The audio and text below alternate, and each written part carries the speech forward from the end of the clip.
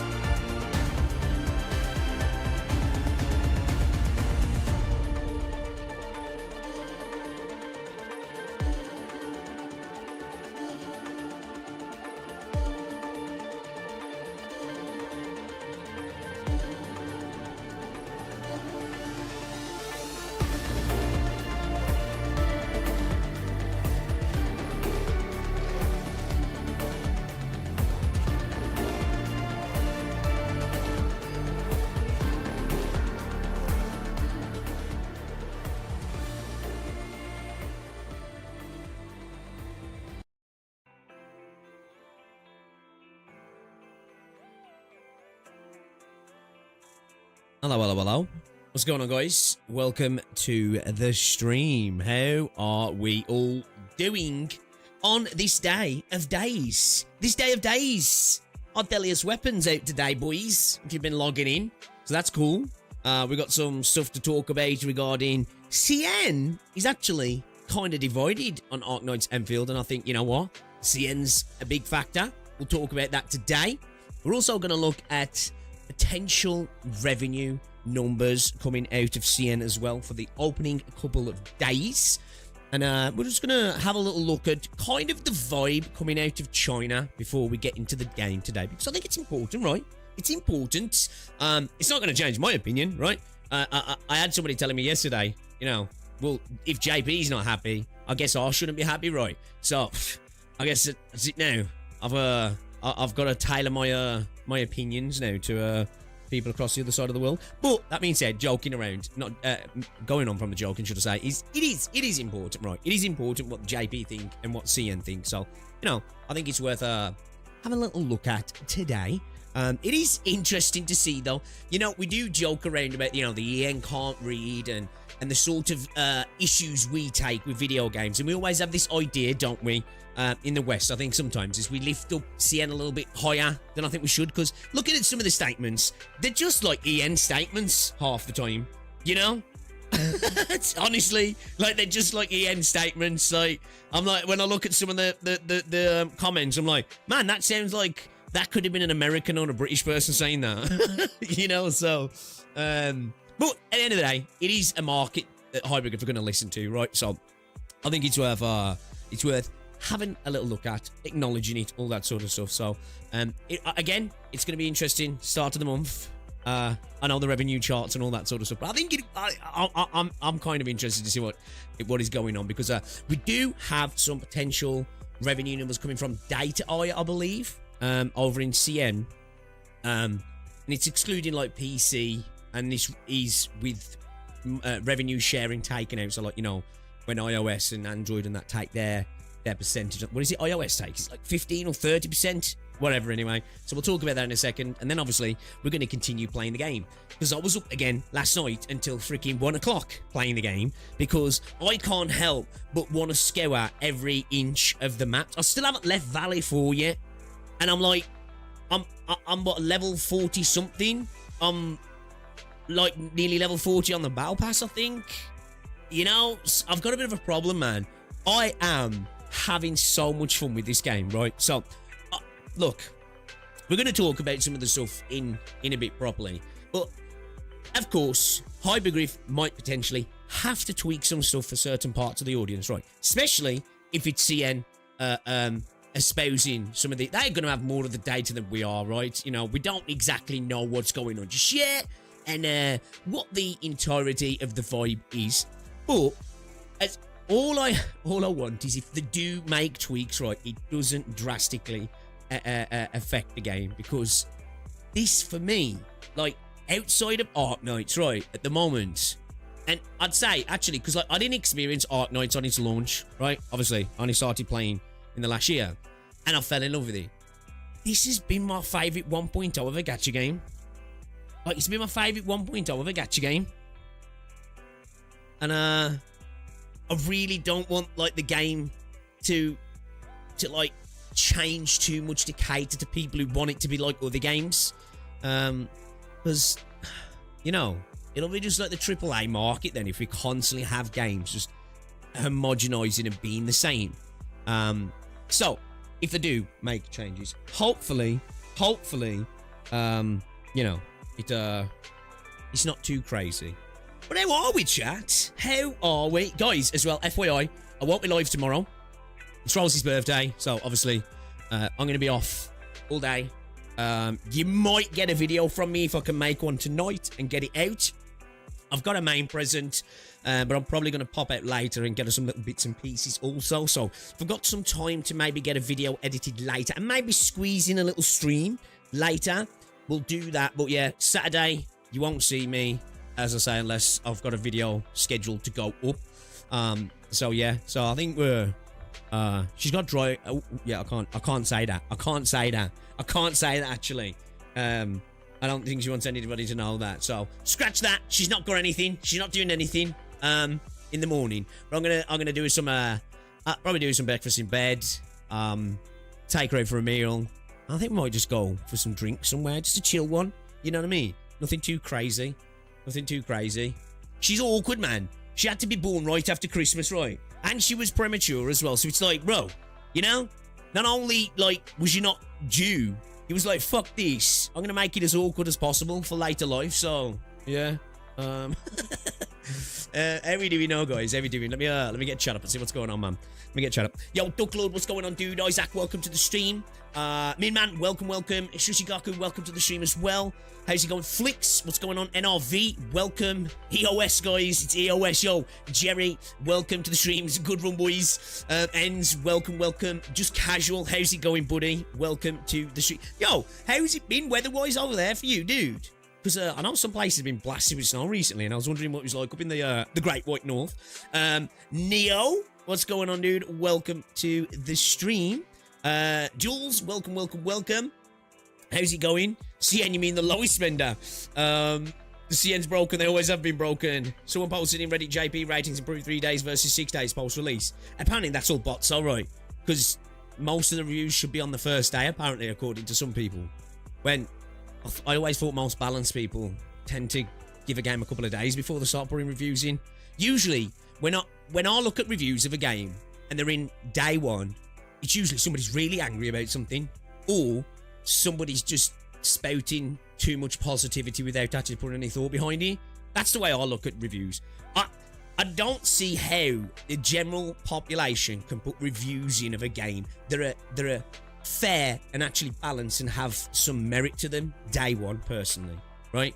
It's usually either it's just unnecessary glaze that has no substance, or it's typically like one size of like fucking game don't run, which I suppose that's fair.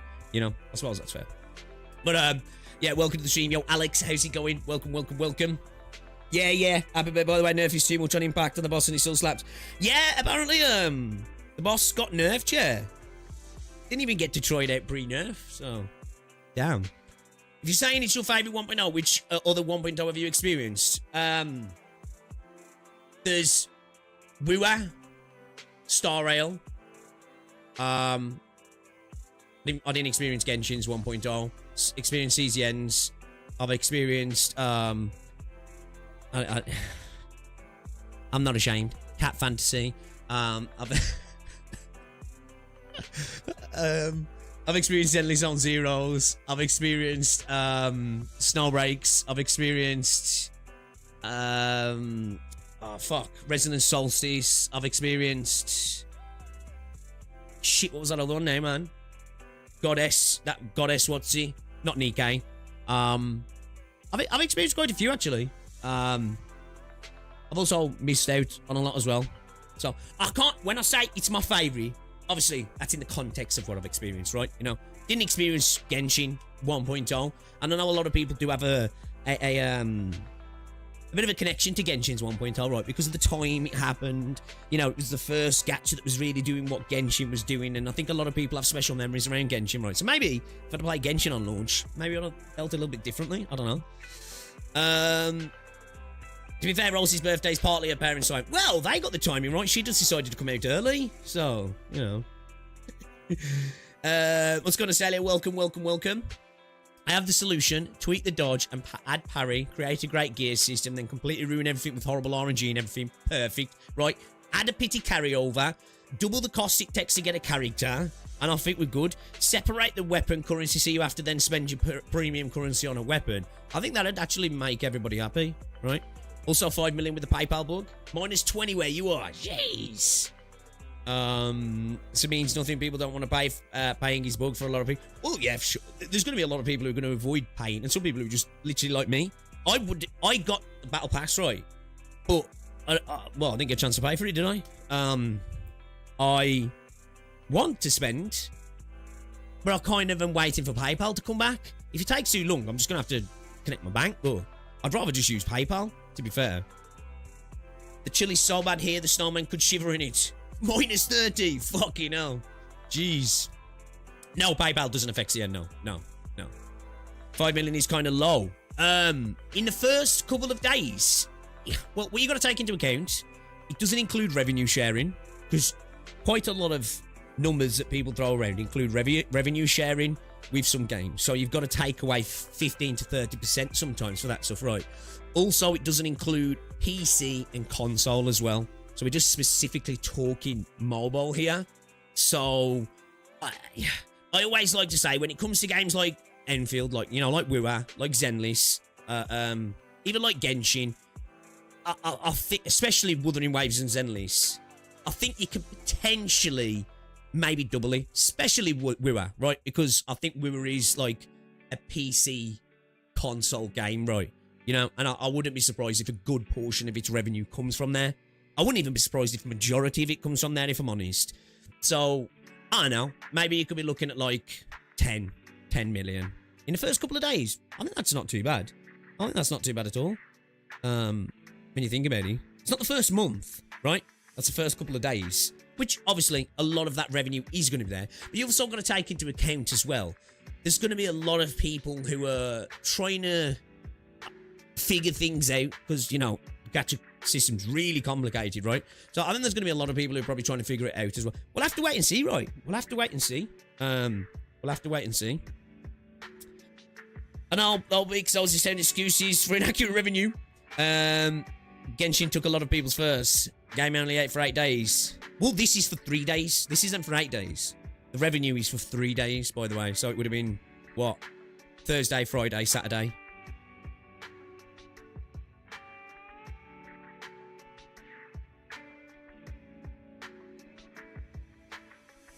Take it or leave it. Ask ChatGPT. We were base AK. We're around 10-50 million mark on 10th day. So it sounds, if obviously we're making assumptions, sounds kind of on track to be something similar then, right? If it's 5 in 3 days for mobile, let's be conservative. Let's not double it. Let's have another 50% on. Let's say it's 7.5 million in the 3 days, right? Which is 4.7, so it's not far off 5. I'll just round it up to 5. Let's say 7 mil. Let's say 7 mil to be ultra conservative in 3 days. I think in my head I would assume that I think 10 million by the 10th day would be safe to say. But again, it's all assumptions, right? We're making a lot of assumptions here, so we don't know. We'll get into this in a little bit more. I'll show you guys the article and stuff. In what world is 5 million low? If I made that in a month, I could literally buy everything. Yo, Jamie, what's up, dude? Welcome to the stream. What's going on, Budging? Meerkat, welcome. Who cares about the revenue? Game EOS anyway. Well, honestly though, I am the type of person, I don't care about, because like there's a lot of people at the minute going around like, whoa, yo, we made 500 million. We'll have to wait and see, actually, because I've been going through some of the actual Tencent documents, and I can't find anywhere specifically it actually mentions Ming Chao and that number. Now, I need to properly look through stuff properly, but I don't know if that's aggregating some other data into that, and it doesn't specifically say it, like, I think Ming Chao does get mentioned in some images as considered as one of their evergreen titles, but I don't know. I'm gonna have to have a look at it. And a lot of it's on audited data as well. That's not actually from Tencent themselves. It's like from a third party, I believe. But at the end of the day, listen, I joke about, you know, when we have a joke about revenue and stuff. I don't care how much a video game makes, because end of the day, I like what Hypergryph have created in Arknights, and I'm liking Endfield, right? Well, as long as they make enough money that they can continue to update the games for as long as I want to play, that's all I care about. You know? Honestly, that's all I care about. I'm not going to be that guy that's like, yes, yes, yes. We made $500 million. Lads, we did it. We made $500 million. Let's go, boys. What we buying? Who's getting the round in? Who's getting the round in, lads? You know? It's like, it really doesn't matter to us, does it? I think too many people get wrapped up in that. Like, really get wrapped up in it and attach that, like, oh, that's it, brilliant for me. Beyond the game making enough money to come back into the game, that's all that matters, right? End of the day. Like, do you really care if Solon's buying a new yacht? Or Dwayne's buying a new yacht? Or he's building a new nuclear reactor? Really doesn't affect you, does it, really? I mean, considering the 8K IP, I expected higher numbers, especially Surgery's their first game banner. Maybe. Like I say, we're going to go into it anyway.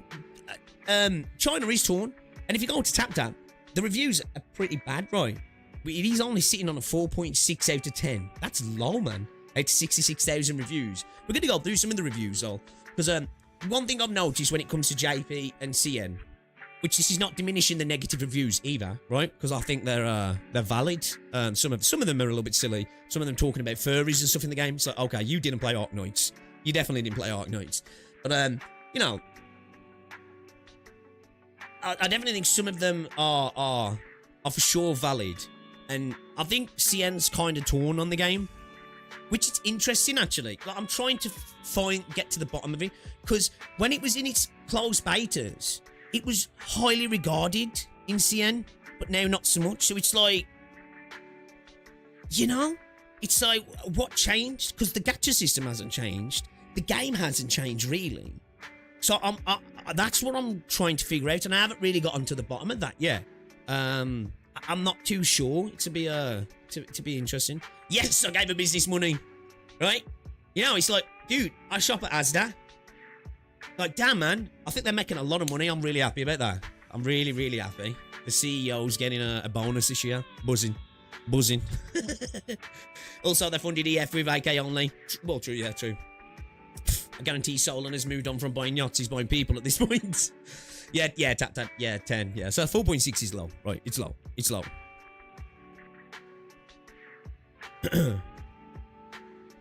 I think the game has made decent money otherwise. More free pools may have followed for player retention.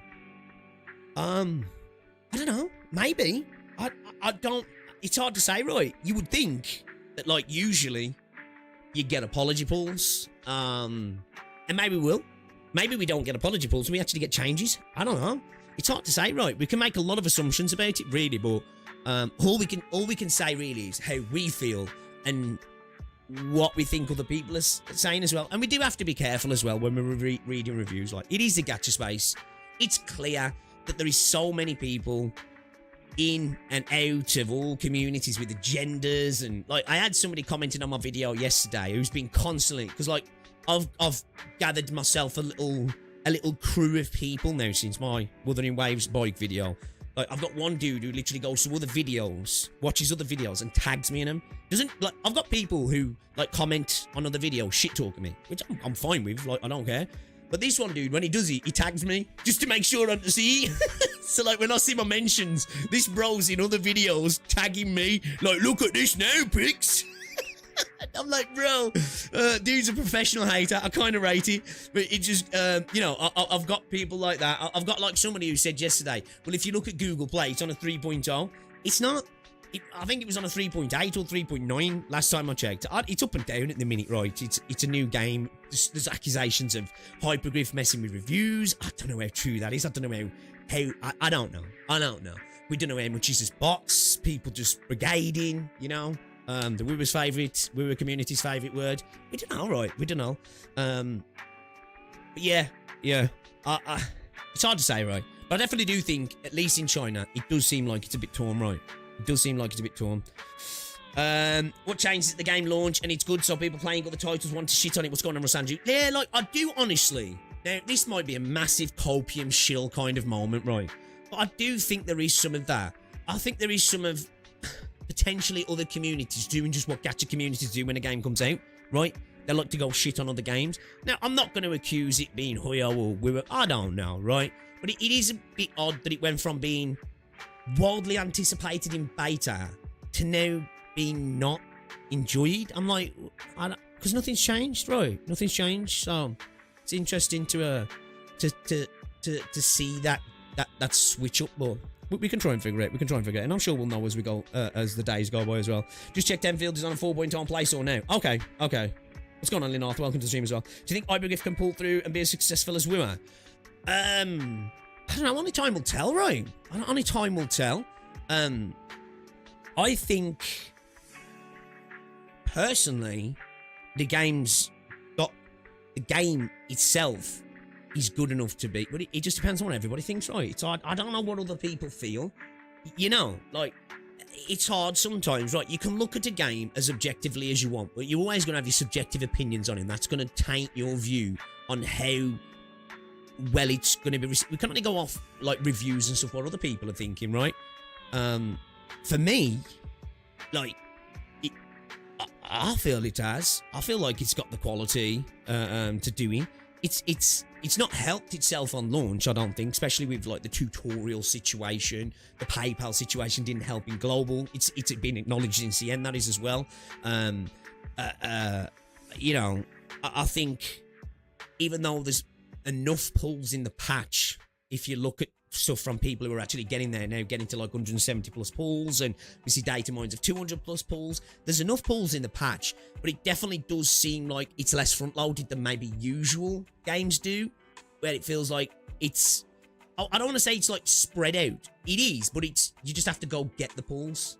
You know what I mean? It's less of, oh, I logged in and I got a bunch of pulls. It's more, you can get stuff, you just got to go and do the busy work in the game. And I don't think a lot of people like that, do they? I think a lot of people want to get on a game, and throughout the first week of the game, they just want to be getting pulls from logging in and getting big pull rewards from just doing the story and stuff like that. They've gone about it a bit of a different way, haven't they? So, like I say, I admit myself, pull acquisition feels somewhat slow, but then when you just look at the numbers that people are getting, it's like, well, the pulls are there. You know what I mean? The pulls are there. You know, like, Ryan, I forget how you pronounce his name. But he just started a new account, and I think within 12 hours, I think he got to the guarantee again, didn't he? You know? I think he got to the guarantee again. So, I don't know. And this, like, obviously that's not normal playing, right? Ain't nobody sitting there for 12 hours in one day, specifically going after the currency, because he's like made it an efficient route, right? You know? So, somebody who's just playing the game is going to get currency slower because they're not going to be looking at every nook and cranny and knowing exactly where all the best bits are. So that is a factor as well. You know what I mean? We do have to look at that. None of pulls in the patch. Endgame not out yet. Exactly. We haven't got... Now, we don't know what they're going to do with currency and endgame and events and stuff like. We don't know, right? We've got next week, we're going to see stuff rolling out. And we don't even know what they've got planned in terms of, like, who's to say there isn't, like, more login stuff coming? We just don't know, do we? We just don't know. In fact, the Saint has made around 30 videos. Dude, Saint has been going insanely hard. To be fair, it's not my soul. I kind of don't blame him in a sense, though, right? Because, and hey, I ain't questioning anybody's, hold up a second. Let me just get his channel on. I know you guys can't see this, but, I'm tired. Dude's been doing decent views off it, right?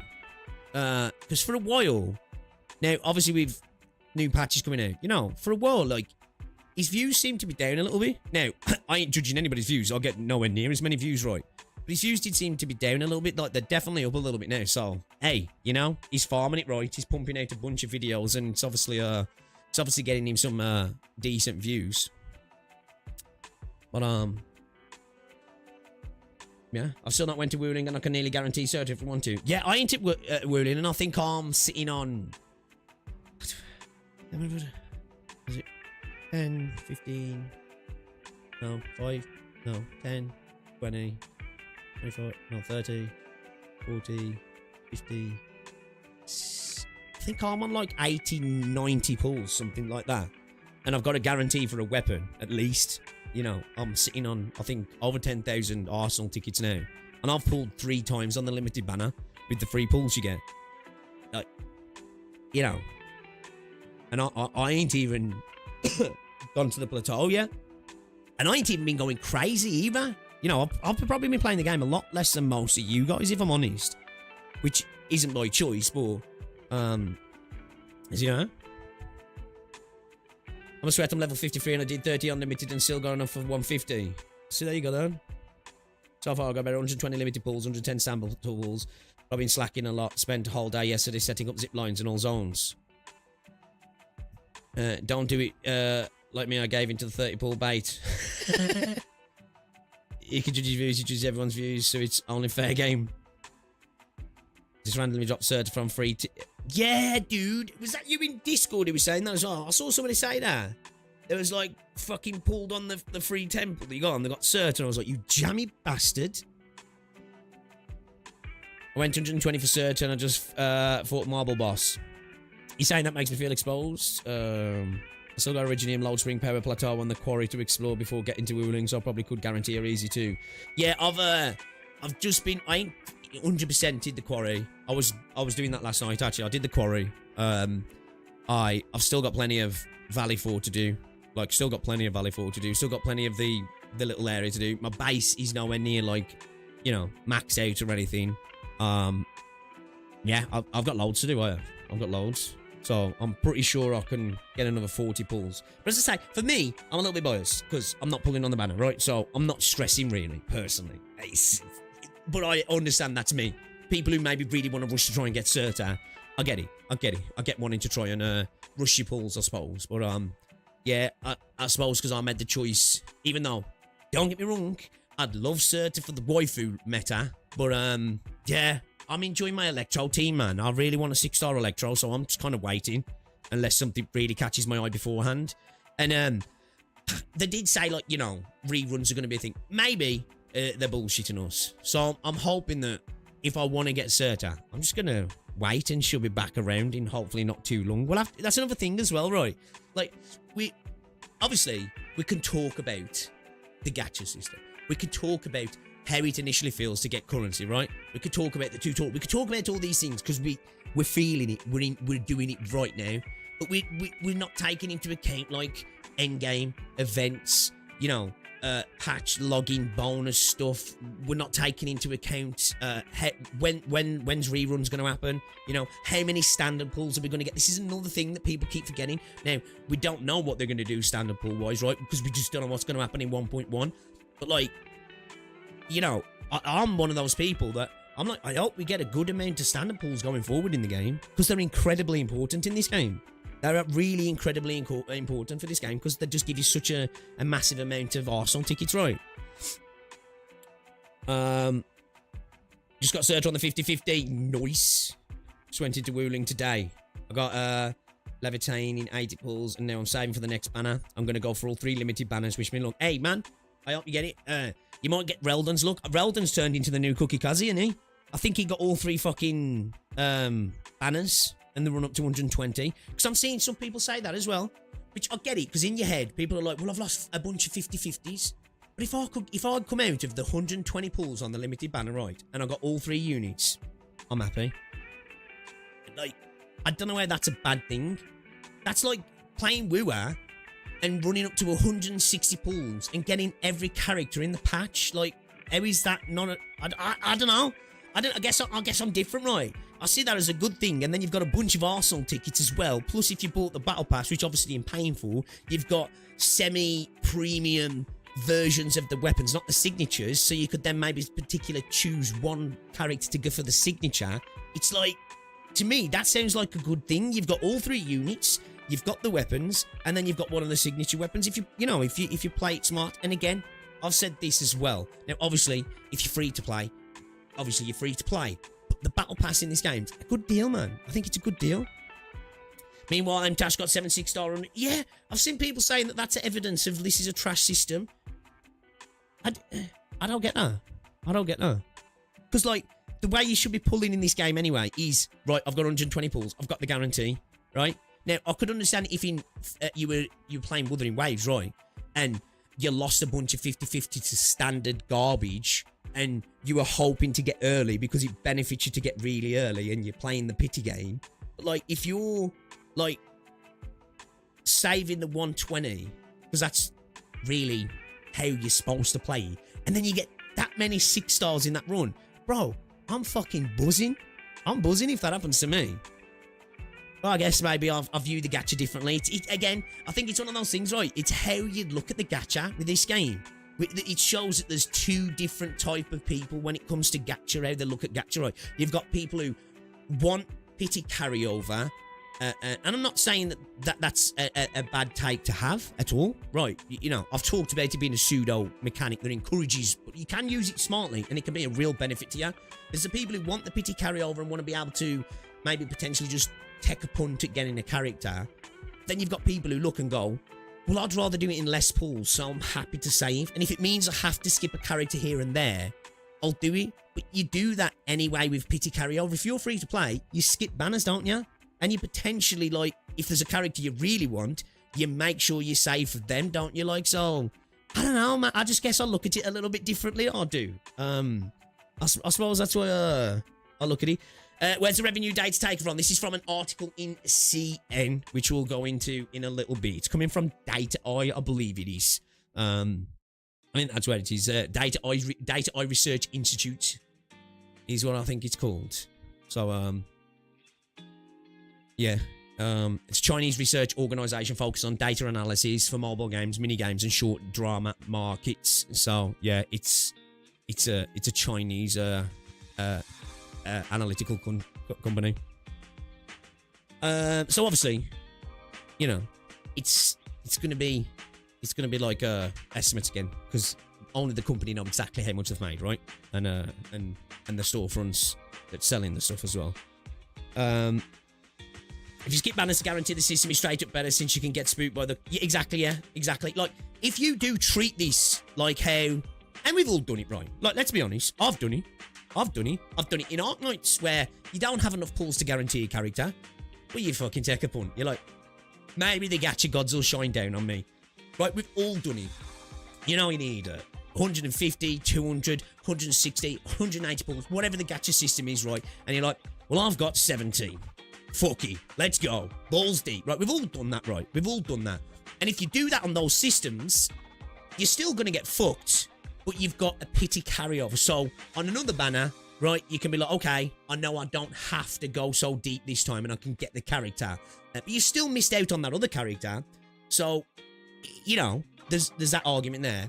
But this is a system that if you play like that, you're probably going to fuck yourself, right? Now, you might be lucky, and winners win, right?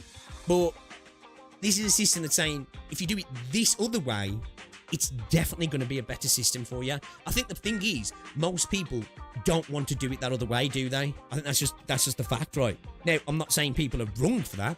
I'm just saying that's how it is. It's offering up a different system. And some people don't like that system. And as I say, I said this in my first video when I talked about the gacha. If you do not like pity, having no pity carryover, you're not going to like this system. And it's clear that a lot of people don't, specifically because of that as well, right? There are two types of free-to-play players too. The pity thing is nuanced. Don't just generalise the situation to push your agenda. Are you talking to me? Talking to me? I'm not trying to push an agenda. I'm just talking about how people view pity. Right. Pity carryover is specifically viewed as, if I take a punt on a banner, right? Let's say it's 80 pulls to my 50-50. I've got 50 pulls, right? I've got 50 pulls. They lose their 50-50 early. They know then they've got their pity carryover, and that's how most people treat it. It's just a system that encourages them to do that. Now, as I say, it can work out for you. It can work out for you. I'm not generalising. That's just how most people do tend to play the game. And there's other people that don't.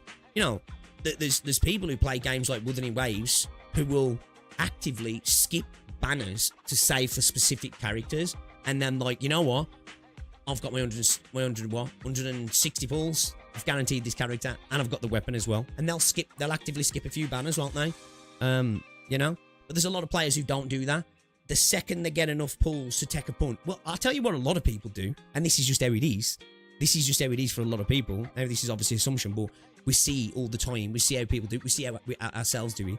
People just earn their pulls as soon as they get them. Because what pity carryover tends to do for people is you just sit with 0 pulls on your account a lot of the time, depending, you know, now and again you'll be like, right, awesome character's coming up, I'm saving for that character. But what tends to happen in between those big banners is you just, right, I just got 10 pulls. All right, let's go. And you pull 10 pulls. Do you know what I mean? You pull 10 pulls. And I think, you know, it encourages people to do that. And then you sit on an empty balance. And I think you're potentially more likely to spend when you do that, unless you've got really good impulse control. Bro, I was skipping him in a Blana. I just got them out of Haruka and Hoshi banner while trying to get Haruka. Well, yeah, the Arknights system is goated, right? The Arknights system is goated. If you skip banners, guarantee system straight up better. Yeah, I just read that. I like the game. I did pay 10 for the battle pass and get a second 6-star weapon. Yeah, the battle pass is insane. Like, I think the battle pass is brilliant. I use a carryover pity just to pull it. I did as well. That's what I did. I'd be like, fuck it. If I don't get this, I know I'm guaranteed on the next banner. And then what I'd do stupidly is the next banner will come along and I'd just piss it up the wall on that one. And then the next character would be fire. And I'm like, fuck, I just wasted my guarantee. You know? Well, that's how I use spawn. Now, not everybody's going to pull like that. I do think it's a system that's designed to say, like, well, look, this is a safety net. Well, take a pump, man. We've got you. There's a nice warm pillow for you to fall back on. Yeah. Which is not true, though. Mathematically, it isn't. I know what you're saying there. I know what you're saying. Mathematically, isn't well. Pity carryover makes you void pull. Just like, yeah, exactly, yeah. Rage pull as well. How many times have you been playing a gacha game, right? And like, I don't know, you've either bored or you've got pissed off with something in the game. You've just gone and done some end-game content, yeah, and you got stat sticks to fuck. You got DPS checked, and you just go fucking rage pull a 10 pull or 20 pulls just cause. You know? Just cause. I spent like 350, all I got was 14 Levitating T4 sword. T4 Levitating T4 sword. So you got 4 copies of it. So was that, is that okay, so you pop 4, yeah. I'm going to continue to save and go for characters I like, so I have no problem hoarding pulls in Endfield. If you're just saving for guarantee, it's just 120, while other game it's 160, 180 if you lose a 50-50, yeah. Just a better guarantee system, really, and you just don't have a carryover. It's like what I said to people. I think if we had a pity carryover in this game, you could say goodbye to a 120 guarantee. I think that'd just be safe to say. I don't think we would get a 120 guarantee and pity carryover and a weapon system. I just don't think that's what's going to happen. I just don't think that was going to happen. So I think we have to have a conversation of like, if you think, now, if Hypergryph did that, I think they'd be, one, based, but at the same time, maybe kind of reckless. That if they went, all right then, do you know what? We'll keep the 120, and we're going to get your pity carryover, and you're going to be able to get weapons from your pools. I just, you know, the only way that they would get around that is if you basically got 0 pools through the patch. Because every other game, you know, like Wuthering Waves, takes you 100, let's say 140 pools, but you know, 160 for the guarantee, and then 80 for the weapon. So that's what? 240. Obviously, it's lower because you're going to have pity kicking and stuff, right? Let's just say 240 just to be, you know, on the nose. You're telling me that in 120, you're going to get everything, potentially multiple 6 stars, and carryover, and a weapon. It's just not going to happen, is it? It's just not going to happen. Pity carryover would make it better, so I wouldn't be complaining if they did. I suppose pity carryover would be better. In a sense, it'd be an extra thing of like, well, fuck it. But the system would change. They wouldn't have designed the system the same way if pity carried over. I mean, that's what we need to accept, right? And that's what we need to accept.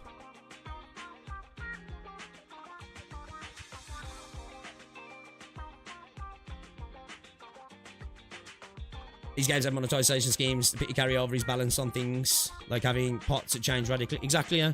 Like, you'd have a bunch of things change. You'd have dupes would matter much more. Guarantees, scaling and change. Your 50-50 would probably be at 80, 90. And then you'd have to go all the way to 160 to guarantee a character. You'd probably see the weapon system being detached and then having to split your currency.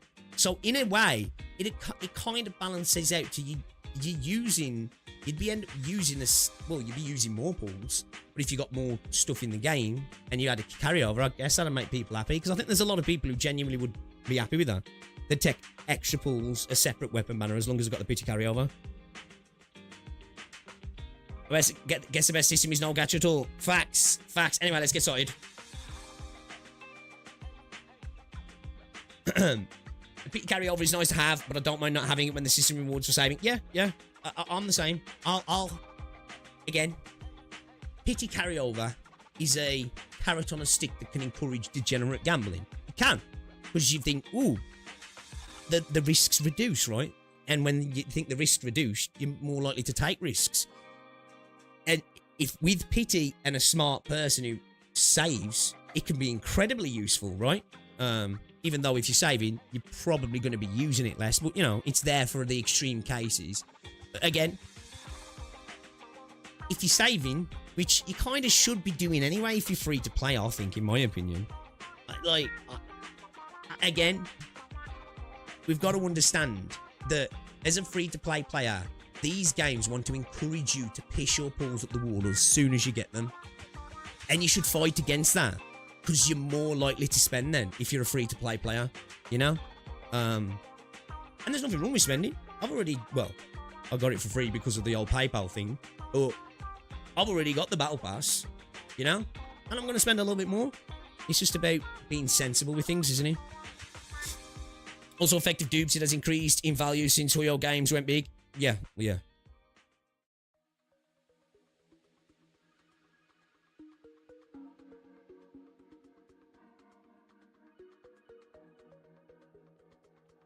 250 pity. Are you talking about the dupes? It is 240.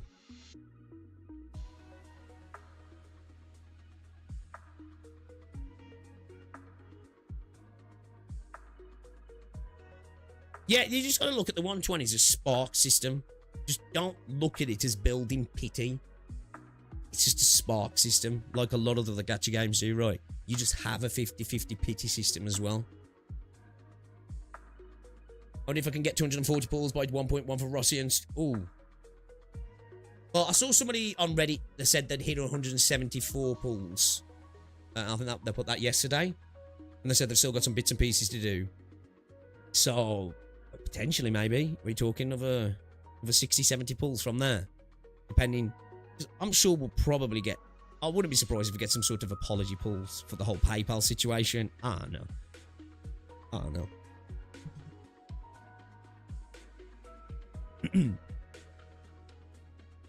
What you see at Arknights Endfield in 3 months' time? I don't know. It's hard to say, innit? We'll have to wait and see. As I say, I am really enjoying my time. I'm having a blast. I've known what the gacha system is for a while, and personally, it's weird to say. I'm okay with it, right? I'm okay with it in the sense that I'm okay with this pile of shit being in this hand and this, you know, they're both piles of shit in my hand, and I've got shit in my hand, right?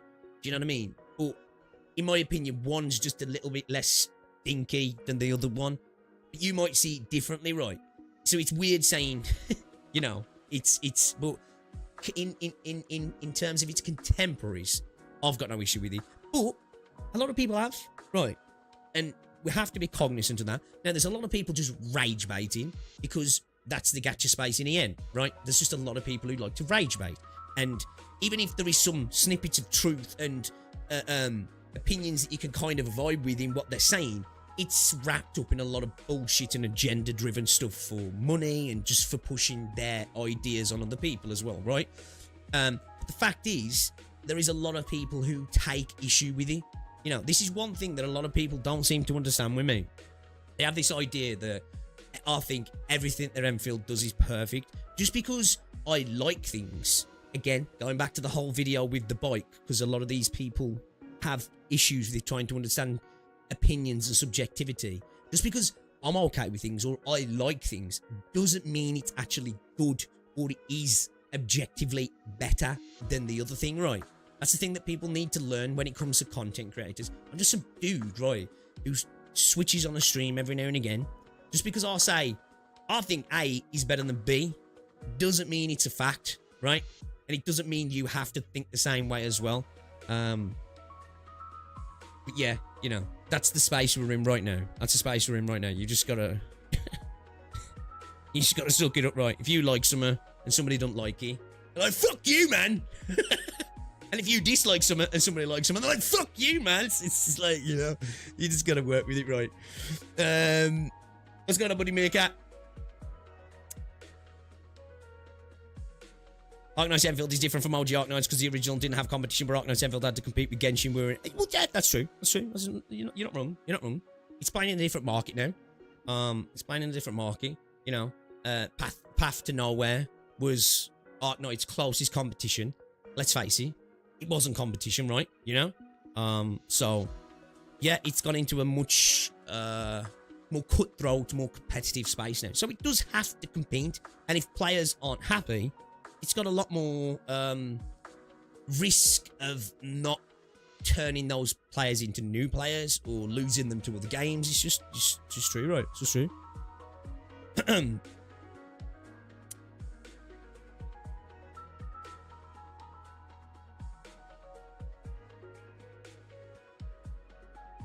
I'll tell you one thing though, which I do think's trash in Arknights Endfield, and I think should change quickly, is the weekly. Like, what the fuck is that, really? You know, like, honestly, the weekly thing for me was like, I don't know why they even bothered announcing it like they did.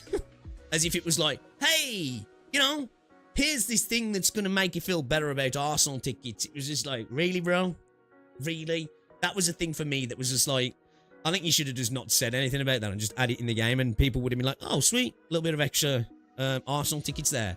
Because you made this thing of, it's like, a lot of Arknights players look, oh shit, it's going to be like annihilations and stuff, and it's going to be a genuine way to like stack currency over time, and I'm going to be able to top up my Arsenal tickets, and it's just like,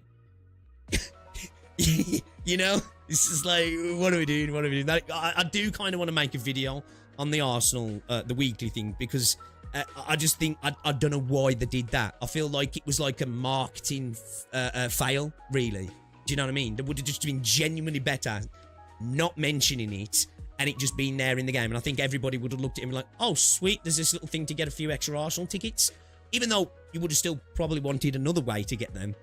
But, you know, it was kind of made out to be something that it's just not right. It's just not.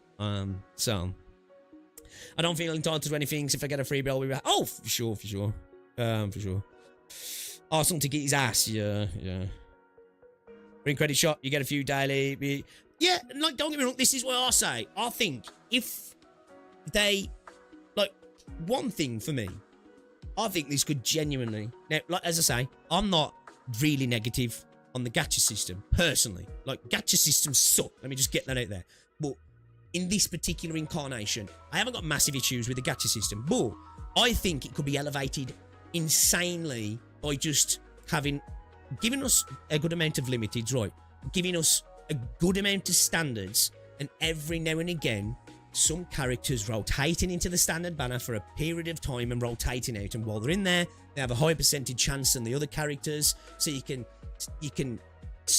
either stack your standard tickets for those units, and potentially that's a way to get units and pick and choose who you pull on limiteds, because you know that they're going to get to the standard, and you can do that.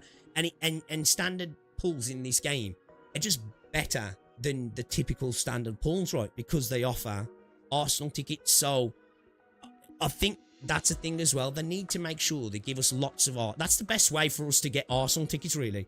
We don't need these dailies. Just give us more standard pulls, and that way then you just treat your standard pulls as Arsenal tickets. That's how I'll be treating my standard pulls. Like, when I get my standard pulls now, I just slam them into the gacha straight away. And in my head, I'm just like, well, obviously I'm still trying to get Helga. But obviously, once you've got all the standard characters, I'll just be treating it as like, okay, this is my machine to feed me Arsenal tickets. That's how I'll view it anyway. Oh, okay. Yeah. Nah, I agree with that, actually. Like, don't get me wrong. If they turn around and give us compensation for the PayPal situation, I'll take it, right? But the people who were affected were compensated because they got their money back, and any money they spent, they got that back as well, and they got to keep stuff. So if you spent $1,000 on day one, and then you had a tenner took out your account because somebody in Japan bought the battle pass, you got $1,000's worth of free stuff. You know, like Fobmaster ended up getting like $700 worth of free stuff, I think, didn't he? Because he spent a bunch day one. He had a couple of people having stuff took out of his account. He got that all back and the money he spent. So he kind of like, you know, obviously not a good situation, but like, you know, it ended up being like, sweet, I got a bunch of free stuff. But at the same time, it would be a gesture of goodwill, right? It would. But what I've noticed is all the people crying about compensation are people who were never going to spend on the game and haven't spent on the game. But that doesn't mean there isn't some potential validity around, you know, a goodwill gesture. But it's just funny, you know. I've seen so many people like, we deserve compensation of the PayPal thing, and then people have been like, did you get affected? And I'm like, no. It's like, like, I respect the hustle. You know, there's no point trying to pretend it's about consumerism and stuff. You just want free shit, right? But you know, again, something like the PayPal situation does knock consumer confidence, right? It does. It was a major thing. Like, somebody commented on my video yesterday saying about, you know, I'm getting the bag because I didn't mention the PayPal situation. It's like, you didn't watch the video, did you? Because I did. I said it was a stain on the launch. Like, it was a stain on the launch. It was a game that, whatever your thoughts are about the gacha system, right, launched pretty much perfectly. Let's take the gacha out of it, right? The game and the tutorials, you know, your issues with certain things, but in terms of a product, a game, it launched perfectly, didn't it? You know what I mean? Like, perfectly. And the PayPal situation was such a shame, not only because it fucking sucks and it's not a good thing to happen from any company, but it was a game that was like, otherwise, it was kind of a perfect launch, you know, when you take away your subjective feelings about systems in the game and stuff. So it was a bit of a shame, and it was a massive stain on what was otherwise a good launch. My thoughts would be, when there's enough standard units that would start rotating around the standards available to get from 50-50.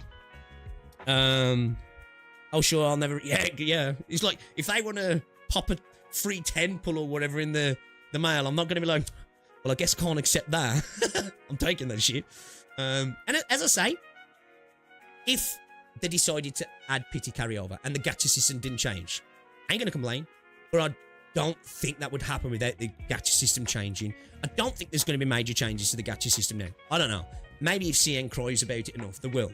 I think it'll potentially just be brought in by more pulls, more ways to get stuff, you know, more events that give you pulls and stuff like that as a way to counter it, and maybe, you know, selector packs and stuff like that as a way to fix it as well. Because I think places like CN, you know, if they did the Arknights selectors and stuff, I think people would be happy with that in CN. I fucking would, because I love the Arknights selector pack, so it'd be nice to get one of those every now and again. We'll have to see though, won't we? We'll have to see.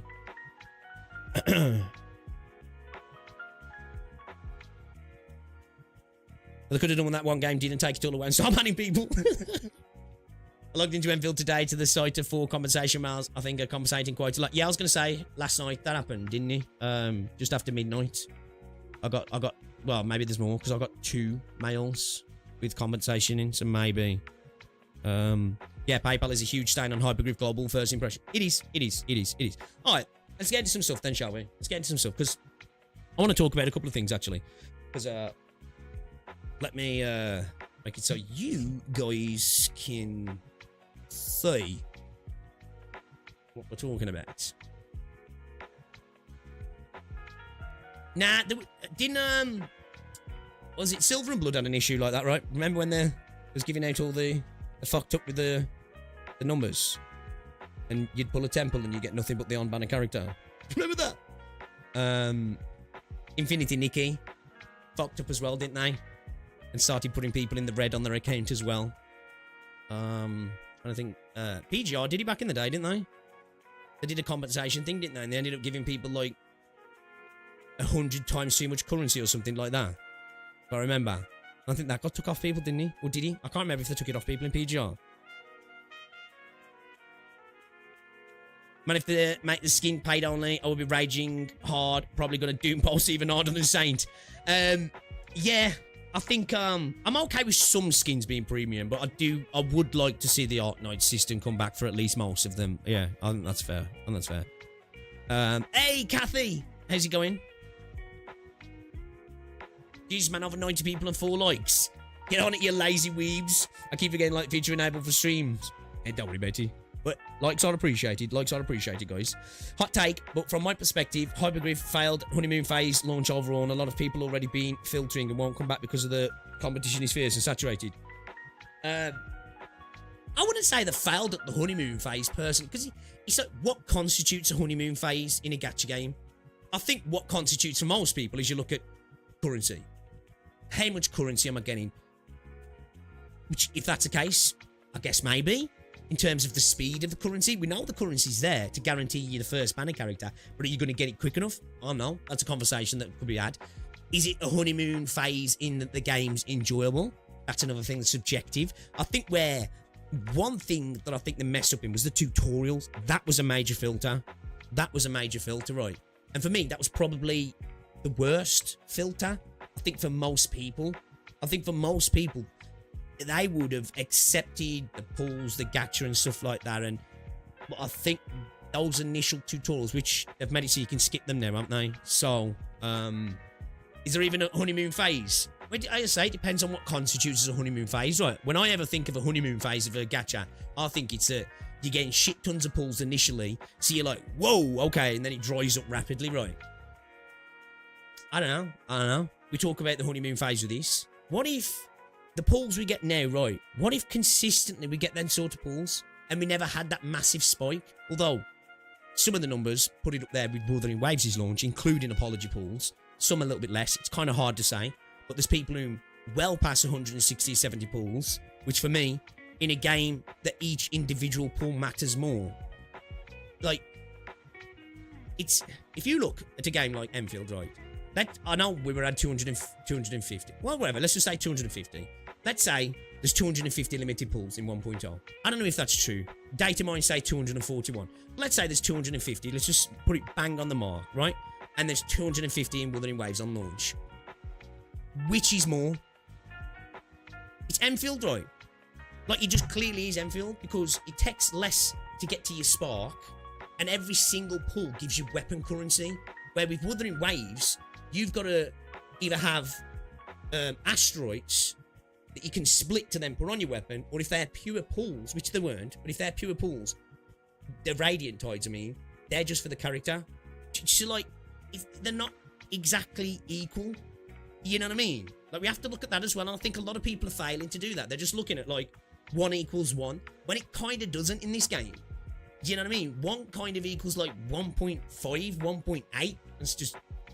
girl math. But you know what I mean, right? Because every pool's giving you fucking weapon currency, and you've got a lower pity and all that sort of stuff. Like, so, and then not to mention the banners, the way they work, in that the crossover, and you're not getting shit like Ling Yang ATV. We're describing gacha like a marriage. Yo, Dr. P, did you get Ember? Did you get Ember? Now you're gonna play her and be like, yeah, she sucks. Problem is, needed average gacha gamer, a normie gamer. Whoa! Yeah. And don't get me wrong, I do think there's a lot of people who've probably been filtered out of the game. And I know there was a lot of people joking around about, yeah, man, get filtered. We don't want people like that in the community. But at the end of the day, Hypergryph do. And I just want Hypergryph to make enough money to continue making the game. I don't care how much money Hypergryph bank, honestly. I just want them to make enough to make the game, personally, because I like the game, right? That's how I view gacha games. As long as they can break even, and it's profitable enough that they continue to invest into it heavily, I'm good, right? That's the only reason you want gacha games to make money. Other than that, I don't care. When's the divorce phase of gacha games? I just want Hypergryph to make everything. I want them to have the world. Give them the world. They deserve it. Hypergryph needs to deal with the legal stuff first before they can give adequate public compensation. Those affected have already gotten full refunds regardless of the actual spending. Well, yeah, and that depends if there is ramification, right? Because there has been, I don't know if there's been necessary something specifically the same, which we're going to go into here in a second. Because there is mention from CN of potential legal ramifications in the form of, compensation, fines, that sort of stuff. But we just don't know yet, dude. We just don't know. We're going to talk about that in a second. Honestly, Emma Slats, I actually think she's the best sustain in the game. I just don't like the way she plays, for me personally. She probably is really good. She's just one of them units for me when I'm just like, I probably should try and give her a whirl with some other units and, get to know her. Because I only played her a little in the beta and I didn't really have her with the best team. I was just like, ooh, like a proc shield, sweet, And then started playing, I was like, yo, I don't like these.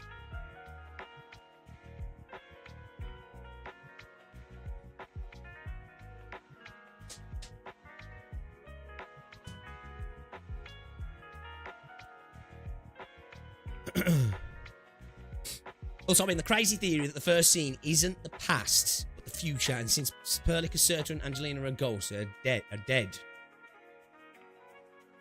No hurt feeling, but I think Hypergryph reputation probably hit rock bottom even in China and JP, and it's going to affect them in the long run. Maybe you're right. I think, I don't know if their reputation's been hit, but I think their branding's been hit. But in places like Japan, reputation and brand is like really tightly connected, right? Like, brand power is a massive thing in Japan. And probably in China as well. I think around the world, right, people tend to trust bigger brands. You shouldn't, because it doesn't mean they won't fuck you. Usually you see it as a, it's a sign of solvency, right? Oh, I can not worry about putting my money into this and it not going up in smoke, I suppose. Remember the first Endfield video of yours? I got someone who responded to it. I responded myself with the full 20-minute video in French, subtitled, and they were cool. Oh, yeah. Well, that's good. I need to watch that. Dude. I tried watching it on my phone, but you were speaking so fast, man, I could barely see what was going on, so I need to watch it. I need to watch it on PC, man. Dude, Big Endfield is so good. I'm glad you're enjoying it, dude, because I really like it as well. Yeah, would only make it seem like... Welcome to the stream as well. If they give compensation right now without proper clarification regarding the issue would worsen the situation. Well, there is that, because, we haven't even got clarification of what happened, have we yet? So, like, we need that first. Like, what I want to happen is it to get sorted, to get an explanation in full, and then, to reinstate PayPal, because I want to fucking use PayPal, and then we go from there, right? I suppose that's why the day it happened, they had job listings for a legal counsel, right? I should imagine, again, this is what I said. I said this before. There's a reason companies, specifically in CN, end up with global publishers. One, they don't have the finances or the resources to publish themselves. And two, they like to go to international companies that have a bit more experience working with international regulators, understanding the law and the potential ramifications and all that sort of stuff, right? I wouldn't be surprised if on certain things they've gone in a little bit blind. Right. You know, it's the first major rodeo like this, right? So, if it will be fine, people gold away shot. I think so. I think if the game continues to be good like it is, right, and the story just gets better, like a major factor now of really elevating Endfield, in my opinion, in the future, is if the story starts to lift. If the story starts to get to, it's never going to be as deep as Arknights, but as quality as Arknights, I think that'll do it.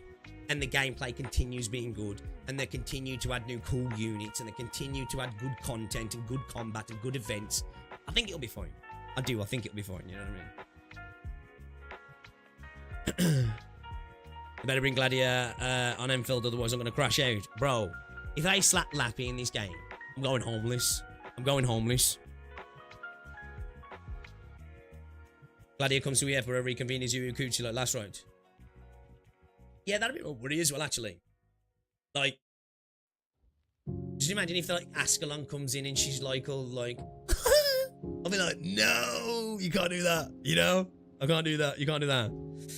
Are you asking if I'm in ruling? No, I've been trying to ingest the game as naturally as possible. And don't get me wrong, the content creator side of me wants to power through stuff, right? I'm enjoying the game too much, man. I'm having to, like, I genuinely am. I know people think I'm a shill, and I'm getting the bag. Trust me, I ain't. I don't get the bag from YouTube. I do this for the pleasure I do. I'm not out here getting sponsored by video games, and I only talk positive about them when I'm getting sponsored, and I'm not making thousands and thousands of views and farming a game for the sake of it, and then the second it's no longer farmable, I drop it. DNA, you know. I'm not doing that. Like, I genuinely enjoy it. So I'm just kind of taking it slow, really. You know, just kind of taking it slow, and I'm glad I am, because sometimes when you're a streamer, yeah, fucking like streaming can ruin the enjoyment of new games for you. Do you know what I mean? It can ruin the enjoyment of new games for you. You rush stuff, you ain't paying attention. Chats, you know, you're more paying attention to chat. You're getting backseated, you know, all that sort of stuff. You tend not to learn stuff properly because you don't want to spend 10 minutes reading something and being like, wait a minute, so does that work with that? Let me go practice that. Does this work with, you know what I mean? And it's it can slow down the enjoyment. So like last night, I watched that video, it was copyright. I just had a blast. I played Endfield for a couple of hours last night, and it was fucking great, man. It was great. Like, that's where I'm at with Endfield. I'm just enjoying the game. It's not perfect. If you want to check out my overall views, check out my first impressions video. It ain't perfect. It's got issues, right? But I'm liking it. I'm liking it, you know? Yeah, that's why I play 80% of streaming. I don't blame you, bro. I don't blame you. I just enjoy streaming, you know, and when I'm streaming, I want to play the game I want to play, so it's hard sometimes. It's like that, like, I'm torn. I'm like, oh, I need to stream. Oh, fuck. Kind of want to play this off stream, but I really want to play it now, so it's like, you know. It's why, Arknights. I love Arknights, but it's almost like the perfect stream game as well for me. Do you know what I mean? It's almost like the perfect stream game. It's crazy. Crazy. Guys, we're going to get into this in a second. I'm just going to the loo. I'll be back in a moment. Chat amongst yourselves. We're going to get into some of these articles. We're going to talk about the PayPal situation, what China's saying about the PayPal situation and potential ramifications about the PayPal situation. We're going to look at, as well, some articles talking about the issues with the launch and the viewpoints coming from China. We're going to look at some reviews as well. We're going to look at that as well. And we're also going to look at the data coming out about downloads and potential revenue within the first couple of days. All right, so give me a second. We're going to get into it. All right.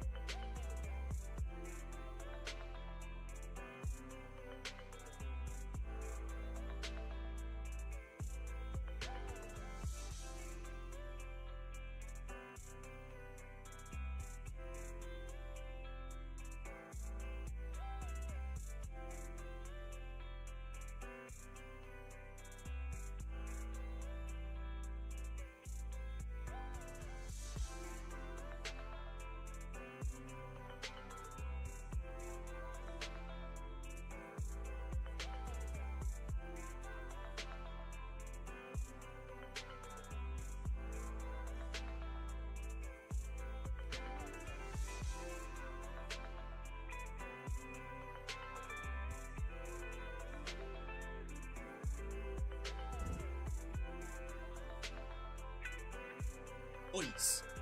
Oh my days. Damn. Wish it was a PP. So I think I've got stomach flu. Boys. I won't go into detail.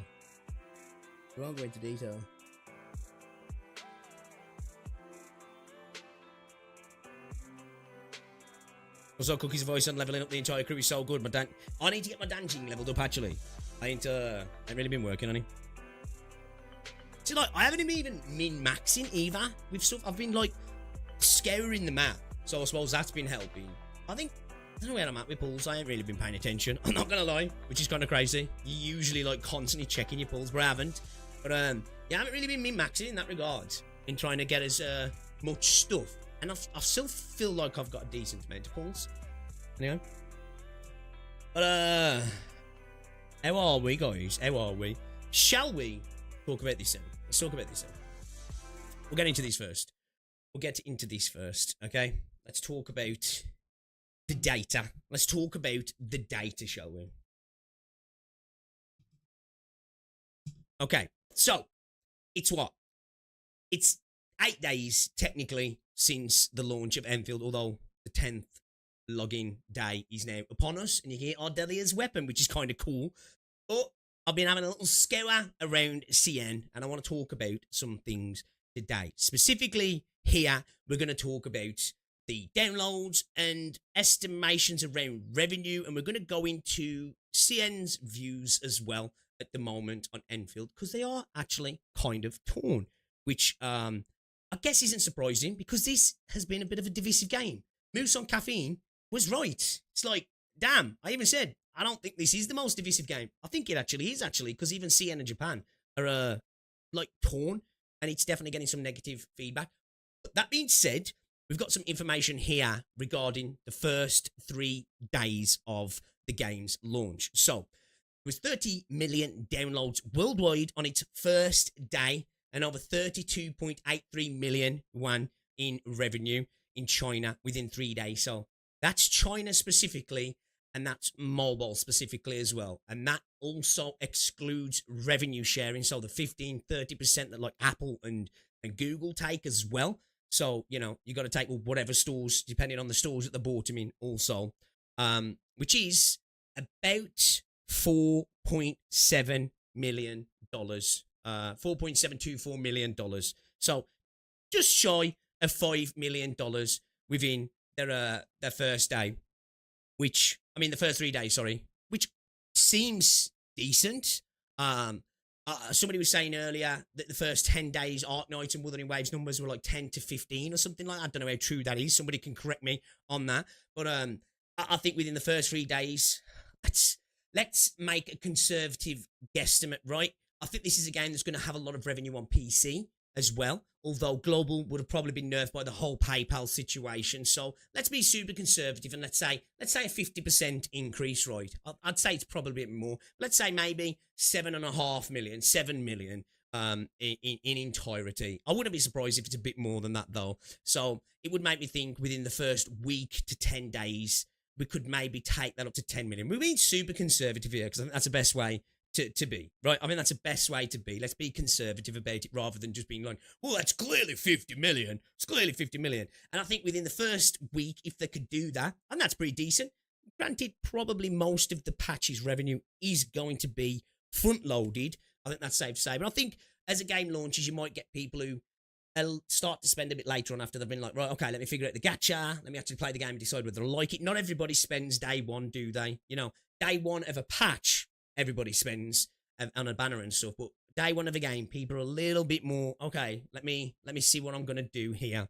So we can see here the in-depth analysis of Hypergryph's open-world ARPG mobile performance, player feedback, and marketing strategies. So just basically see what the game is here. A current data shows that they achieved 30 million downloads globally on its first day of release and generated 32.83 million yuan in revenue in China. Is yuan or yuan in China within 3 days? What were the game's marketing strategies like? How is Hypergryph renewed foray into the anime/manga ACG market faring? Well, their marketing was blast ads everywhere and do big expo stuff, right? The marketing has been insane on the run up to the game. So we know their marketing's been incredible. Today, Data Eye Research Institute will talk about this game. So Data Eye is a mobile market analytic company in China. So, think of something, I guess, sort of akin to Sensor Tower, but this is specifically in China as well. So, of course, the data is data from a third party. It's not coming from Hypergryph. It's not coming from the mobile platforms themselves. So, of course, how accurate it is, we don't necessarily know. I think it's been safe to say when we look at revenue charts, including Sensor Tower stuff, I think it's probably on the lower end of what it actually is, right? Who knows? We just don't know, really. I'm not doing that for Copium, but it seems to be, right? Like, we know Wuthering Waves is making more than Wuthering Waves is making on the charts, and I think it's safe to say most other games probably are as well. Some games might be making drastically less, who knows? So, to maintain objectivity, this article will strictly distinguish between facts and Data Eye Research Institute views. So, they're obviously coming in with some information that they've got, like, that's data, and then they're adding their spin onto it, I guess. If you disagree with any of the viewpoints, you may refer only to the facts and data section and rely on your own insights. See you in the comments. Own insights? We need to be told what to think here. Come on, tell me what to think. Situation, both advantages and challenges are obvious. Data Eye Institute's viewpoint. Let's start by doing a simple SWOT analysis of Arknights' end of the world as background factors. So, okay, environment and opportunities. 1, timing. It coincides with the start of the winter vacation for college students across the country and is close to the spring festival holiday in 2026. Students have more leisure time, and online time and willingness to experience the game among core users have increased significantly, providing a natural traffic source for the product's initial download conversion and user retention. So it launched at a good time, basically, right? It launched at a good time.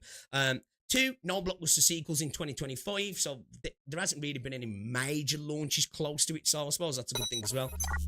Thanks for the sub, man. So, looking back at the game market throughout 2025, major game developers focused their efforts on popular genres such as casual FPS and RPGs, while some new titles were released in the anime/manga/game genre. None achieved a blockbuster success, resulting in a relatively flat market overall. I was looking at the numbers.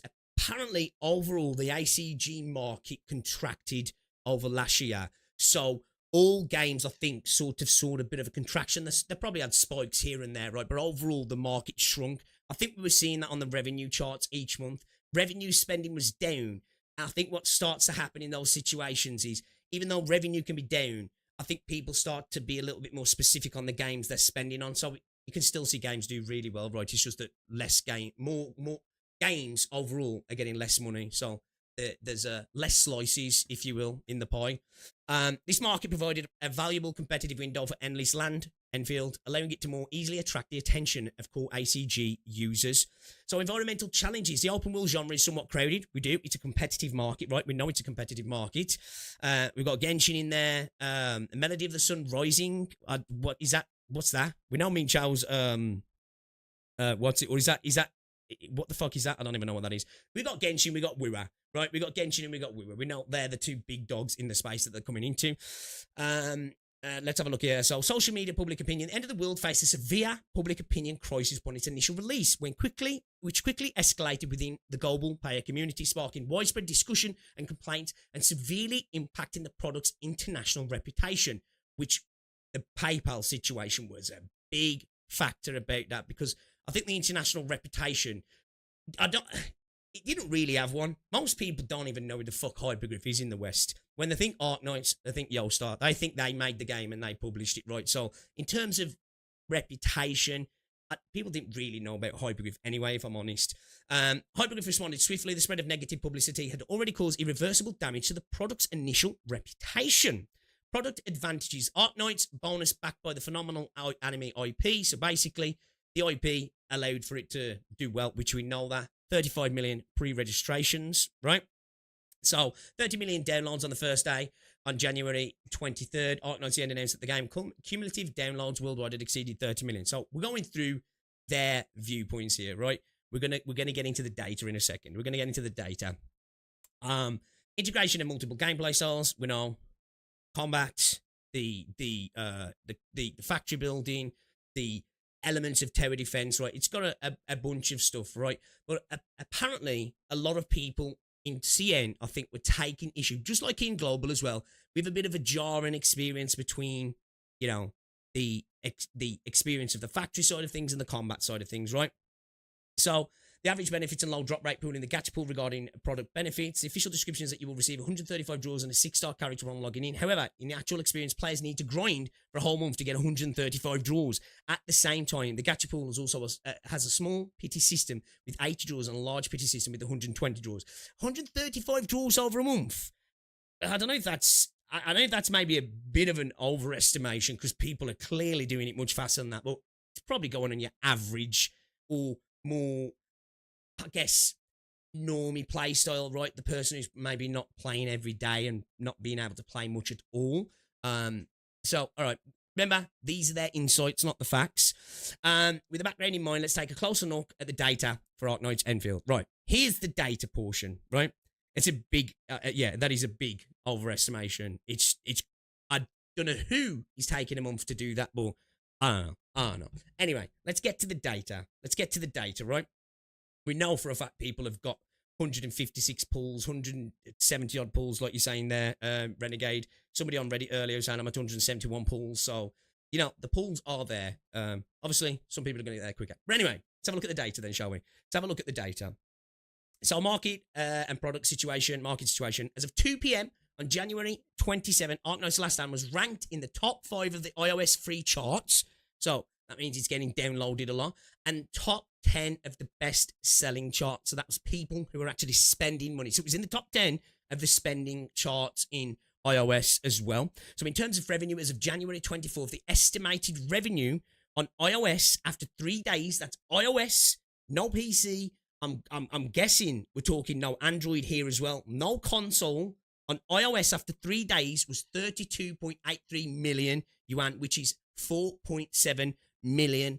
That's excluding platform revenue sharing. So the 30%, however much it is that Apple take.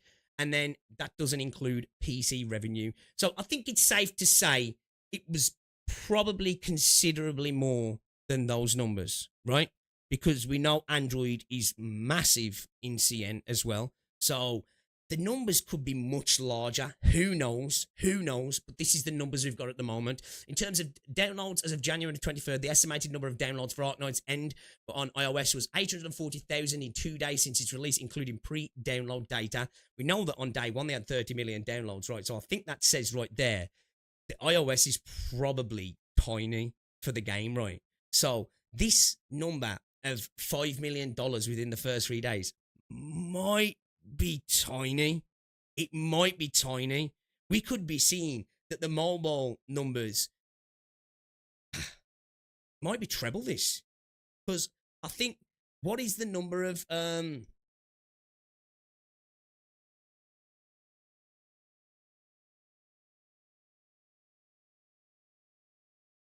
a look at them. Shit, I'm not even typing.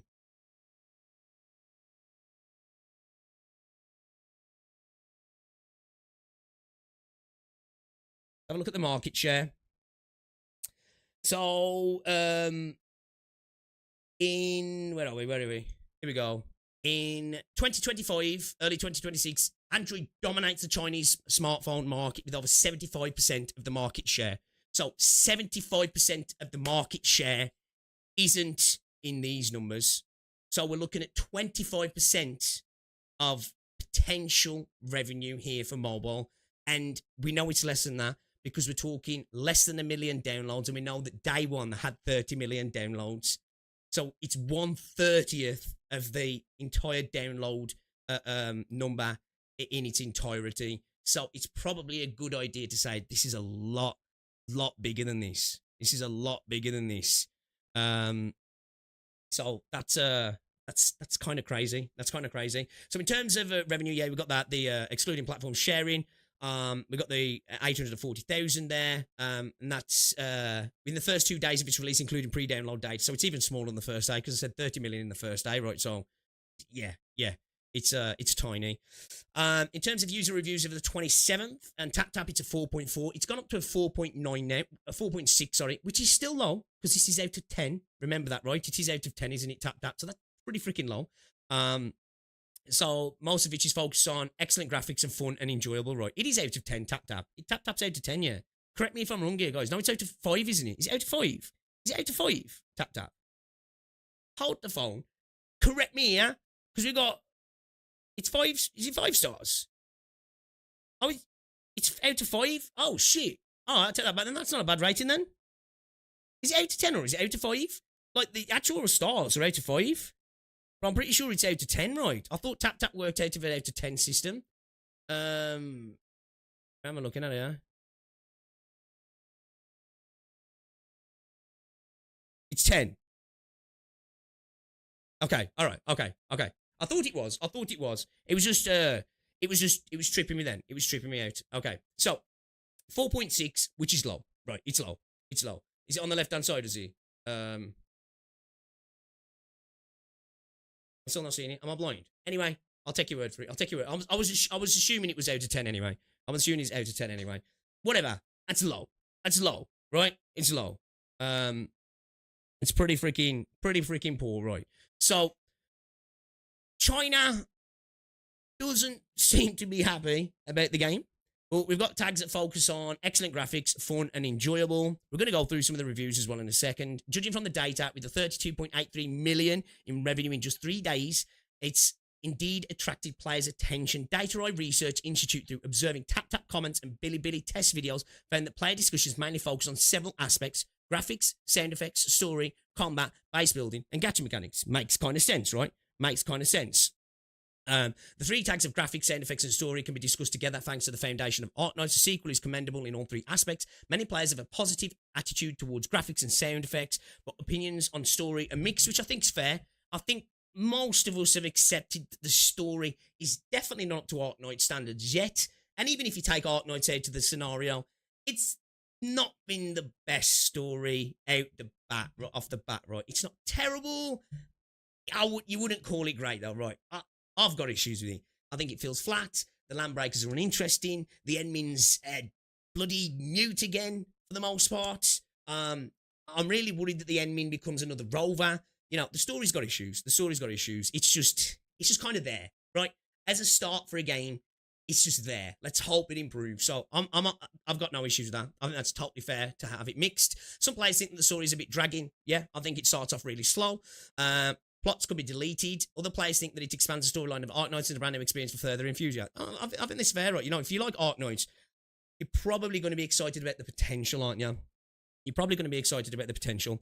The combat and infrastructure building aspects are somewhat related from an innovative perspective. The integration of the Dyson Sphere style infrastructure building and open world exploration fills the gap in infrastructure development in this sequel, and its innovative approach is commendable because it is unique in this space, right? However, the current player complaints are that players need to switch back and forth between infrastructure building and combat, resulting in a lack of satisfying gameplay. Now, we did see this from that Chinese review before, right? That was one thing he went into about the game felt like it was 2 separate games, and it seems like they have attempted to synergize them better.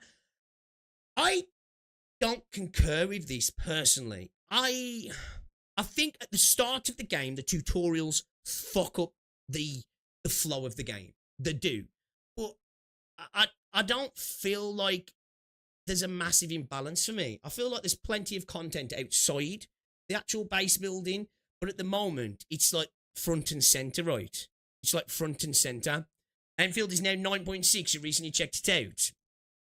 Send me some links, guys. Stick me some links to this in Discord if you wouldn't mind. Send me some links to this in Discord. I'll check it out. I'm interested. They're 2 separate systems, but they feel pretty evenly split. Yeah, that's kind of that's how I feel anyway.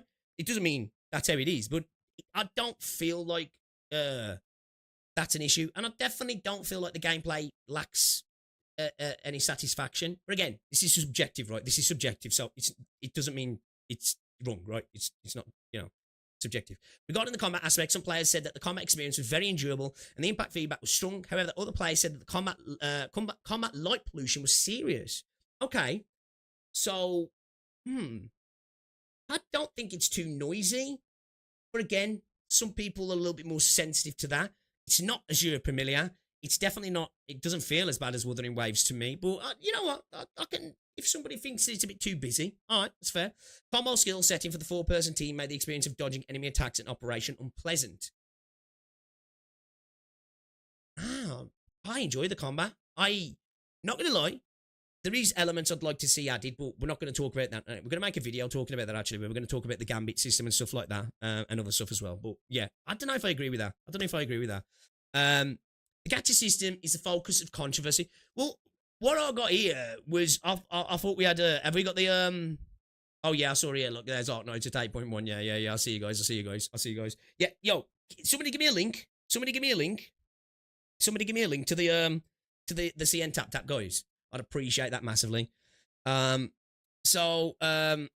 again, on the noisiness, I think that's subjective, right? I think that's subjective again. I don't feel it personally, but, you know, I'm not going to say you're wrong to feel that. The gacha system is the focus of controversy. Okay, expected. Currently holding a 4.4 rating on tap, largely due to its gacha mechanics. The game's gacha system is extremely costly. A single temple requires 5,000 specific gacha tokens. That doesn't matter. It's arbitrary. I keep seeing people like that. It should be 150. It should be 160. Shut up. That doesn't matter. It all matters how much you get to that. Now, that might be too low now. Fair enough. I'm not arguing that. Even though it doesn't feel too low for me personally at the minute. I think it's just not front loaded. But this idea that where people are like in the head, if it's 150 of a currency to get a pull, they think it's cheaper than 500, and it's just like, it literally has no value to attach it to money or how many you get him, right? So it's just, I just find it funny. However, typically only obtain around 15 tokens per exploration chests. Well, this is not true, but well, it is. They've gone up, but your base ones, the most common ones, are 15 tokens. I wouldn't be against this going up. I wouldn't be against this maybe potentially doubling. Maybe I'm tripping. So in global tap, it's annoying. Okay, I thought I was on the CN tap. I was going to say, I was like, wait a minute. Am I tripping here? I'm pretty sure I was on CN tap. All right, then. You guys are wrong. I'm here to correct you this time. Hey, I'll take a W when I can get it. However, typically only obtain around 15 tokens per exploration and chest opening. This means to achieve pity reward, players need to accumulate nearly 60,000 tokens. Okay? Nearly 60,000 tokens. In addition to the game's features, a small pity system with 8 pools, a large system. We know this. We know the gacha system, right? So, let's have a look at the overall. It's quite ambitious, incorporating sharing features of Death Stranding and inventory management systems of Project Dyson Sphere, hoping to create a different experience. We know this. We've got the marketing situation.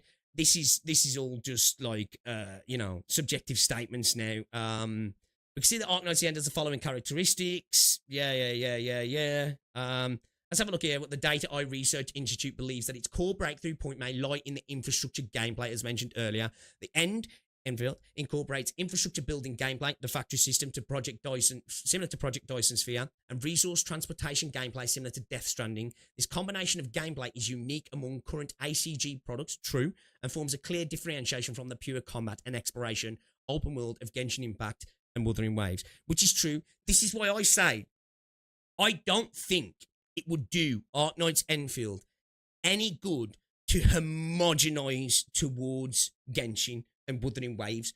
I agree with their statement here. Now, whether it's true is a different thing, right? But my subjective opinion is that I think the part that separates itself from the other games is what's going to make it have people who really want to engage with it long term. Because I think at the end of the day, if it becomes another WoW, another Genshin, when Silver Palace drops, that'll be the new hot shit. When Azure Premiere drops, that'll be the new hot shit. You've got to differentiate yourselves now. You know what I mean? You have to differentiate yourselves. You can't be connecting yourself too much to the titles because nothing separates you then. You know what I mean? Nothing separates you. So, yeah, all of this is just their subjective takes. I could have written this article, everything they say is completely obvious and the data says nothing. Well, the data's coming from the Data Eye Institute. So the article itself isn't what matters, really. The article itself isn't what matters. What matters is the information coming from Data Eye. Because Data Eye is like, it's kind of like Sensitive, basically, but it's specifically for CN, right? Now, of course, we'll never know these numbers. We can come back to this in a couple of days when the Sensor Tower information comes out, right? And we can have this argument again about, is it real? Is it not real? End of the day, it's all estimations at best. Most of the time, what we can say, I think is a fair statement to say for most gacha games, right, is that I think the revenue numbers that we get are always more conservative than what they actually are, aren't they? And I think Tower of Fantasy is a perfectly good example of that. Because one, the devs laughed about the revenue numbers when people quoted it to them. And would they have been able to have fucking made Neverness to Everness and kept Terror Fancy going as long as it did if they were making the numbers that people were suspecting they were making for the longest time? So I think we can always probably say estimations are probably on the low end anyway, because it's probably safer to do that as a data analytical firm. You know, you can look at the numbers and probably go a little bit more conservative, because otherwise, you know, if you go too much in terms of the overestimations, it looks worse. And if you're trying to give information to specifically as a marketing tool, if you're overestimating and it's provable, it looks way worse than being conservative, right? If you're a little bit more conservative, companies can then look at that marketing data and base it from there and probably get a bit more of a better skew on things, really. Revenue, but the revenue numbers of 5 mil is already confirmed to say basically nothing. This article feels really sloppy. I mean, the game combat is simple already. There's been a learning curve at least. I need help with the quest. I can't find any guides. What quest's that, dude? The revenue numbers of 5 mil is already confirmed. Where's that been confirmed? You got links to that? I'll be interested to see that. I'll be interested to see that. Where's it? When you say confirmed, that would have to come from Hypergryph for it to be confirmed, right? Otherwise, it's just third-party companies at the end of the day. And I'm pretty sure Hypergryph wouldn't have confirmed that just yet, right? I would have thought they would have at least given a month. Companies usually tend to give 28 days if they do that. I mean, yeah, I get, yeah. No. No, you're right. All we can go is that those numbers are lower than what they are, right? Because iOS is 25% of the market in China. It was less than 1/30th of the entirety of the downloads of the games. So I think it's safe to say, if a conservative estimate is they made 5 million within the first 3 days, you know, I think it's probably safe to say double it and give it to the next person, right? Even though it's probably more than that, if I'm honest. I don't know. But I just thought this was interesting. If these numbers are at least in the ballpark, games probably made a decent bit of money day one, really, or it's opening week, right? It's opening week. So again, I agree. The article is a lot of assumptions and kind of obvious stuff as well, like you say. You're not wrong. That's why I've kind of glossed over it, because the data is the most important thing. I just wanted to see if there was anything else in here that was actually relevant, but most of it's just them making assumptions and subjective takes. But yeah, so we got 30 million downloads, just shy of $5 million estimation on iOS alone. Okay, that's not including Android. That's not including PC. That's not including consoles, and that's only in China as well. Okay, so that's not just iOS. It's only in China. So all you can do is take what you will from that, right? You know, take what you will from that, and it's probably a lot more, but who knows? They might have not made a fucking penny. Anyway, all right, let's fuck that off. So I want to check out this here. Yeah, about a week ago.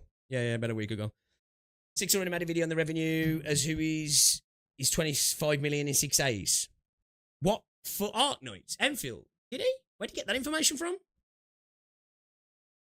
Where'd he get that from, man?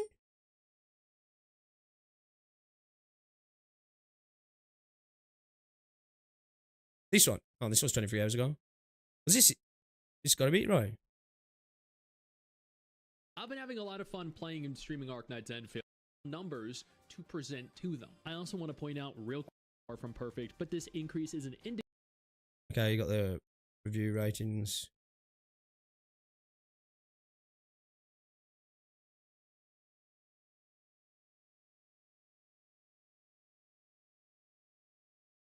As well. Well, for the okay, is he looking at here? Is he looking at Zenless? Waves using the Zenless was almost 100, and it looks as though Wuthering Waves using the Gacha Revenue website here, which okay, he's looking at Wuthering Waves revenue. Over on 5 million in a week is fucking insane. Yeah, but it's probably fucking way more than that. You know what I mean? Probably way more than that. Revenue will be heavy lifted by CNN, JP Plays, and Global Make It sideline, like you said about the PayPal issue. Yeah. Even if you take the PayPal issue out of the case, right? Ian's always a smaller spender, isn't he? Ian's always a smaller spender, but the PayPal situation is not only going to have people like me who want to use PayPal who haven't spent yet, but I want to spend. And then there's going to be the people who are like, I ain't touching that with a barge pole. Because there is going to be those people, right, who are like, what happened with PayPal? Yeah, fuck that. I ain't connecting my bank or my PayPal to that. You know, again, that's something that potentially they're never going to get those as customers, or it's going to take them a lot of goodwill, right? This is what I was saying before, that maybe, even though I don't think they necessarily need to be giving out pools, that could encourage those people, but obviously they've got to get everything sorted on their end first, and sort everything out with the regulators and everything. Oh, is this it, maybe?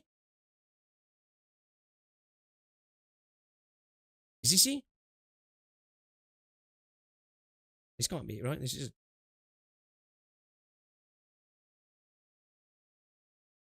Again, you don't have to like the game, but you don't also have to, because days been making about 10 to 15. Just forwarded this to okay, I think he's just gone through Wuthering Waves, right? Continues to allow, which means at the okay, Enfield Day 6 revenue according to Sensor Tower. Is there actually information out there then on Gacha revenue?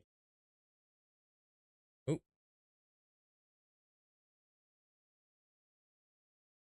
Have a look. Have a look, chat. Let's have a look. Jesus. Bro. Have they even got an advertisement on Gacha revenue? Fucking hell, man. Hypergryph. Chill out. Fucking hell. They're everywhere.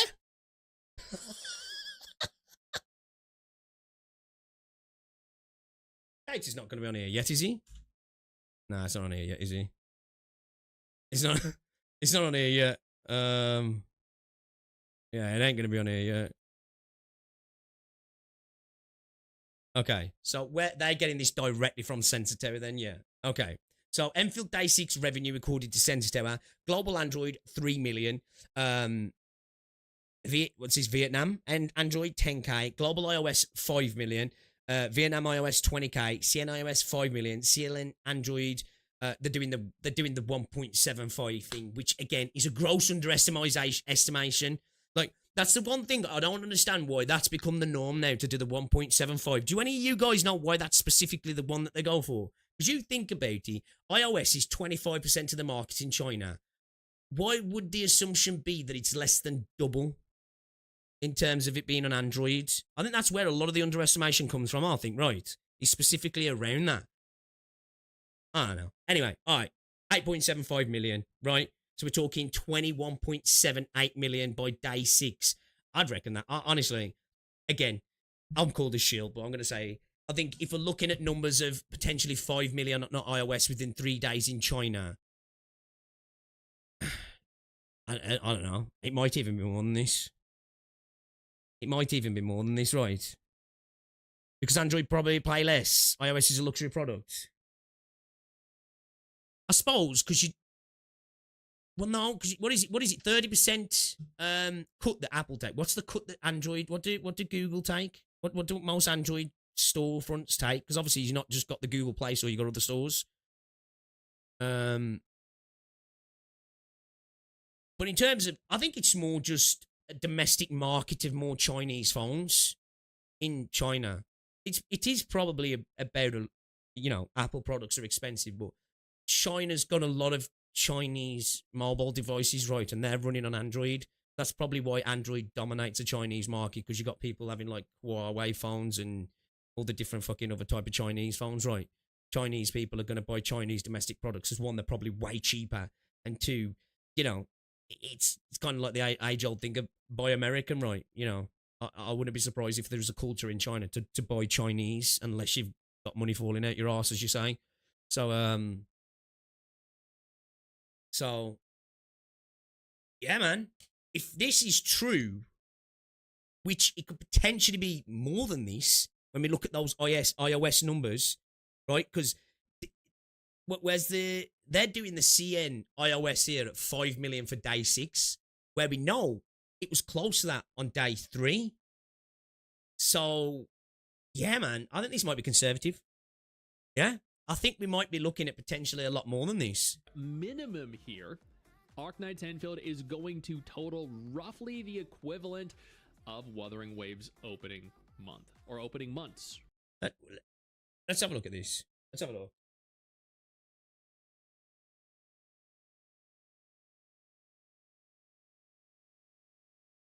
Try and find this Reddit post. Try and find this Reddit post, man. Has anybody got a link to the... Who was it by? Who was the person who posted it? John77.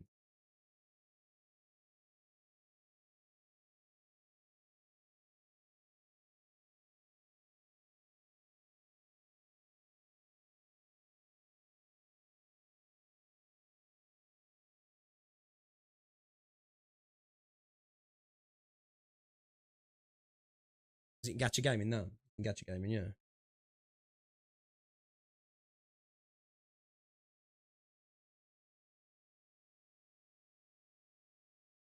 None of this matters, really, but I'm just curious.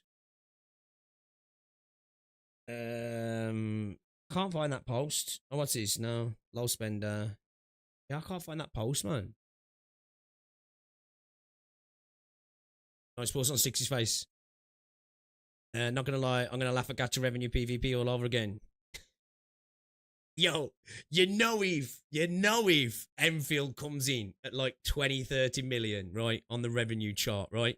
At end of the day, we all know it's fucking, you might as well piss in the breeze, right? You know, but you know the arguments are gonna be so funny. It's, it's gonna be funny. It's either gonna be, it only made that because of the greedy rat fuck devs, or this is bullshit. They're trying to put it above. It's fucking Gateo. It's Gateo. It's Gateo. He's done this. He's artificially reducing Wuthering Waves and he's bumping up Enfield. You know for a fact that's going to be the argumentation. Okay then. All right. So I think it's. I think we can. Let's make some inferences. They've made a fucking shit ton of money, right? Does it affect us? No. As long as it goes into the game and we get a good product for a few years that we can all enjoy, that's all that matters. I'm a fan of the game. End of the day, I like the devs, right? From what I've experienced from Arknights, High Mail's kind of based, but do I care if he buys a second freaking house? Not really. I don't know, maybe he's on his 10th by now with how much money they've made. But I care about the game being good, so as long as they make enough money to keep putting back into the game, I'm happy.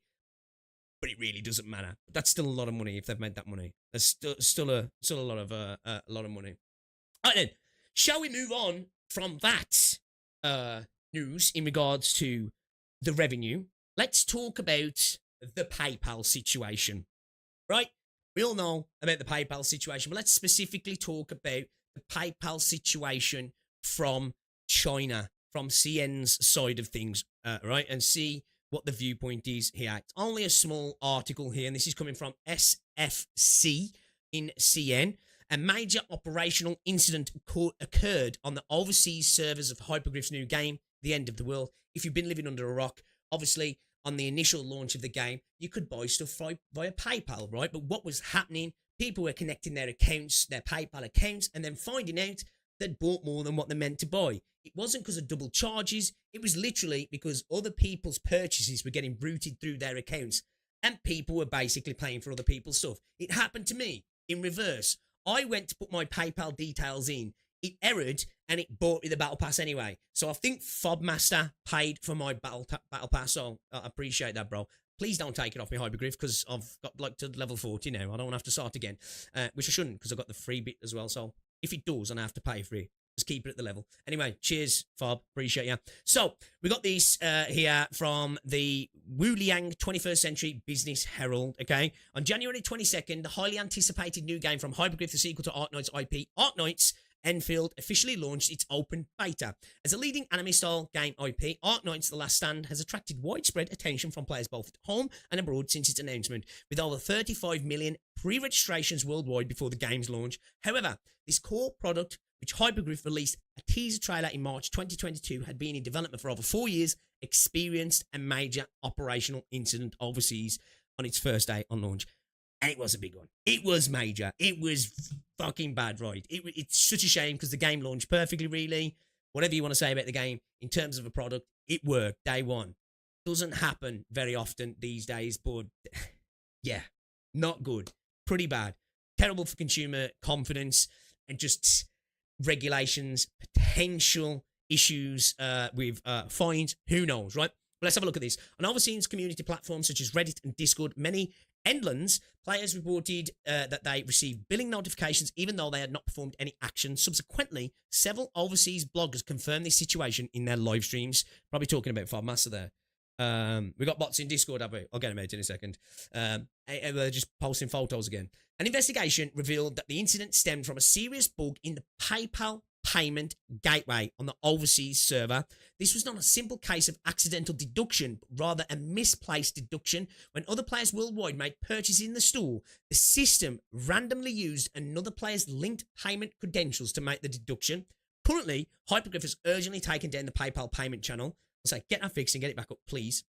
Suspended related payment functions and issued an announcement on social media platforms promising to investigate and fix the problem, process refunds and compensation, but has not announced specific plans or timelines. We know now that they processed the refunds, and to tell anybody who hasn't received the refunds to get in touch with them and get that sorted out. So pretty sure now probably everybody's received the refunds and get to keep the stuff that they'd bought as well. So if you'd spent, let's just say you spent 100 quid on Endfield day one via PayPal, right, sweet, I've got my currency, let's go pull on the Certa banner, let's go gamble, right? And then all of a sudden you get a notification, I didn't spend another 50 quid on Endfield, and then you're like, what the fuck? What would happen is you got that 50 quid back, but you also got the 100 quid back, and you got to keep your pulls. So, you know, obviously not a win-win, because it's a terrible situation, but kind of, I wish it had happened to me now, I'm not gonna lie. I wish I'd have spent like 500 quid on the game, man, you know? Just balls to the wall. But yeah, in all seriousness now, like jokes aside, it's not good. It's a really bad situation.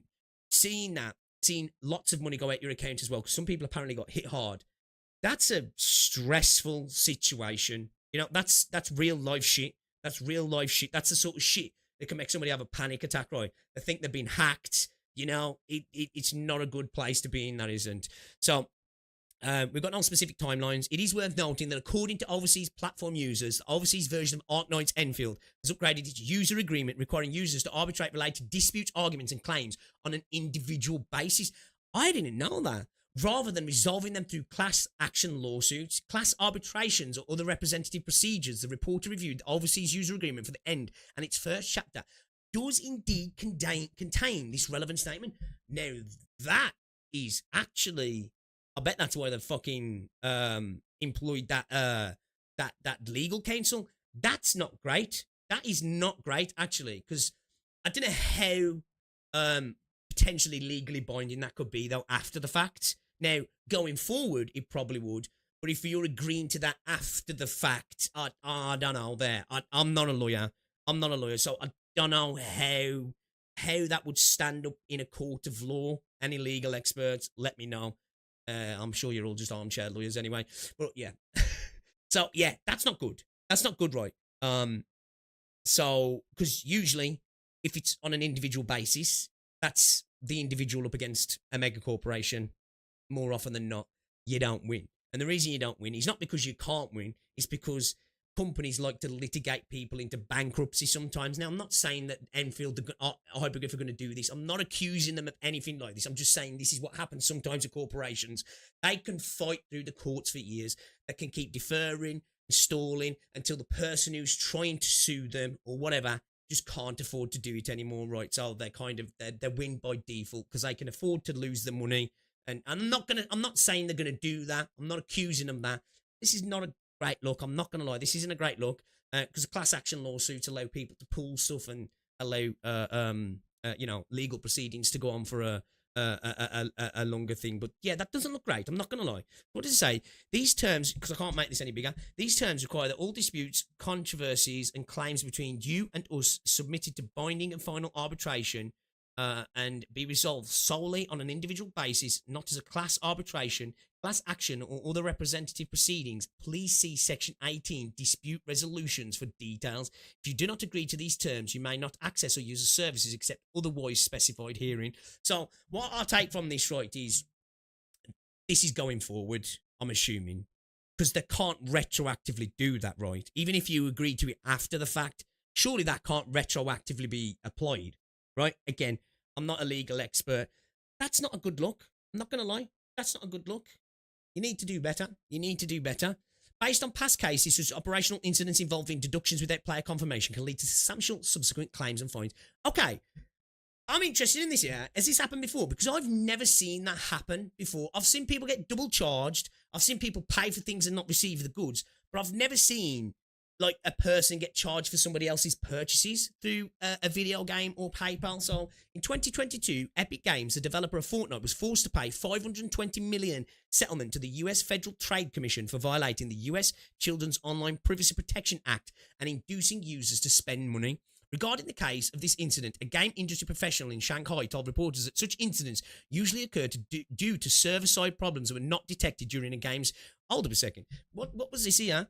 I want to see what this was specifically. What is this? What happened? In December 22, to resolve allegations of violating children's privacy and using dark patterns to trick users into unwanted purchases. Okay, so this is a different situation.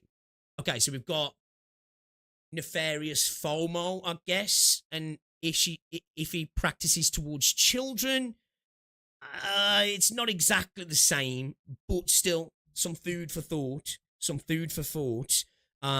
Who's to blame? PayPal or we don't know. It's just server side. I'm going to assume it's Hypergryph's fault. If I'm honest, I'm going to assume it's Hypergryph's fault. But yeah, this is a different case, so I don't know if we can really reference that. To be fair, regarding that case, yeah. So yeah, if overseas paid testing were conducted according to normal procedures, such problems could usually be discovered in advance. Agree. I said this before. That more gacha games need to do what a Theory Restart did. And it's not just for getting rebates, although they're nice, right? Have paid betas. I know regulation-wise it's probably a little bit more difficult to make it happen, but a Theory Restart managed it, so I'm sure Hypergryph could have too, because, you know, it would have ironed out these problems there and then, right? That could have been detected and solved within the beta, hopefully, and this would have never happened on launch. So I agree with this. I think with games that have heavy monetization systems, I think they should all attempt to have some sort of a part of a beta test where they do enable, payments and stuff like that, because it can only lead to a better launch, right? It can only lead to a better launch, really. If I remember correctly, the dark patterns was the Fortnite source rotation not having any timers on it, not telling people if the skins would come back. So, okay. So they're hitting with the pure FOMO, right? Kids were just like yoinking mum's credit card and going mental. It's not funny, but this would be all sold if they up their age range, stop little kids from rotting their brains with the gambling games. Agree. I think all gacha games should be 18 plus, in my opinion. I don't see there's an argument against it, honestly. You know, I remember, when was it? Was it when apparently the Woowa community were talking about the Brigaders that got Wuthering Waves rated up to a 16? Because I think it's 12 plus Wuthering Waves, right? People were mad about that. Why are you mad?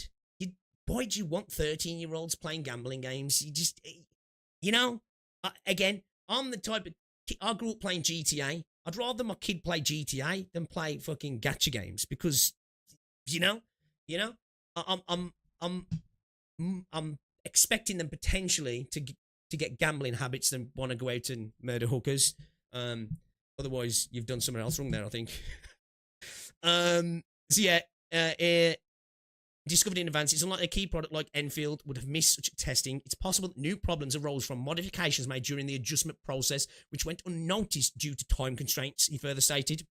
In recent years, competition among domestic ACG games, anime, comics and games, ACG game products and manufacturers has become increasingly fierce, according to the 2025 China Game Industry Report released by the Game Publishing Committee of the China Audio, Visual and Digital Publishing Association. The actual sales revenue of the domestic ACG mobile game market in 2025 was 28.281 billion yuan, a year-on-year decrease of 3.6%.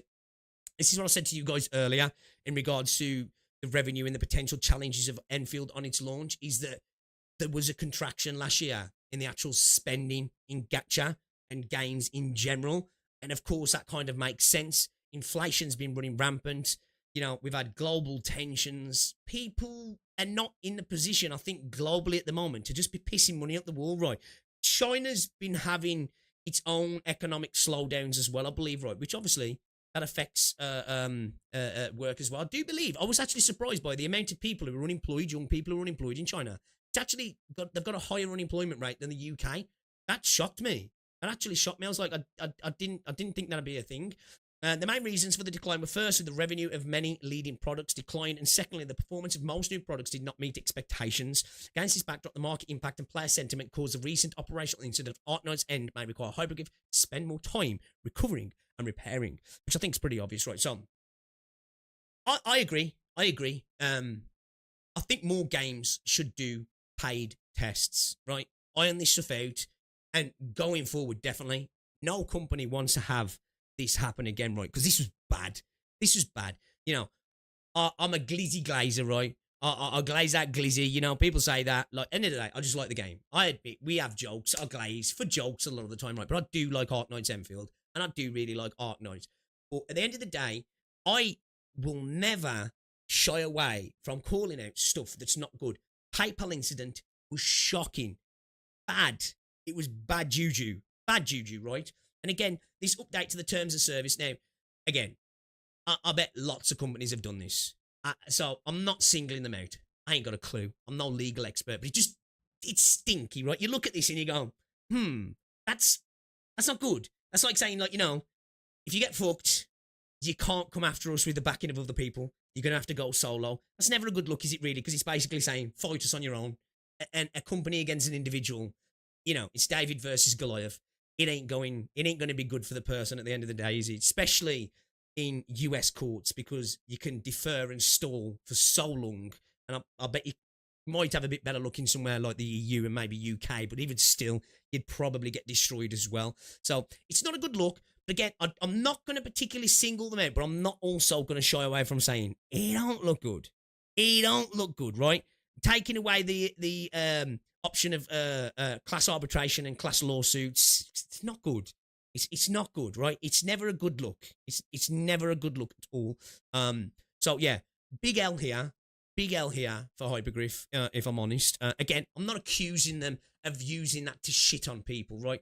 Again, just in case I get myself into some legal issue, I'm not saying they're gonna do that, but it's just it comes with inferences, right? And you can only infer from that of being like, oh, all right, that's not a good look. So yeah, the whole PayPal situation was a mess. Hopefully we get some information soon of what actually went on specifically. I really hope they do specifically tell us what went on and go into detail. So I think we're owed that, right? You know, even if the people who weren't affected think they're owed currency, we're all owed an explanation of exactly what went wrong and why it went wrong and when the timeline of getting PayPal back connected is going to be, because I think consumer confidence is massively attached to that.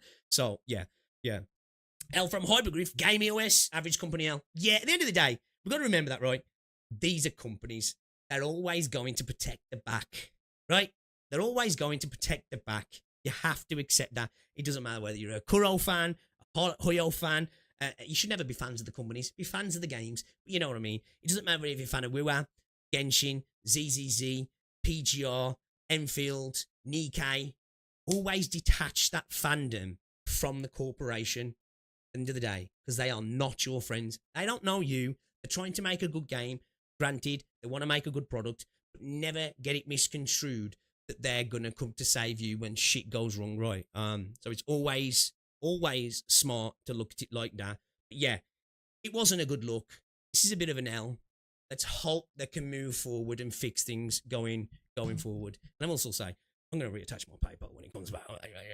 I've got to get swiping. I need my 6-star Electro, man. And if Lappy comes to the game, they can take my soul. Then. But anyway, yeah. Bit of an L.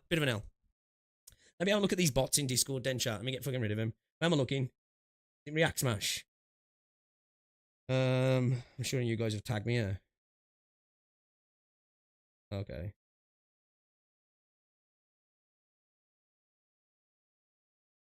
No, I want to kick you, bitch ass. Ban.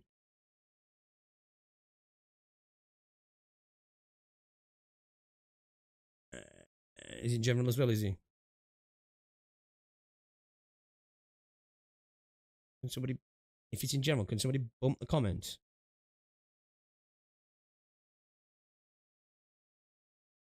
I don't see it in general. Is it just in React Smash?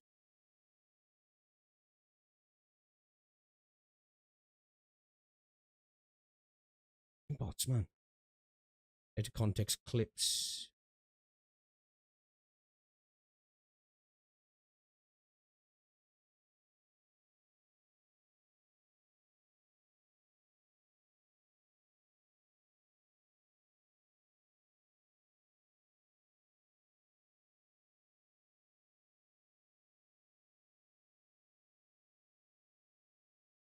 I think I got it, yeah. I think I got it. Let me know if it's still, let me know if there's anything in there still, guys. I'll nuke you. I'll nuke you. Check what you tag me. Every channel. They should be gone now. Let me know if there's still any messages lingering here and I'll get rid of them.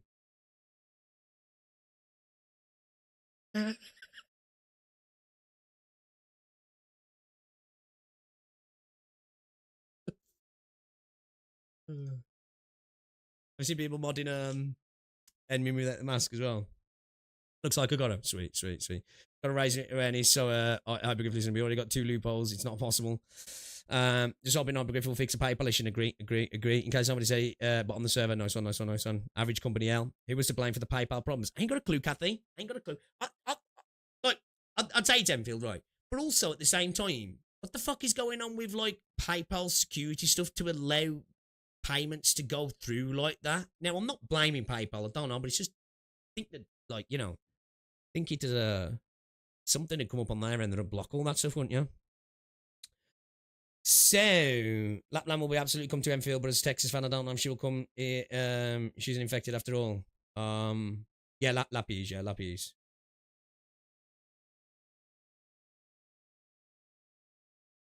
Two, I was going to say with the infection, just because certain characters weren't, they could always say, well, after after that, they went for a cup of coffee, got infected. Telling people what went wrong exactly could induce potential security breach. You don't. That is true. Yeah, that is true. Yeah. Specifics. I don't mean technical specifics. I mean just tell us communication here happened. This broke down in on the server side of things, which caused payments to bill in an odd way, and we fixed it now. It's sorted. I don't expect a technical breakdown to the point where they could open themselves up to freaking nefarious attacks. Yeah. The fact the problem is so unique, yeah, I think so. I think so. I think we've got to look at PayPal to say, like, why the fuck ain't you on top of that? But yeah, I've never seen that happen before in all my time of gaming. Now, somebody could maybe point to something where it has. As I say, I've seen double charges. I've seen people paying for stuff and not getting stuff. I've seen where people have connected their stuff and games have took stuff from them when they hadn't necessarily signed a subscription or I don't know. But I've never seen Dave buys something and Paul pays for it, or Peter pays for Paul's shit, you know what I mean? So yeah. I think it was a PayPal issue, but Enfield failed to test it. I don't know. I'm assuming it's got to be something on Hypergryph. It's got to be, right? It's got to be. Or maybe both. Right? This is just highly technical, and the idea of trying to explain to the gacha audience is very funny to me. True. They'll probably explain a lot of stuff, and I'll be like, so, magic? Is that what happened? But I know what they, with some reason, think of the average gacha player that made those tutorials. Could be hackers. Nah. It was something on the server side of when the payments are requested. I think it was just, because as I say, my information didn't even go in. So like there was something on Enfield's end because think about it. Even if there was errors of, I don't know, say I put my information in, you put your information in, you bought something, but it bought it off my account.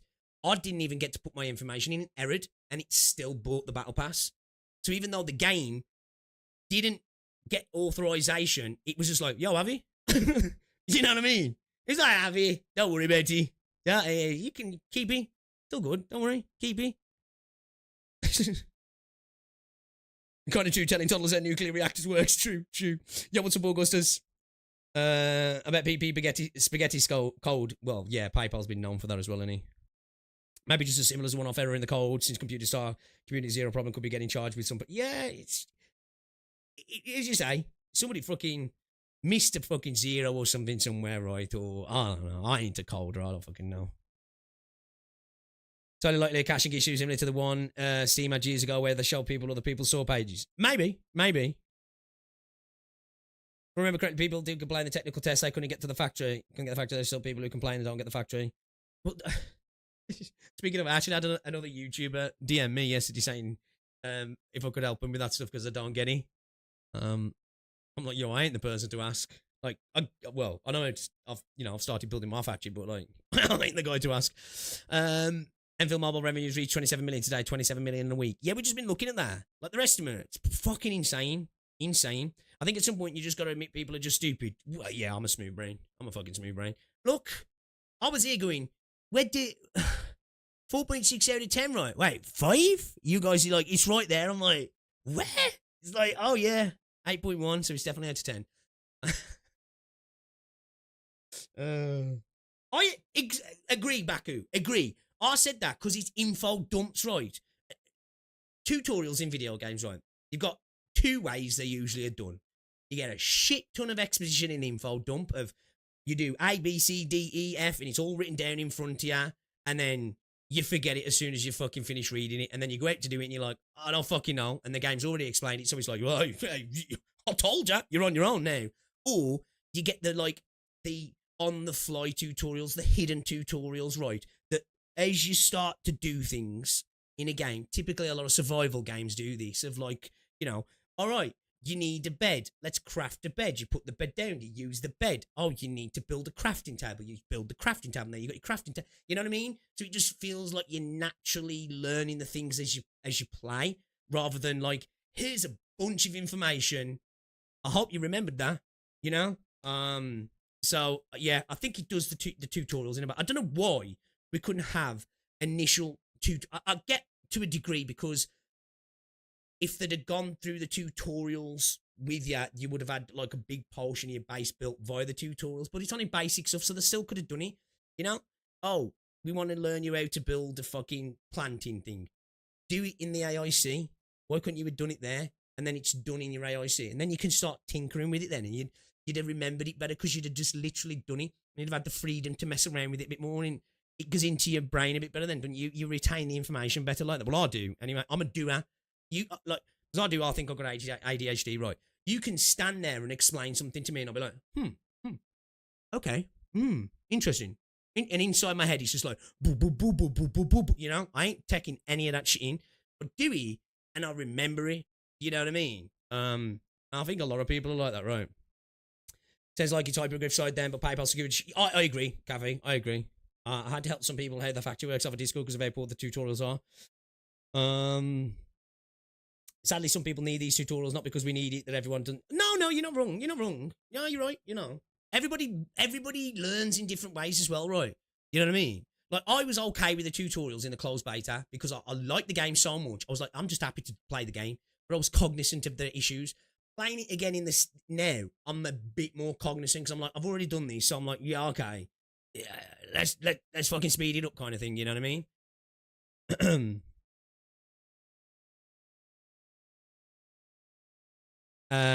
Tobo's video is a great example of the factorial. I think people shit on his negative content too much. Like, the thing with me, Tolbo, right, is an intelligent, eloquent, doo-doo, knows exactly what he's talking about, right? My issue with Tolbo is, well, it's not an issue. I got no issues with the dude. He seems like a fine geezer, man. I got no problems with him at all. I think it's just that, like, for me, it's more that, well, this is how it comes across, that he believes that he understands Hypergryph's vision more than Hypergryph understand the vision. Now, I understand his complaints about games and stuff, and we can all have our views on what makes a good game and what's catering and what's pandering and all that sort of stuff. But I suppose that's what I took from his more recent content. It's like, it just feels a little bit like that. It's like, oh yeah, I've helped 400k people so far with the fact, dude, you're killing it with those videos, man. Love to see. If you need to tell people how to close a menu, maybe your menu design is shit. True. True. It's true, right? And then the factory would be terrifying without tutorials, to be honest, at least for the first. See, like, for me, I don't disagree, right? Like, the tutorials are necessary, but just make them like hidden tutorials, more intuitive and just more optional. That just slow the. Because I think most people would appreciate the tutorials, and definitely if they're getting rewards from them, I think most people will go through and do them right. But it's how they're foisted upon you at the start of the game, right? You just start the game, you're like, oh shit, this is cool, and then it's like, bam, now we're in class, you know? Right, turn to page 2, turn to page 3, turn to page 4, and you're sitting there thinking, I just want to play with my new shiny thing, right? So I can understand that. I can genuinely understand it. Dobby's hung up on what he thinks he's better with his opinions come across in reality. Yeah, I think that's what it is, right? I think he's got, like, he played in the test initially, and I think he thought that's what the game should be. Just, you know, performance improved and tweaks and stuff, and they've decided their view, and he's been like, well, that's not what your initial view was, and he's kind of stuck in the past of, it's kind of like a little bit with, we weren't right, you know, the closed beta test, they had a design for the game, and they changed it. Now, it was due to feedback, just like the alpha test of Endfield was, but it's like being stuck on that closed beta of we were now and being like, well, that was the true game. It's like, it's a year and a half later, man, and just let it go, you know what I mean?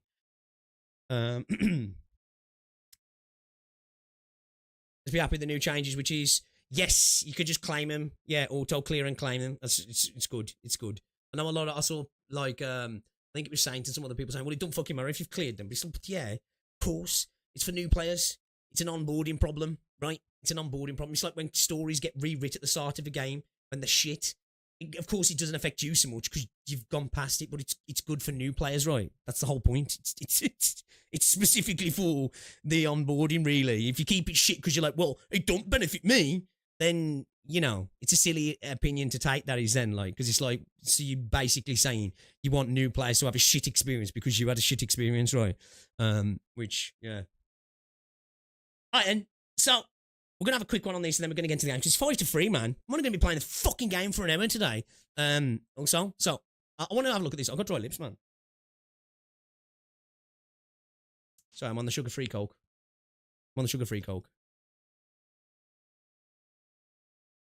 I'm all over the place today, man. Skittish.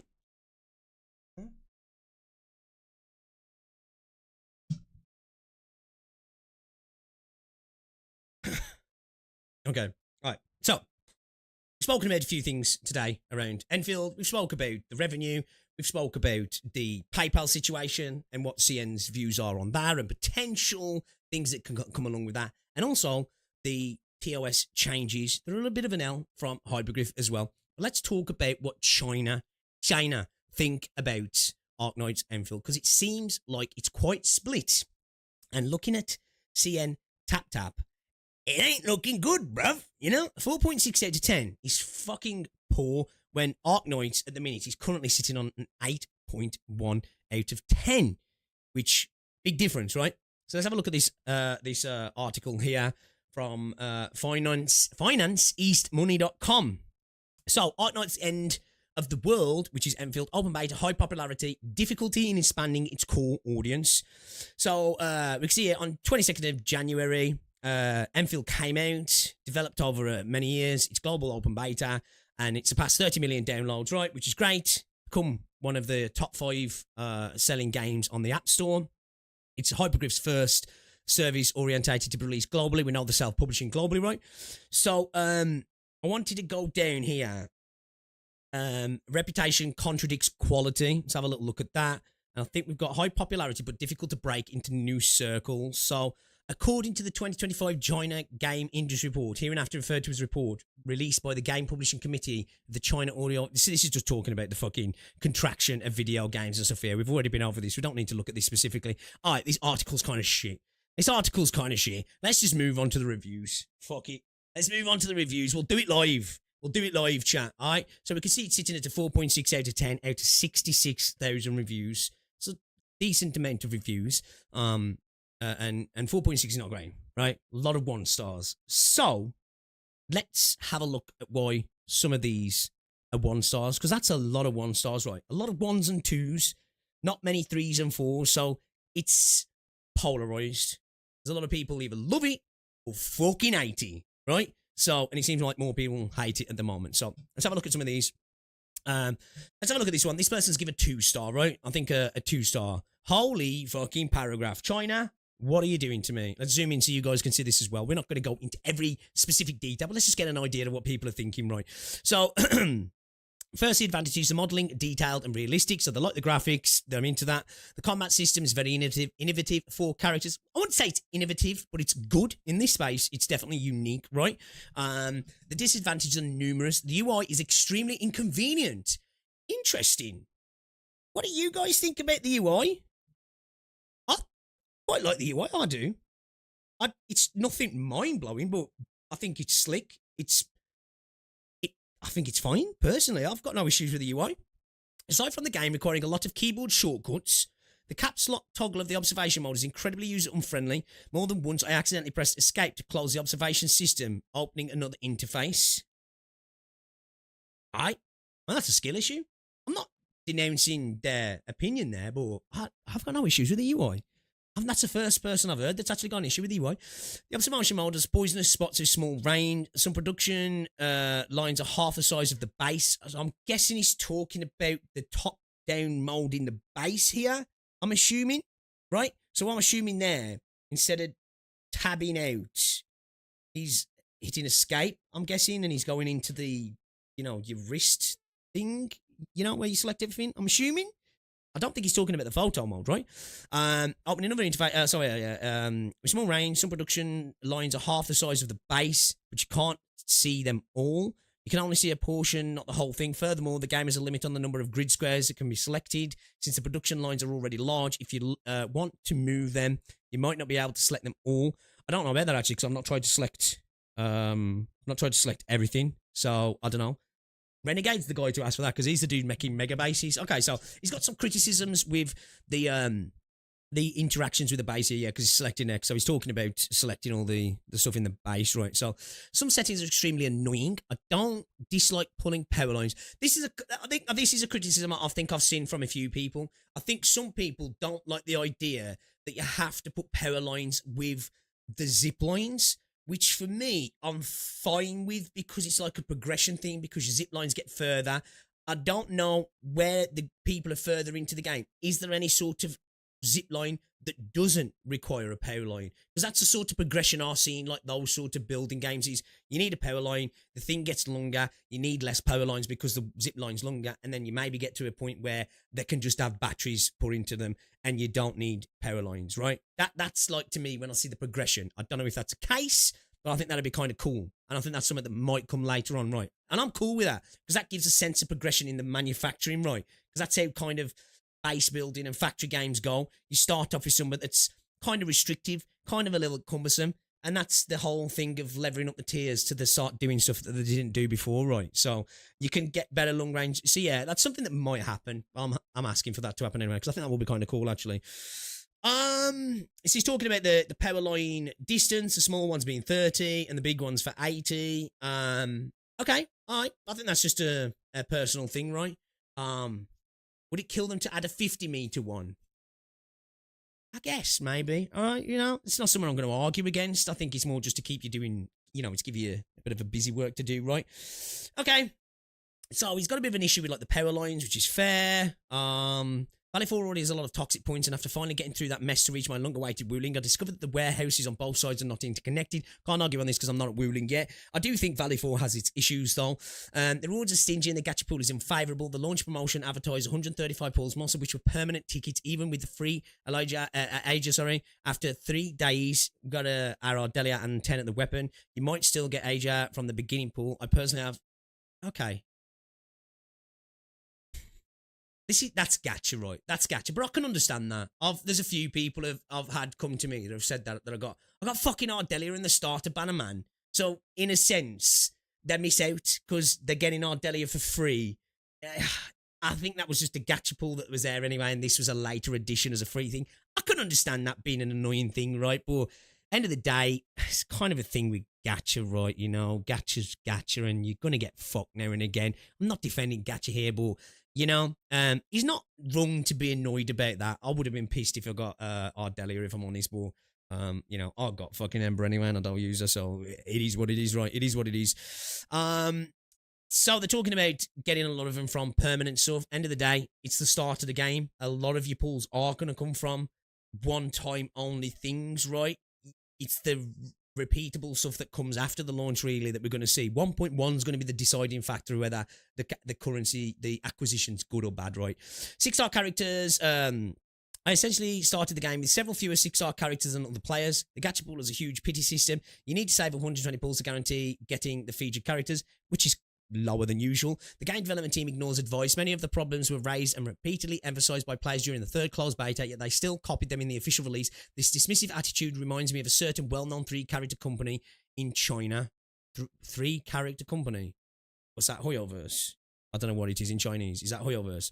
In summary, currently this game is suitable for people with plenty of time who could tolerate tedious and repetitive gameplay, who have patience. It's like a beautiful woman with a terrible personality. You'll be attracted at first glance, but the more you get to know her, the more disappointed and annoyed you become by the understandable, unreasonable behaviour and unchangeable nature. I like that analogy. Okay.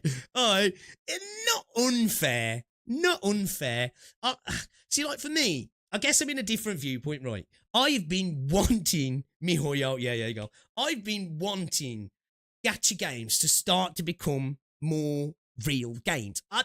Because I hate the arguments where people go, you're not supposed to play these games for more than 15 minutes a day, bro. It's a fucking gacha game. And I'm like, but I want a game that makes me want to play. I like playing video games. And like I said the very first time I played Endfield, that it kind of felt like a single player MMO. And I was like, I want to throw time into it, right? I'd rather throw time into a game than money into a game. But of course, gacha has created a player that wants to throw money at the problem rather than time at the problem. And I understand that because people are busy, right? And some people want to play a game, but play it in their own way. So, and that means throwing cash. I'm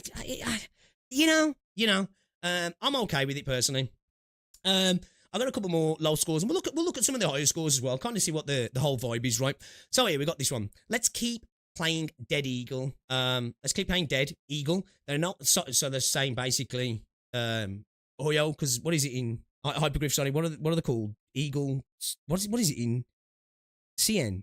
I think they're basically saying, they're not responding. Yeah, keep it up, right? Keep it up, Hypergryph, ignoring people, I'm guessing, right? So there are so many problems. I'll just briefly mention them. Character art and modelling. This is indeed quite good. The models are really all beautiful, detailed, and truly befitting a game of 2026. Character design operators are very distinctive, but many characters require players to have some understanding of Arknights.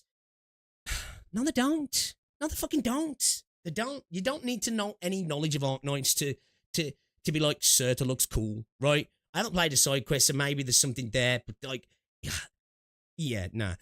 Grind/pay to win. The returns from spending money on are extremely low. One monthly card is equivalent to a lift over the temple per day, which is frustrating.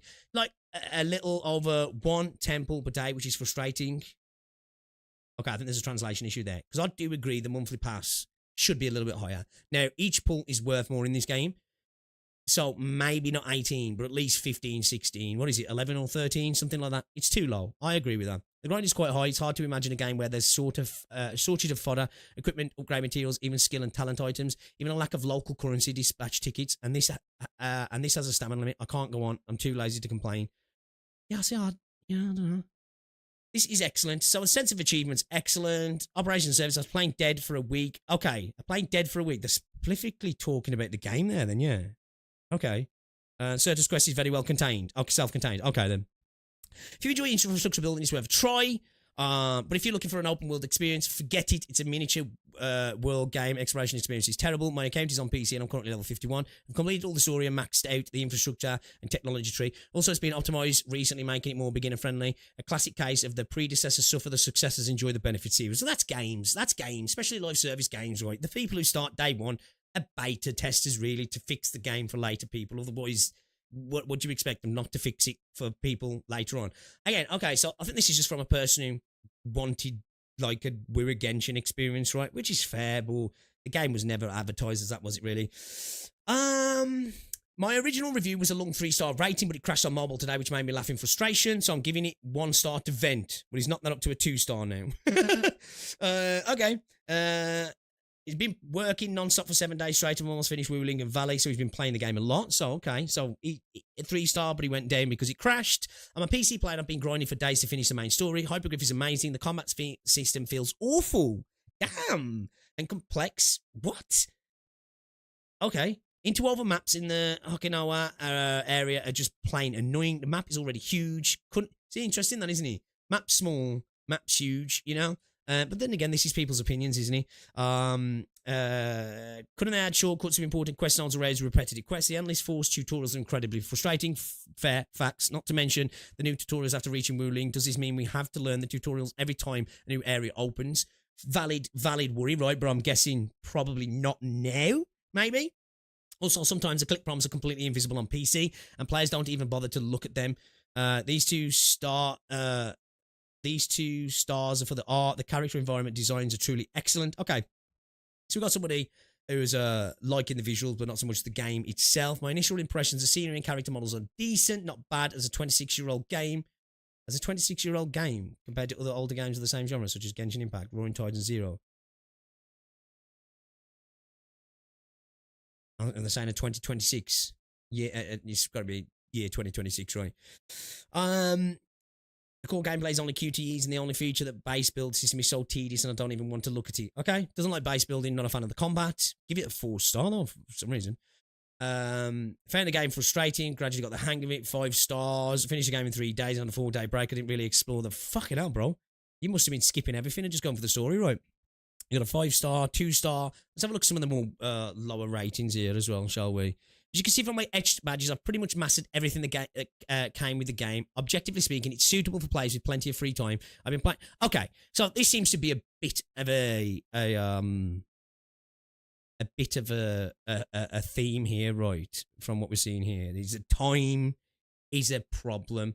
This is people wanting a bit more of a condensed, shorter experience, being able to get stuff done in the time, which this game's just not right. And I'm not even talking about pull acquisition here. I'm just talking about time invested to play the game. I'd be interested to see how this goes down in what's it right in CN then, because is that going to be a thing that stops a lot of people? Not so much the gacha, although that does seem to be a thing that people have got an issue with, but the time investment. Do you know what I mean?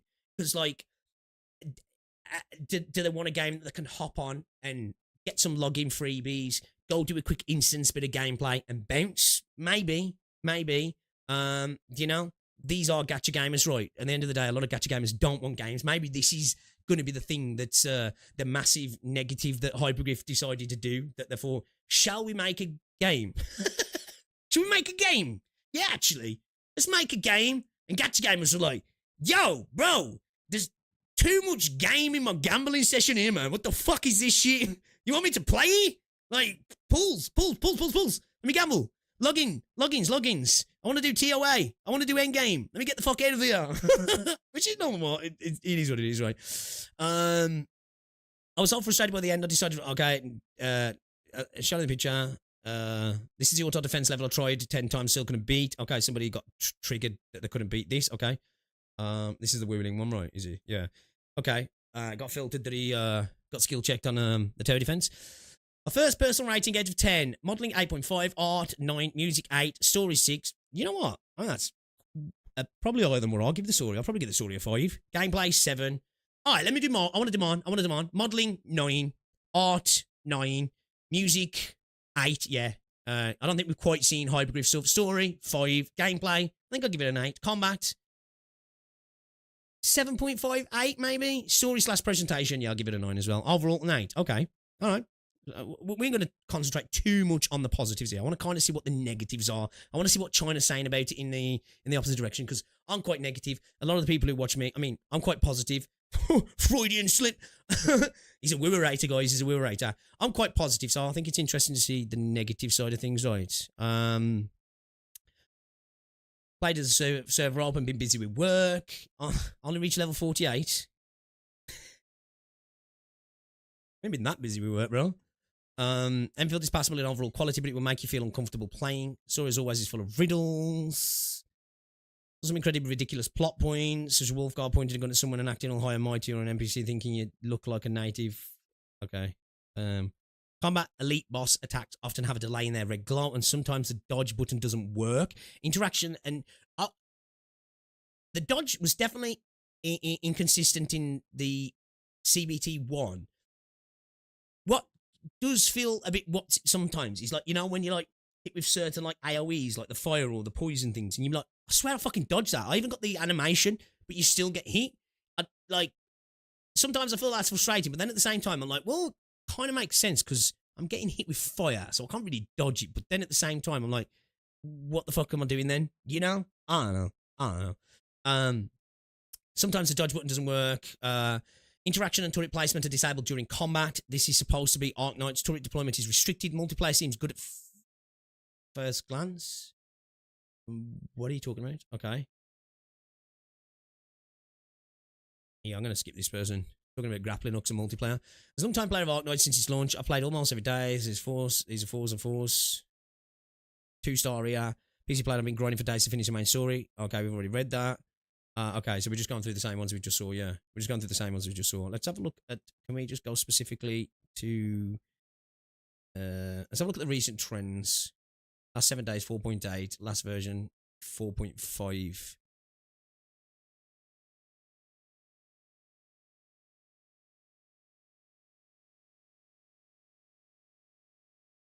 Okay, so makes sense. A lot of the, this is the thing sometimes, but I don't really take initial reviews too much to heart. Like, you got a lot of people, whether they're positive or negative, right, in the first day or so. Like, for me, I can't review a game in a day or 2 days, man. You know? Maybe Baku might be, yeah, you might be right. You might be talking about the actual team, right, the NPCs. Excuse me. So, yeah. No, man. It's hard to say, right? It's hard to say. A lot of these, like, I think sometimes, right? Listen, CN is a powerful part of the community, and we should take notice of what they think, because the developers do, so we should, right? They are the driving factor. But I think it's clear when you look at some, right? Because I even saw one here. Now, I don't even know if this is just a fucking person LARPing. I've lost it now. Basically, there was a person who made a Reddit post saying that they was... Is it this one? This one here, look. Right now, players' opinion on Chinese social media toward Endfield is predominantly negative. Criticism of the game came from all angles. Have too long of a tutorial. Fair. Too little free pulls. Potentially fair. Boring lore. Maybe, okay. Having furries. Yeah. You know, I'm like, yeah, I think we should stop putting CN on a pedestal. You know? I think we should stop putting CN on a pedestal, man. I'm not gonna lie. Having furries. Like, it's fucking Arknights, man. You know? You obviously didn't play Arknights. You know? Like, an unattractive gameplay base building. People are talking about the game like it's going to be dead in 6 months. We also heard that the PayPal issue on Global. I've heard that many people have gone broke or even homeless. What the fuck? How? Like, this sings to me like this isn't even a Chinese person, though. You know, like, either this is just he's a Chinese person. I don't know, man. It seems like it's not, though. Do you know? I don't know. But yeah, if there's people in CN criticising the game because of furries, then, like, where the fuck have you been the last 6 years? I don't want to say, man. So, yeah. What do you expect? You're playing Arknights, right? So, here, look at this. Let's look at this one here. Oh, that's it. See, this is what's interesting. Look, CBT1, right? Been a great success, even exceeding many players' expectations. Some even believe that it can officially be operated now. Like, it's interesting, because this is what we noticed before. People really like the betas. So what happened? You know? What happened? Like, that's the thing. I'm genuinely curious about that, right? Honestly, I'm curious, like, what happened in the mindset of a lot of players, because the gacha's the same. The game's the same. The factory's the same. So how did it go from being highly anticipated to, yo, this game sucks? Do you know what I mean? It's just... I just find it kind of interesting. And I'm not even coming in that from the thing of, you've got to think the game's good. You ain't. But it's just an odd shift. It's almost like, I don't know. The gacha was not clear back in the CBT, was he? Well, in CBT 1, no. That's fair. Well, we knew about, like, the 120 spark and stuff, didn't we? And all that sort of stuff. But we didn't... What changed in CBT 2 was the overlapping banners. Like, CBT 1, we knew about the spark. We knew about all that sort of stuff. But we didn't know... about the no standard banner right. That's a thing I understand a lot of people from Arknights not liking. But if you come from other communities, not having limiteds going to the standard banner wouldn't affect you, would it? Because you wouldn't expect that to be a thing anyway. You know what I mean? Oh, well. Honestly, it could be a fake game to say, yeah, I'm sure there's plenty of that, like, you know, on CN as well. It happens in EN, right? You know? It happens in EN. I'm sure there's a bunch of people who are just fucking shit stirring. Now, I'm not using that to say the game's fucking obviously not got issues. That's not what I'm saying, but yeah. I like the game anyway. That's all I can say. You know, I like the game. Like I say, if they do make changes, yeah, which again, they decided to go, you know what, we're adding PT carryover.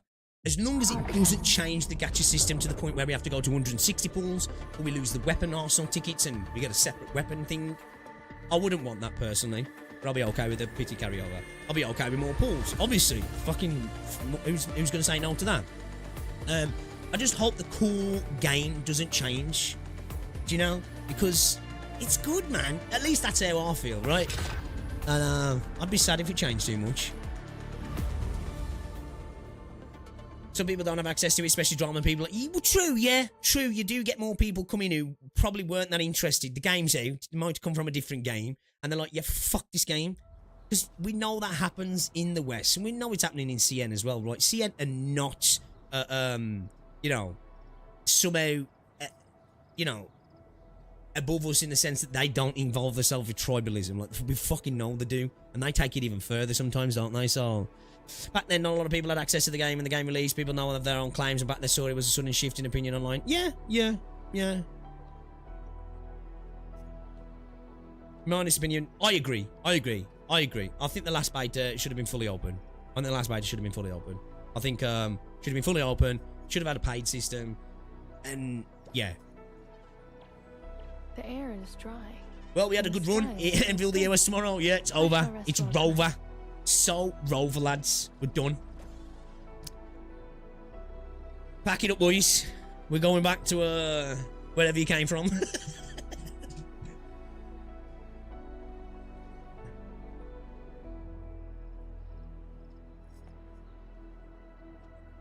See, I love these sort of comments. Somebody just commented on my video, as I was saying about, you know, in my first impressions. Let me ask a simple question. If Arknights Endfield is far more than its gacha system, which it is, that's a monetary system. Every gacha game is far more than its gacha system, right? Why didn't Hypergryph have the balls to remove it entirely, like DNA did? Well, they want to make money, right? Let's stop using DNA as a comparison on the game. Shit. Sorry, I should have said that.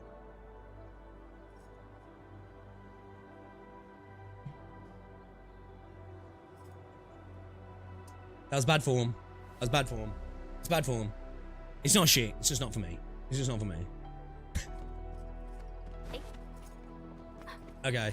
Do we need to get the origin load spring to complete as well? We could probably do that actually, couldn't we? Yeah, I'm gonna take the character XP, man. Give me the XP, please. The XP. It gets exponentially expensive, doesn't it, to level up your characters.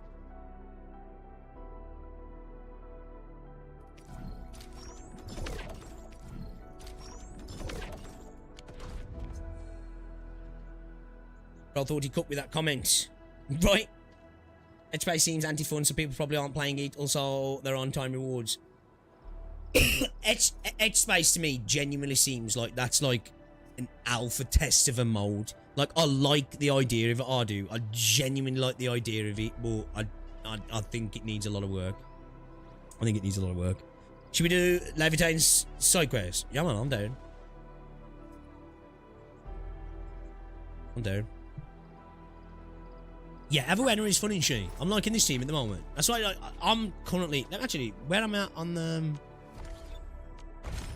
pools, yeah. So I've got, what, 26k Ouroboros, 6k in Origiometry, and 18. So what we're talking... 10, 20, 30, 40, 50... 88. I mean, is that 88? Quick math. Is that 88 pulls? How much have I got in Arsenal tickets? Got 11,614 Arsenal tickets, and I've done 5 pulls on Certa's banners from the freebies. Oh, I got a free headhunting.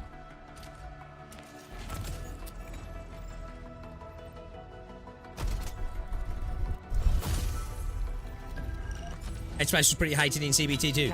Yeah, like, see, I like the base, this is a bit odd, but it's just, it doesn't feel like it's finished, does he? You know what I mean? It doesn't feel like it's finished. It's like, it's got work. It's got work. Oh, we have got more mail, yeah. What's this? Compensation. Fix the issue with ongoing multiple exchange creates a surprise. Granted only one reward, all administrators are affected by this bug. Alright, cool. Nice. This one. Let fire consume the ashen past. Should we do that? Headspace is fun, but yeah, I like it. I like it. It does need work, though. It does need work. 3 days to use your sanity potions. I'll probably spam them tonight. Man, because I'll probably play for a little bit. I might try and stream again later. Oh, shit. Let me get my, weapon, boys. I forgot about that, then. Hold up. Let's get it on. Let's get it on. Getting some frame drops in. Could you stand a little further, Professor? I don't want to hurt you by accident.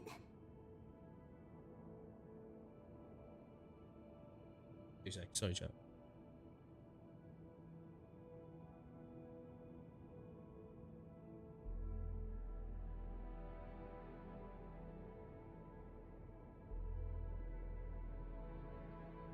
Do.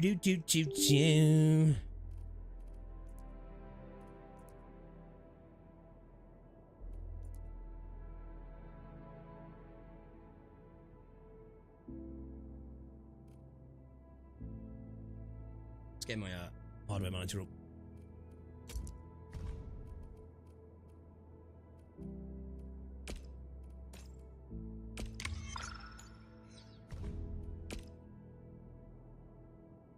Okay, 2 more calconics. That's it. Let's do this. Let's do this side quest. We ain't gonna worry about that too much. Alright, let's go Certa, shall we? Let's just Certa it. Return to the Jang and go to the stasis core. Okay. Ooh. Where is the stasis core here? Oh.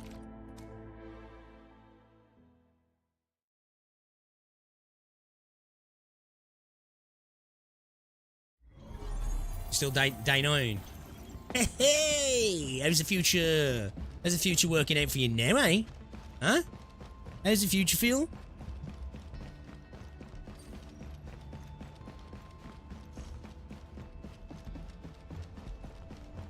Oh shit. Oh shit, that is the right one, yeah. I was right, that's not the right door. Fucking is. Pearly! Did you have any dreams recently? What did you see in those dreams?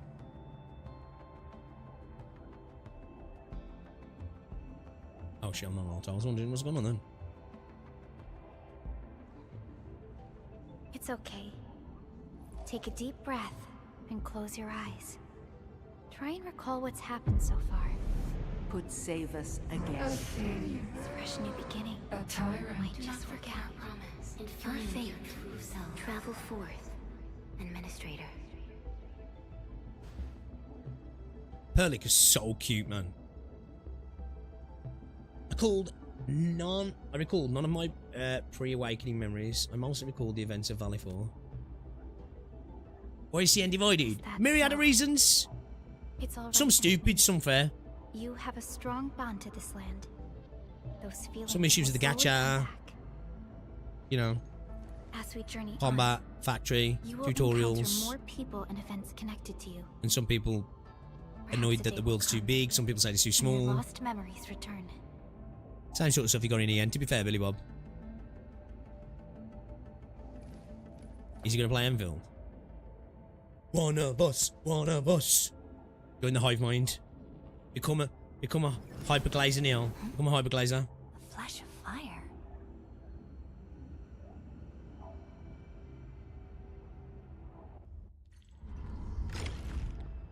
Let fire consume the ashen past.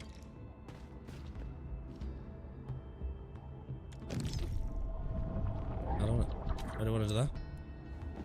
Traces on the protocol singularity. I want to be the gremlin, bro. Come here, here. Something's off. Nah, I was just curious.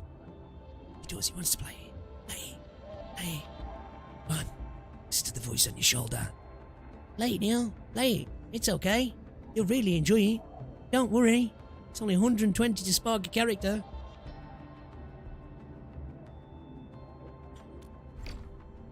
So this mission will take a while to complete. Yeah, well. It's not Wuthering Waves.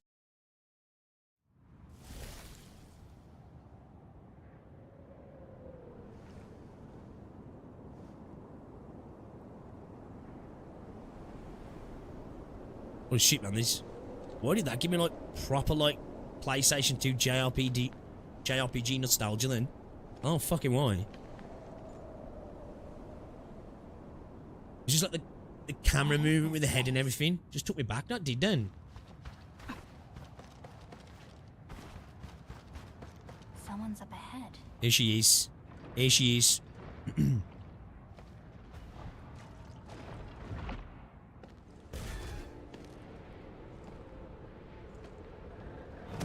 Oh, step on me. Everybody wishes there was an angle eye right now. Oh, Damn. how unexpected. Another intruder in this place. Yeah. You just be like, low on the floor. Go on then. What is this place?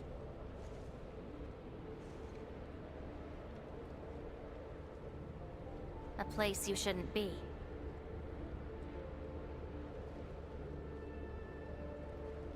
Leave now for your own good. Like she's assertive. So, how should I leave this place? You're lost. Getting out won't be easy. Unless you remember. Remember what? Oh my god!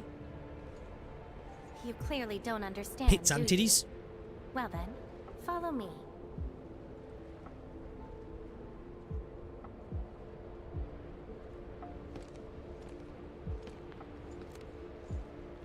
Bro, character model's just gorgeous, isn't he?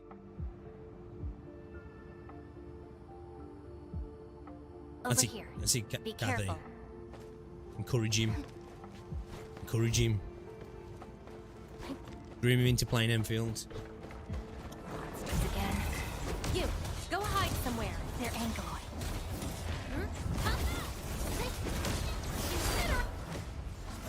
You fight Their well, animations are fucking even though you dope, don't look it. Oh my days. What exactly is all this? This is a place constructed with memories. Everything we see is taken from our memories and transcribed by Originium, including those monsters. Transcribe Originium. Originium data shards were in a protocol space. Protocol space. That's the name, huh? It's a What about neural you? sphere. Are you here looking for memories too? I lost my memories. A lot of it, actually. No wonder. I can feel that. Meeting you here is no simple coincidence. Oh, they're cooked on the character Only models, didn't those they? who forgot their past end up in this place. And you happen to be one of them. Yeah, I'm not gonna lie, man. I was like, I didn't know you could transcribe stuff onto fucking Originium crystals like that. Did you lose your memories too? Worse than that.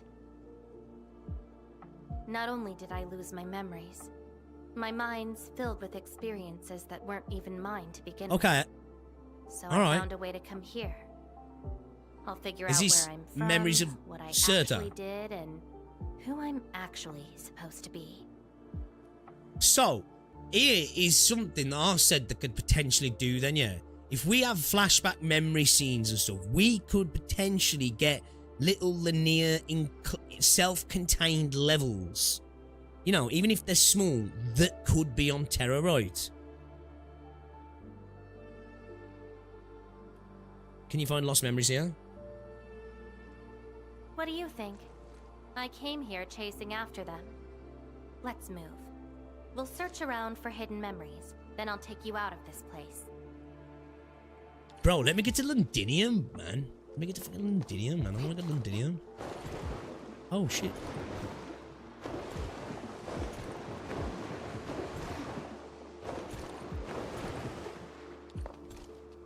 And the ice looks good as well, don't you?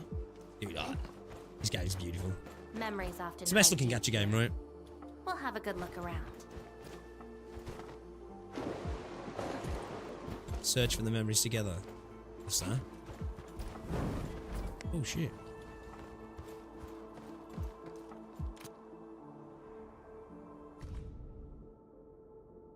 I want to read the little note. No budget for Londinium. And you in Londinium IRL? Yeah, but the real one's, well, I'm not in Londinium, but the real one sucks more than, actually, I don't know though, man, to be fair. You know, looks like you got just as much chance of getting shanked up in both. The figure staggers forward, eyes ablaze with yearning. He reaches out, seizing the blade. Fire climbs his arm, searing into flesh, merging with his form. Flame of sacrifice ignite, unseen power flooding his veins. Foes wail at his feet, reduced to prostate kindling. He believed he mastered the flame, yet fire has never been truly his command. His to command. A slumbering will stirs, seeping into limb and mind, usurping all. When the inferno fades, the wielder falls, only embers remaining. Dying cinders cool, the blade lies dormant on cold stone, humming a silent dirge. All returns to silence, awaiting for the next arrival. I once saw a sword like this. Those who pick it up will be granted tremendous power. But the sword shall burn on until its wielder turns to cinders. Boss! Is it the one you're holding right now? Looks like it, though not quite. Regardless, this isn't important. It's very quiet now, at least. So I like the idea of potentially having, like, through the reconveners, these, you know, introspective, like, storylines based around, like, what is self? You know, what does it mean to be me? Like, you know, am I me? Am I the other version of myself kind of thing? But those memories me? My memories? Is that me? Am I just a poor facsimile kind of thing, you know?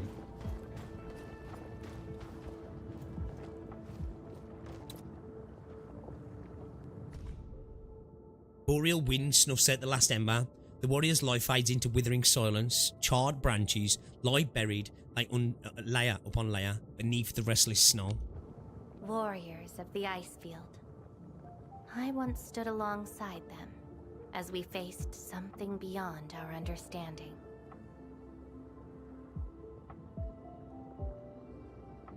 Is this...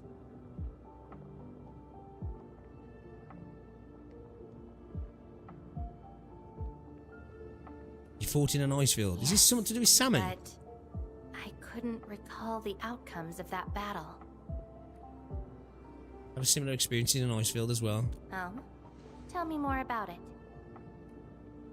It was a battle, an important mission, or was it the battles against the Angoloi 150 years ago? Mission? Your memories are making me curious. Come, let's get moving. Dude, that model's gorgeous, man. Like, actually, like, using it out makes me want to pull her. It makes me want to pull her, man. I'm not gonna lie. I'm getting hit with the FOMO.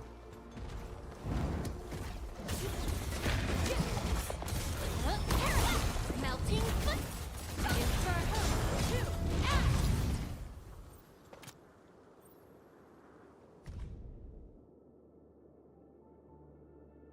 The morning flotilla drifts beyond sight. A southerner lingers in the glacial hush, then steps on the icy surface and advances towards the far bank of the unfrozen river. An age-old chain stirs within the thaw to come. This is my past. I ran to the middle of an ice field alone in search for buried truths. Maybe it's time to start building pity. Yes, a very long time ago. It almost felt like someone else. Sorry, did a hard self, yeah. A dream?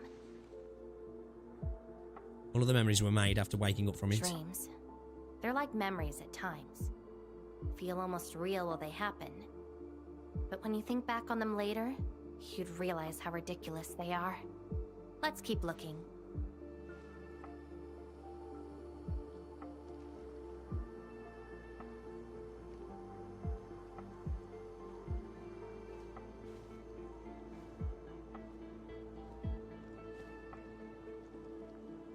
Insane. Character model's insane.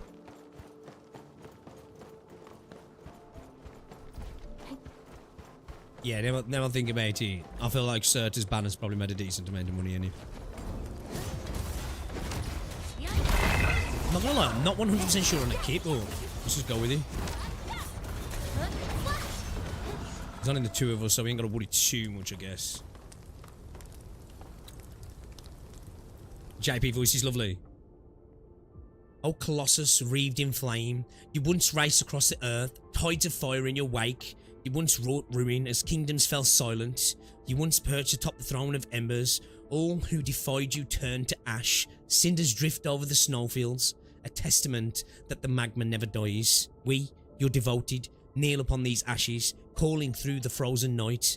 Awaken from slumber and once again scour the world in searing glory.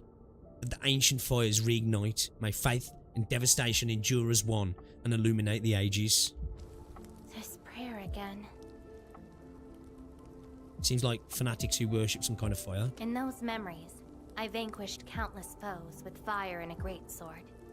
But why was I fighting? Who are the enemies?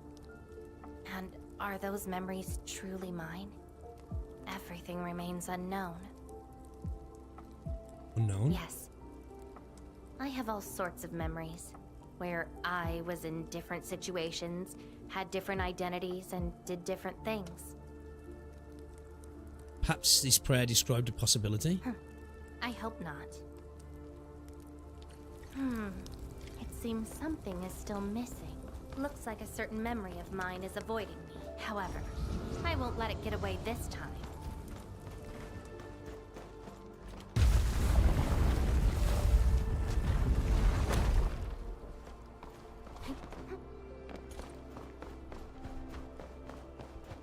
Okay, like already, what's happening here feels far more intriguing than the actual main story of the game.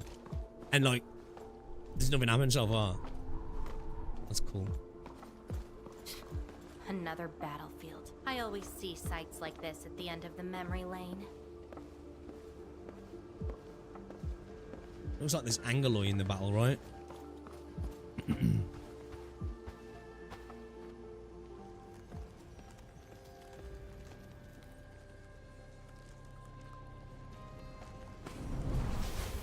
There's only you the tutorials in this event. You're actually slower this time. Okay. Damn you. You're still in the trailer, yeah. Trying to stop me again? Don't you understand? I'll never try to stop you. In fact, isn't my presence here Need to get Rosie some of their boots. you seek? Enough nonsense. There'll be no escape for you this time. Oh, you've got a companion. This feels rather refreshing. There are things you aren't meant to find. Let them disappear.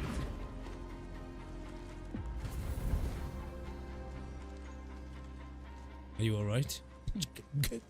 She's such a gremlin.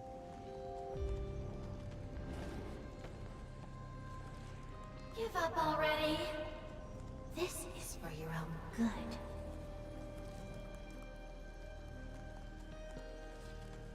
Until I find out who I am, there is no stopping me.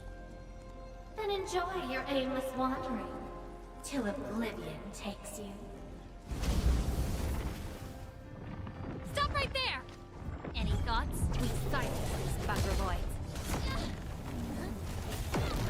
Fuck, I forgot. I've only got 2 players then. I instantly went for my my 3rd skill.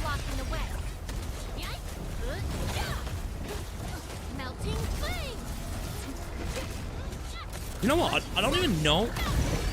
Certus kit though, I'm not gonna lie.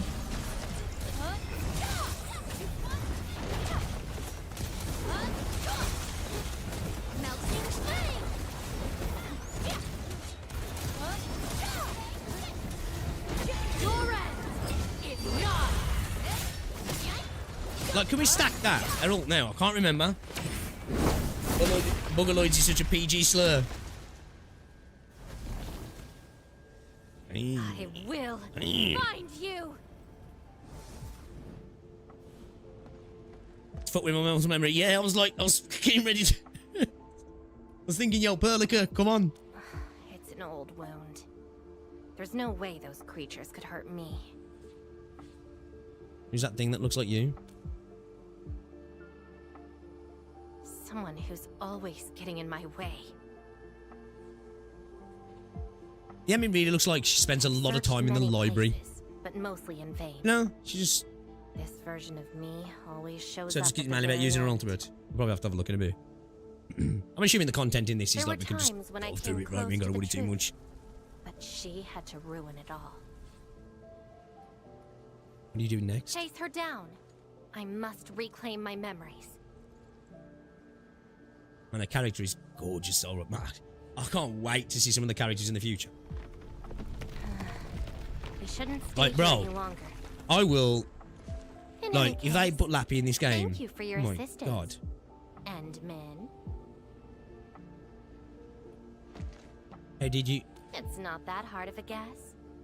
I can't think of anyone else who could enter a protocol space unscathed, fight Angeloy, and run a pretty important mission. Meeting you has been fun. Until next time.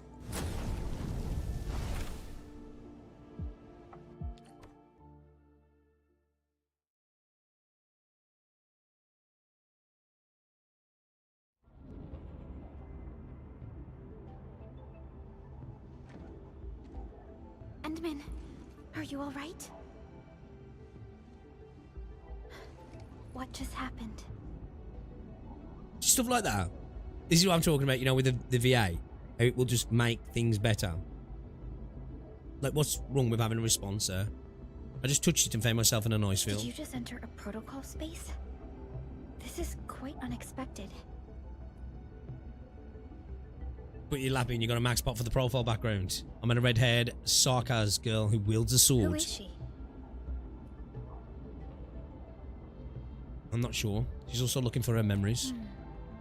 The protocol space is essentially a data shard within Originium. And if it includes data from past memories, they might be recreated within the space as well. But finding the memories of a particular person is difficult. It's like hunting for a needle in a haystack. She's very mysterious. She even knows I'm the enemy. Does not sound normal. She's also opposed by a shadow that resembles her. But I'm afraid we lack enough evidence to reach a proper conclusion. I'll try to look into this. Wait for my update. JPVA is perfect. Hi, Enman. We recently picked up a few strange Originium reactions across Valley 4. And What? witness reports also mention some form of fire that accompanied those Originium reactions. Fires. Is she the cause of this? Enman, you have a lead on this? If Emin had voice lines, would she still be a gremlin? Well, she does have voice lines. She just doesn't talk enough. I just wish she talked enough. Me and the JPVA is the OG searcher in Arknights. What? Who's search is you on about? Have seen the model of the gun Tang used? Nah. Yeah, someone looking for lost memories like me. Then perhaps it is best She got to have VAs, I some just want to see business. more. I'll sync the coordinates to you. Time to look for her in Valley 4. I quite like every ENVA, to be fair. Go to the science park and investigate.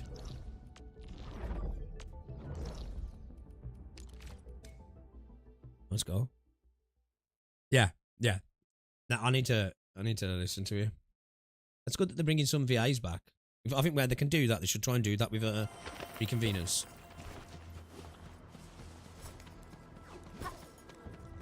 Getting a couple of frame drops, man.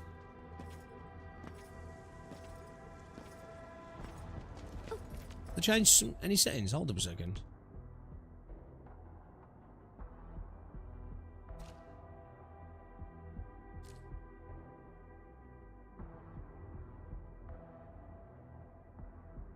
This is just yeah.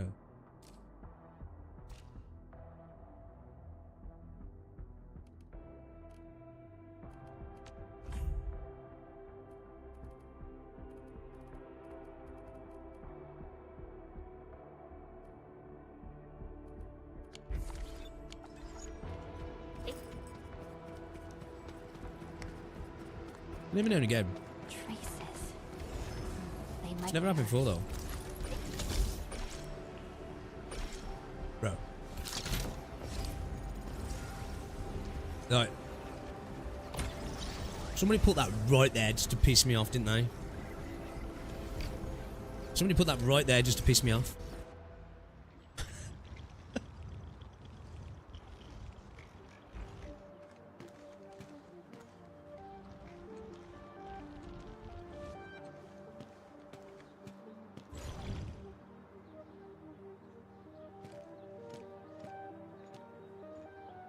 She's been here. Bro. Are these the traces she left behind?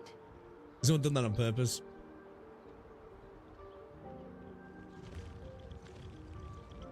I should scan these traces and track So them when you kill a down. boss and then suddenly 15 meme messages.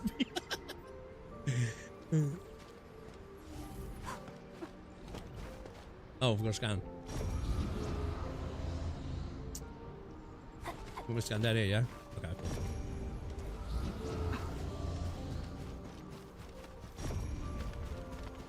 Hello, little fella. Wanna help look for my memories? This long ear seems connected to her.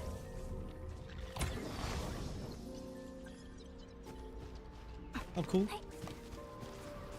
Move those legs and run, Black Ears. The city's lost and the fire burns near.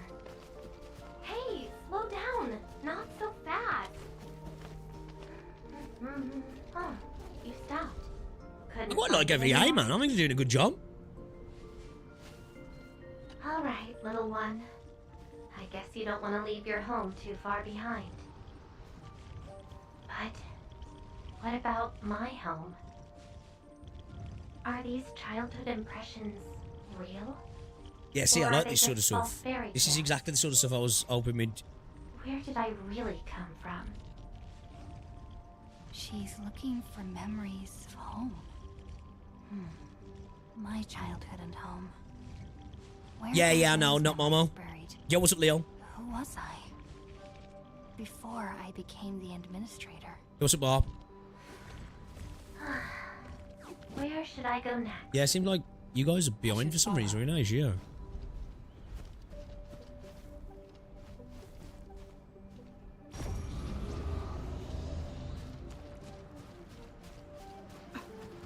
This is something unrelated to the memories. Can I not break them while I'm here? This is something unrelated to the Interesting. memories. It is. Got me on rails here, hasn't he?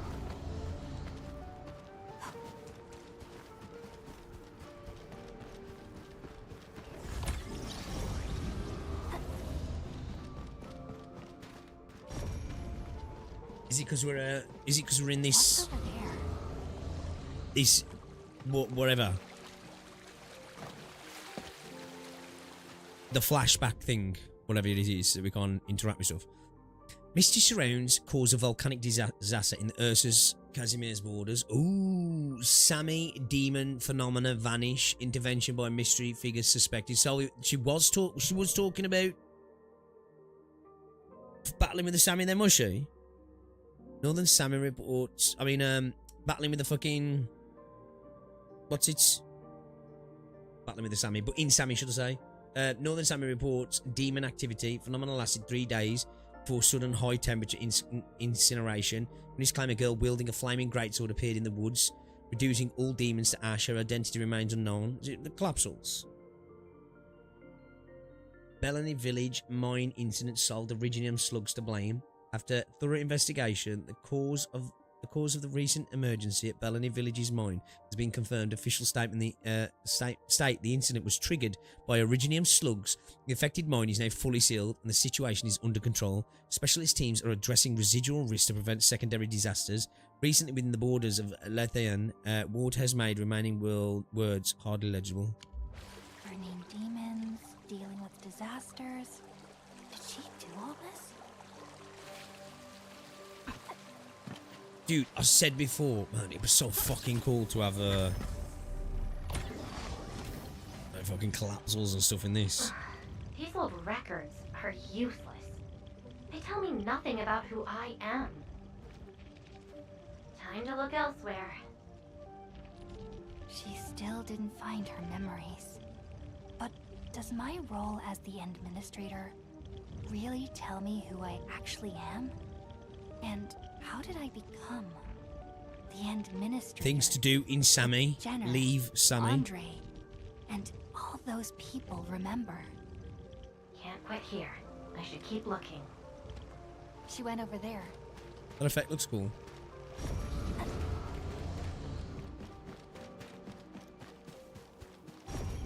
Yo, see, if they can get past, like, already, I'm starting to see, like, obviously, we just started this. It could fall apart, right? But already, how people were talking about, oh, the Surta story, like, starts to give them a little bit of hope for improvements in the story going forward. Yes, yeah, I can kind of see what you're saying now, like, because, again, for me, if they can really elevate the storytelling in Enfield, you know, we were talking earlier, people like worrying about, like, do you reckon the game will do well on that? Is it going to be alright? Yeah. If they do that sort of storytelling, you know what I mean? Definitely.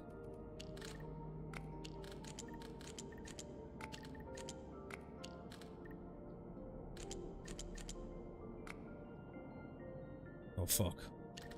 We're cooked already. Chat. I'm gonna need help, chat. You know what? Do you know what's funny? I was on here yesterday, yeah, doing puzzles off stream. No issue. I'm kind of happy as well. Gacha Smack got stuck on one for fucking ages on stream. And I was like, yes, it's not just me. I was like, I'm happy about that. It's not just me. Oh, okay, so we got this one includes as the one, yeah.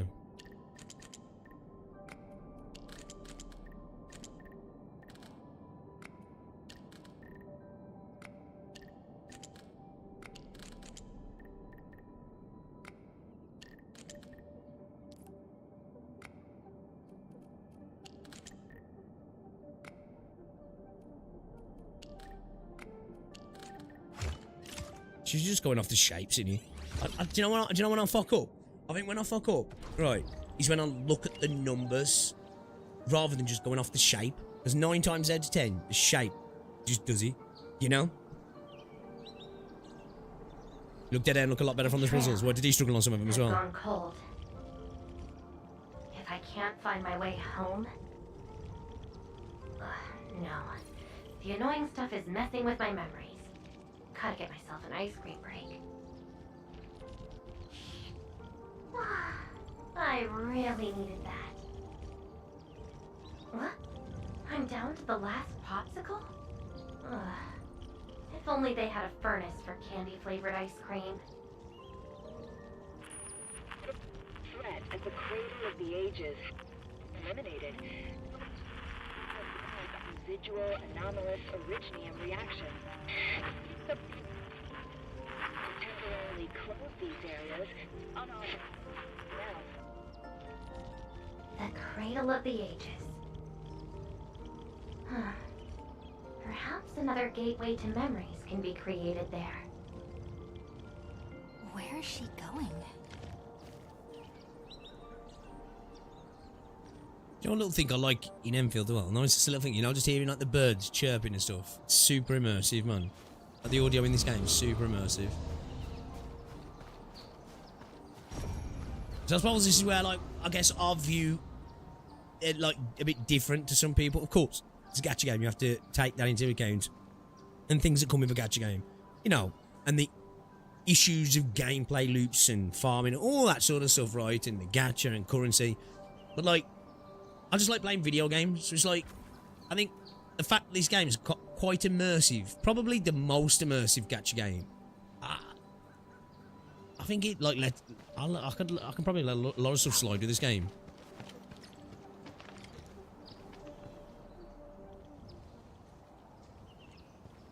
Not to say they're all call out shit, you know, I'm just saying.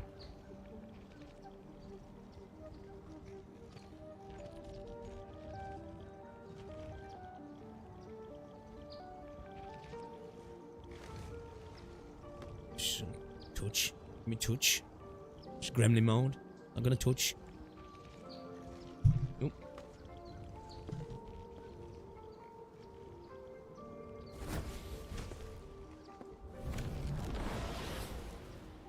She's left.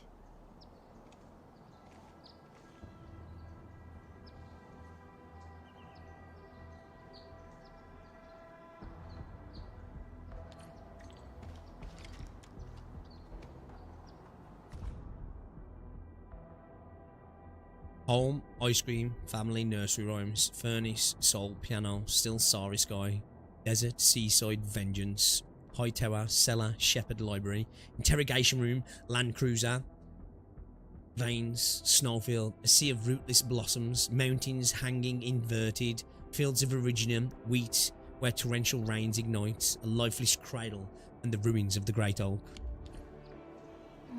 She's talking about the cradle of the ages there, yeah. A lifeless cradle. And the ruins of the Great Oak. This feels like the cradle of the ages.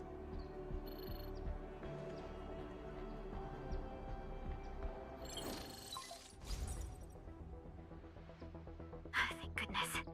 You finally picked up the call, Endman. Yeah. I found trails of that red-haired Sarkaz girl in Valley 4. See how much better it is when she talks. I've also uncovered something new in the Rhodes Island archives. It's an HR dossier on a particular operator from the Age of Terra. Red-haired Sarkaz, fire, and a sword. The appearance and abilities of this operator match your descriptions. Her name is Surtur. What you saw is probably Lavatane, a reconvener with close ties to Surtur. So that's who she is.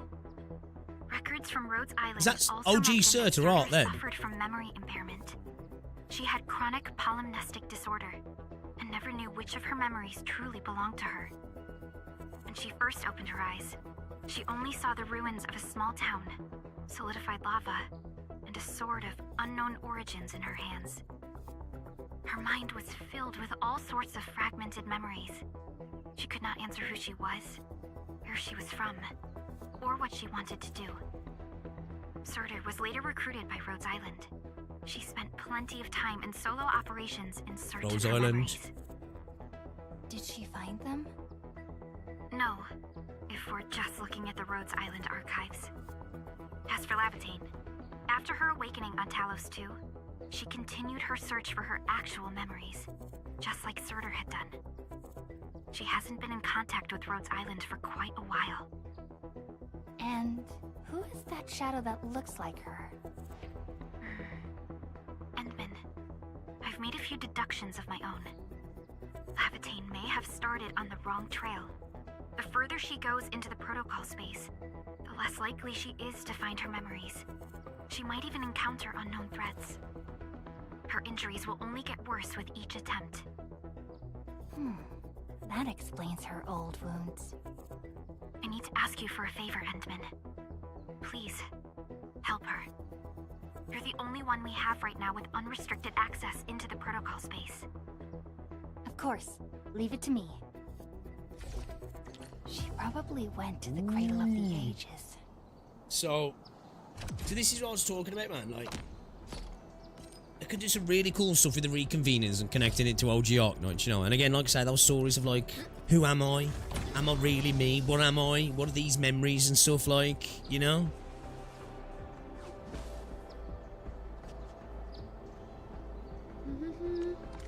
Right, am I still on this mission here? Because I have to go to the... I've got 2 days left. I got Yeah, this is it, yeah. I was thinking it was taking him to the load spring then for the MSQ stuff.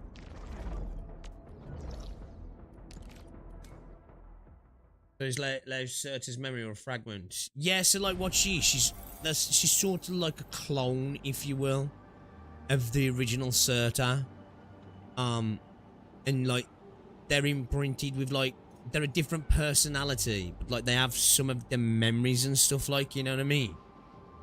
So there's like that like interesting potential storytelling of like somebody who's their own self but isn't at the same time, and then what is self when you're somebody else and you have some of their memories and stuff, you know what I mean? Hope I can find her. Oh jeez, Serta lovers had to wait 5 years to get the law drop, yeah. Rodan? Will Endfield come and save us? We must call the Endmen. Back to the idea of your personality, yeah, exactly. Everything right, you know.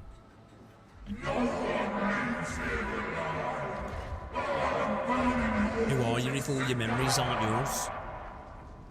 Stop right there!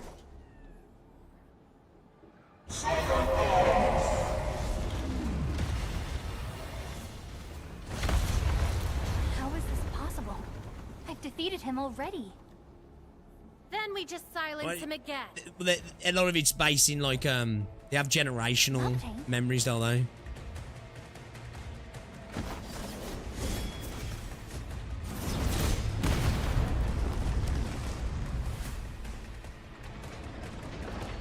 Yeah, that was kind of cool because that was in game, wasn't he? Like it wasn't a cutscene.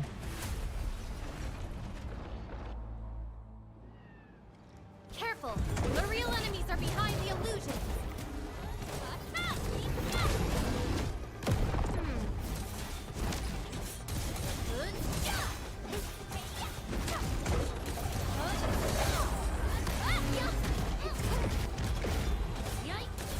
Melting flame.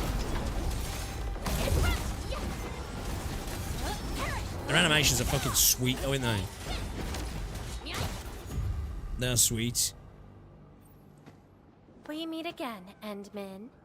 I wasn't expecting to run into you here. I love the movement in their eyes, you know, a little subtle movement in her eyes there. You're not just blankly staring at us. And it's not like just looking around every few seconds. It's like subtle, like quite natural eye movement. Is that what was like going wrong in Silver Palace? I say going wrong, but you know, it's a bit harsh to say that. It's first fucking beta, aren't he? Unlike emo, so it's not a phase. Entire race of emo goths. Yeah, I was gonna say it's not a phase with those guys. What exactly was that? Took the question out of It's my a way of mouth. life. What would I had say? nothing to do with that big noisy dude. Even at 35, they're still like, you don't understand me, Mom! His name is Rodan. I defeated him in Valley 4. Wow. So you couldn't remember The teacher what keeps staring just at me. happened? No. Look, she's such a gremlin. I remember what just happened very well. Memories aren't always true. Wow. Sometimes they are replaced by deceptive illusions. And this place has plenty of false memories. What you hear if they're false? Don't you remember? I'm after the shadow that took my memories. Anyway, you better stay with me. Okay. These twisted beings are created from your memories. And since you don't know how to tell the truth apart yet, things can get pretty dangerous. Lead the way. Seems like you've learned of my I'm fucked up in the identity. head. And when she walked past then, she was a little bit assertive, weren't she? Like the Endmins looking all like meek and small. Just imagine Serta just fucking slamming her up the wall. In a, like, you know, kind of way. And I followed your trail to get here. You're the first person who managed to pull that off. Very well. From this point forth, you shall be my fellow companion in this journey of memory search. fellow companion. Mm-hmm. Don't you want to find your memories? I'm here to find you.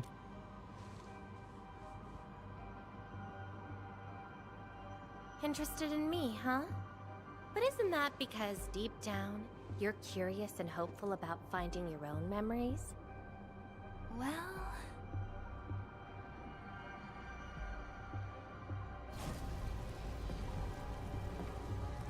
Oh. Is that my... See, I like this. She's talking more. Memory More of of this. your Hypergryph, more of this. But I gotta correct you on something. This isn't about understanding your memories. It's more like understanding your amnesiac self. Go take a look. We should be Remember, able to find some you can't places. remember. Yeah? What's she saying?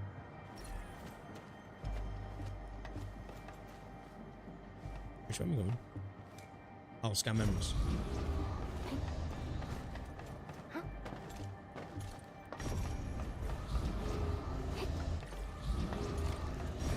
That's Tata. Tata? Now that's On a the beating lovely on name. Tata?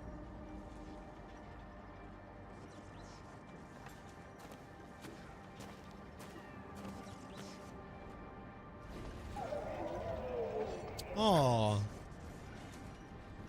So, play it safe, okay? Don't break my baby bot again. Wait. Something's wrong. This is a falsehood?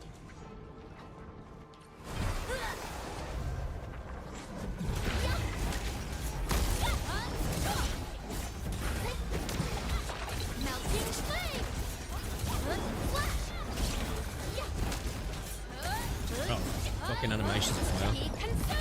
Pardon the pun. Okay, So this a is plunge Tata? animation's kind of nice as well. Tata deserves to get beaten. No! Let's go to Cross Valley 4. So what we're seeing here? I mean, with the is a mask is reflection ridiculous. of your Yes, inner I'm here for fears. the removal of the mask, man. And I thought the administrator, guardian of the civilization band, would be someone with ironclad resolution. The real one turned out... Where do I turn out? A worrisome soul, afraid of something. You fear failing your mission. Why are you smiling? Stop gloating already. I mean, the mask is way totally cute to did them. not You do reckon? I've seen some like felt gameplay of you're some no people where longer they've that removed the distant or mask. I don't know if it's unfamiliar anymore. the actual true face In underneath or fact, it's slightly I modded. can even say you're actually It looked quite...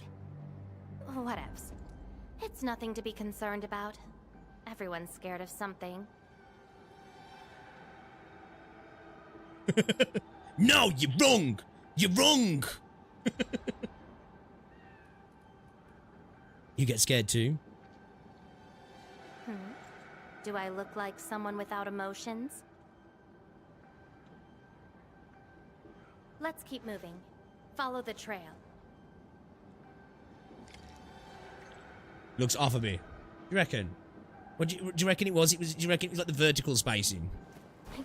To me, I quite liked it because like, I had this idea, you know, I was called like a gremlin. It's just like, I suppose there was that part of me. It was like kind of, you know,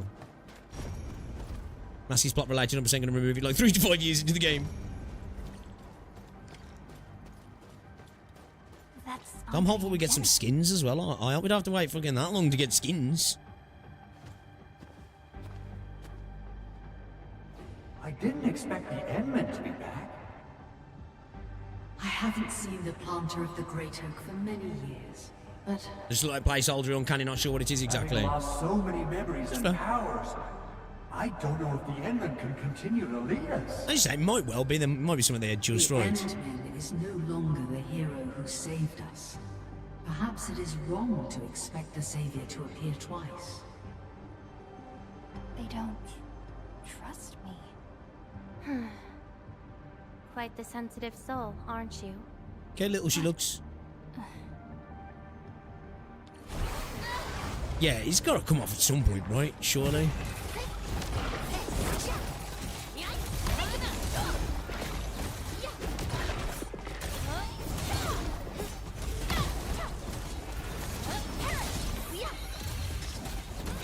Plunge animation simple, but I kind of like it.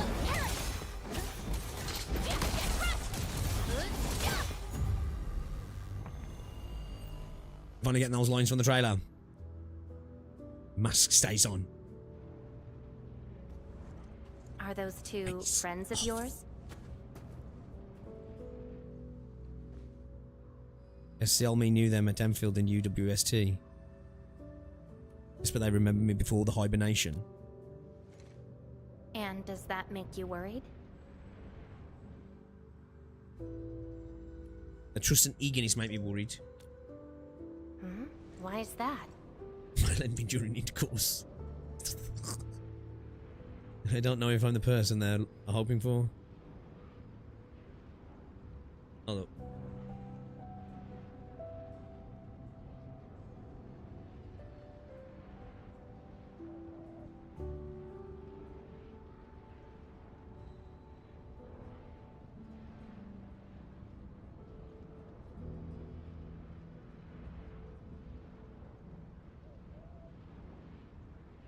Where is he?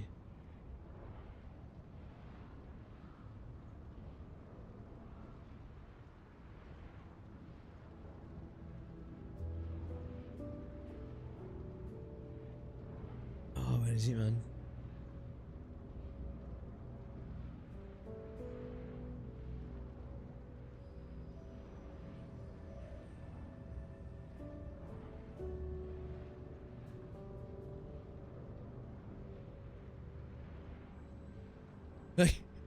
If you, because the mask's like pointy, it just made me think of this. This is if that's what she'd see, if he still keeps his mask on.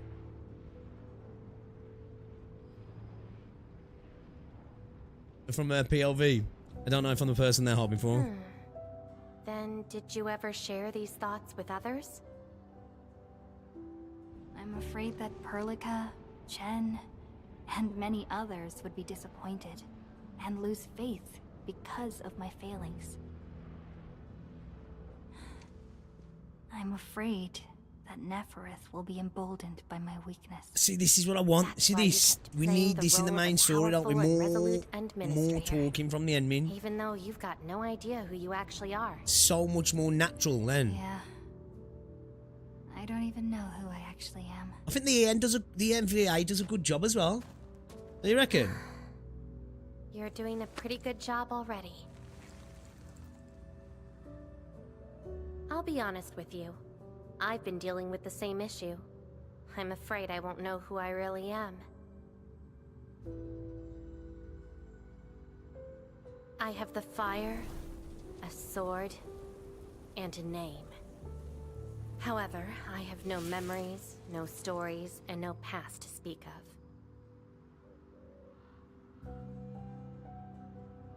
I'm afraid the only thing I have is the name Lavatane. And beyond that, I have nothing. I am nothing but an empty shell. An empty shell.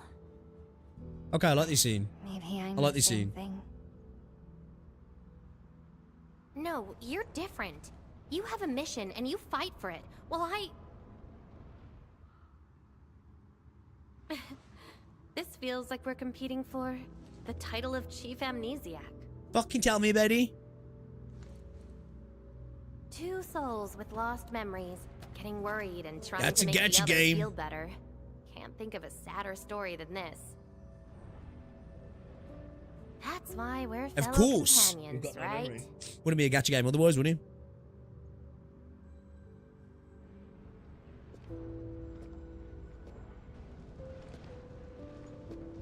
So, my fellow companion, time to finally reveal the answer. Wolfguard's pretty decent too, is he?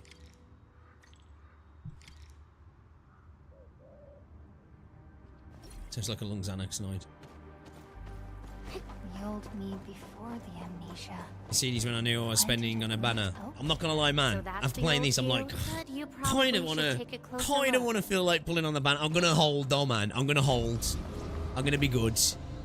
I'm waiting on a 6-star Electro, man.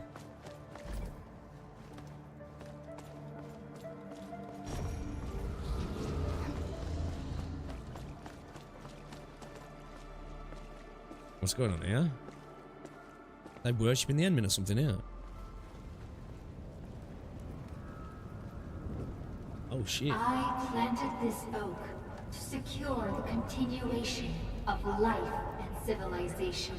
Kind of sounds like Neferif there. To rescue your new homes from the brink of death. To pave a path that leads to the future. Though years have passed, I remain bereft of my due. The seeds of justice and benevolence yielded nothing. Nothing, save your base instincts of greed and malice, and your perpetual propensity for envy and hatred. Endman lovers be like. We have sinned. Deliver us! Help us escape this nightmare. Ew, that's the old you? I don't remember. And why do you deserve the salvation? Oh shit, bro. Okay. Just give us a chance. Are you still the savior? Have we lost all hope?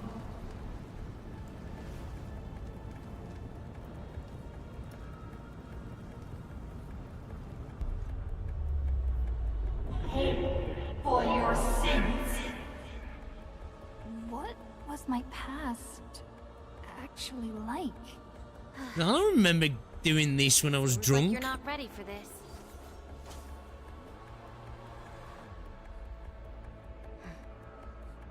No.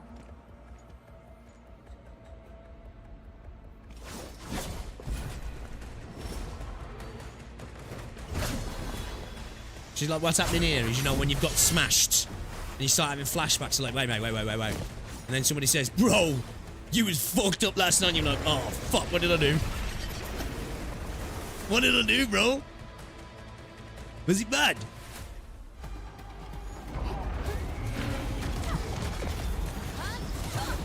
Be consumed!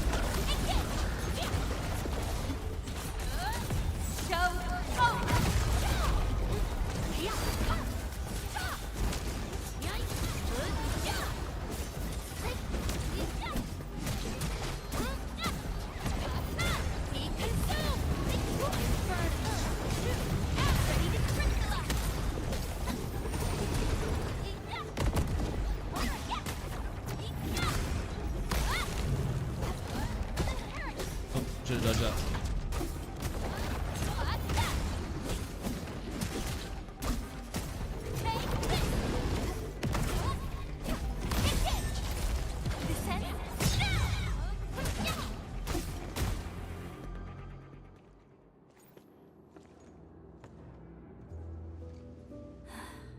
Sorry, I hesitated a bit. For people like us, facing the past can be quite a challenge. Don't blame yourself too much. You figured it out at the last moment.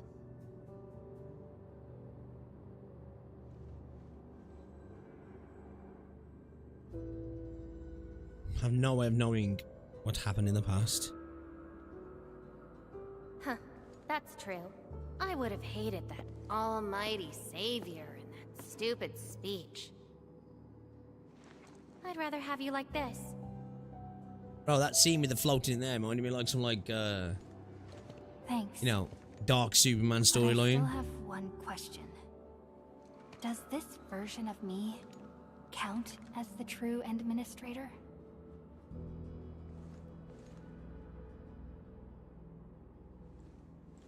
And I got another question in return. Who am I? Hey, I asked first. Who am I? All right, Lava Chain. Reconvener? Okay, Yes, alright. you are Surtur's. Surtur. She left me nothing but a jumbled heap of memories. Other reconveners with their memories know who they could be, what they should do, but I got nothing. Except delusional memories. Like someone stranded at sea, parched. Got water everywhere, but none of it quenches your thirst.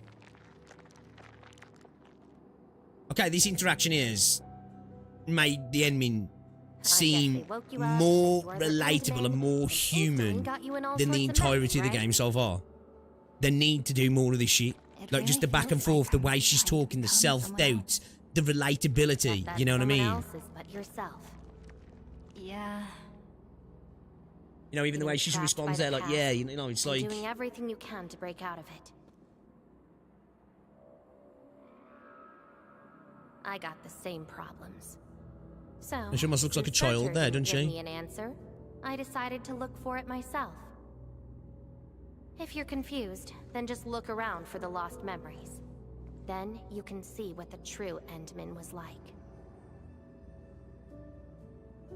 I might have to make a video talking about this. Can they be found that easily? If the two of us work together, the search might be a little easier. Together? As your companion, I shall help you find your lost memories.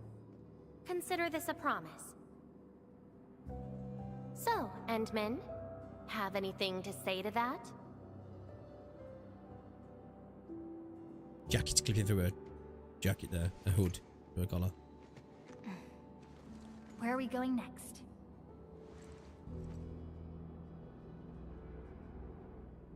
Next location, next protocol space. Since you're around, we probably end up finding something for once. Okay then, let's go. Yeah, but the title is Endmin smokes are over in every way. Levitate? I'm still in Valley 4. Where did she go? Next location, next protocol space. Levitate may have started on the wrong trail. The further she goes into the protocol space, the less likely she is to find her memories. She might even encounter unknown threats. Very well. From this point forth, you shall be my fellow companion in this journey of memory search. As your companion, I shall help you find your lost memories. Consider this a promise. Her injuries will only get worse with each attempt. I can't just leave her alone. Gotta find her quickly. I should Brother. inform Perlica and ask her for help. Hypergryph, you killing me? Hypergryph, you killing me? Endmin, we just received the data from Like, you actually Hypergryph. found Levitate. Good work. Do this more. Do this more. Like, for the love of God, get the VA back in the booth. Get a spitting. We need more voice lines. This here, like, I definitely can see now where people are like, okay, there's a bit more to the Endmin in this quest. You know, it's giving me hope for, like, later stories. You know, I see, I do see, like, why are we not getting this throughout the main story? Now, obviously, I understand that the tutorials and the factory bit at the start slows the game down in a sort of, not really a necessary evil way, because they could have done it better, but whatever. It's the thing, it happened. That's how they decided to build it, right? Why didn't we hit the ground running with this sort of storytelling, right? Now, like, again, I'm not saying the story's bad, it's just there. This, like, the interactions then between them two was great. You know, the Endmin looks vulnerable, you know, he's relatable, the questioning the self. You've got them talking backwards and forward, and the conversation was natural. You know what I mean? You know, where there was, like, you know, talking about their memories and just the way that it was natural. It's the way people talk to each other, right? Like, we need that. That there is good storytelling and good writing as well, and well directed and well acted also. This, we need more of this. Hopefully, like, 1.1 onwards we do this, and if not, Please don't leave this just to the companion quest. This has to be. This has got to go into surveys. This has got to go into surveys, it says. This needs to be the standard. This needs to be the standard. This does. But she is very determined. Valley 4 is just a rocky start. The difference is crazy. She insisted. What about when we're in Wuling? Is it this sort of level in Wuling? Wuling has some of this too. Okay. I just lost contact and couldn't locate her trail. Can you help me find her? I see. Hold on. Fiona just analyzed traces of Lavatane's originium reactions and protocol space fluctuations. Her trail. Wuling's a mixed bag. Starts great, ends weak. Okay. Deep within the protocol space. So, is there any way to enter that protocol space and find her? Maybe we can use the protocol singularity again. That's quite a bold idea, Endman. I know you're very worried and concerned. But your plan Wuling's not the same level. of originium reactions directly Isn't they planning on ramping up? I hope so. I hope so. Other places? I think they have to. Have to. I can look around in Valley 4. Personally? All right. I'll call Director Chin right away and get her and the hub base to back you up. Greetings, Endman. I heard you're looking for a red-haired Sarkaz girl. That's right. According to the data from Supervisor Perlica, this girl usually carries a greatsword, is a skilled pyromancer, and often leaves burn marks wherever she goes. We did have recent reports of strange sightings in the valley. I'll sync the witnesses' data to you right away. I'll go talk to them now. Director Chin, your work is much appreciated. Endman, please head back to Jijong once you've gathered enough data. Fiona and I will make the preparations in the meantime. I'll be waiting at the stasis core. Witnesses. They might be in the hub. Damn. Okay.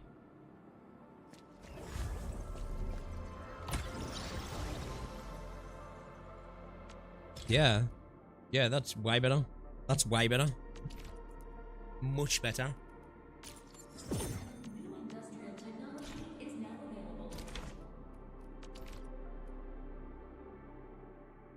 Bro, these are straight up fucking Tesla coils from Command & Conquer. It's a fucking Tesla coil from Command & Conquer.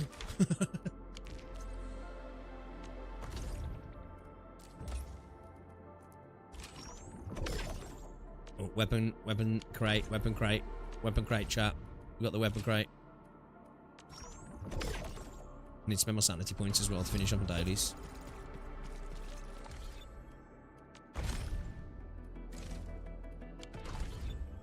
Nearly at 30k oral barrels now. The skies look good.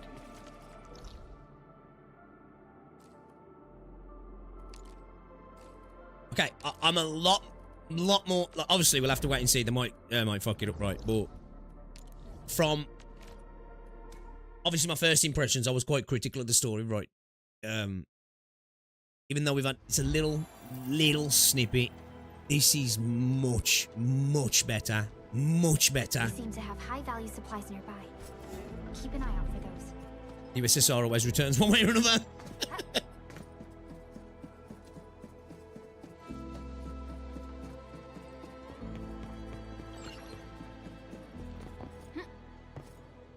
As I love Command & Conquer, come on. Endman, Director Chin told me you're looking for this type of burn mark. Yes. Did you see them anywhere? I did. In fact, I was the one who submitted the reports about these markings. I found them at the Blight Cliff observation post. We also found plenty of Angelos remains at that place. It must have Like fucking everything in the game, it feels like you have to give it a minute to hit it destroy. Someone Yeah. literally burned those Angeloi with incredibly hot flames. In a sense. This is the set of data we collected. No, that's not to defend some of the flat sword at the start. But it's very JRPG, right? You know, especially when you go back to old school JRPGs, man. It took a minute, you know. Not all the time. You know, you usually got quite an interesting hook, which I think we had initially when you get to the planet, but like it is a fucking slow simmer for a while usually, right? Oh, Endman. You want to talk? Seen a red-haired girl who wields fire and a greatsword. Oh, I remember her. I got a temporary assignment at the quarry. I, miscalculated the explosive payload. I like how we have NPCs that actually walk around in this game. And we got trapped by falling rocks. Everyone No, got Silver Palace do a really good job of that. depressed and began And writing they're actually their wills. doing busy work. Even if it's just pre-planned paths. The huge way more stone interesting. blocking the exit was cut right in half. It's just never good That when you have must to have play. been the Yeah, work of no, your it's not a research defense. girl. You know, it's the age-old thing when No it comes to mistake about MMOs. that. It gets good after 100 hours. It's Here. like, well, The report of that incident. so what you're saying, I got to slog through 100 hours of shit to get to the good part, you know?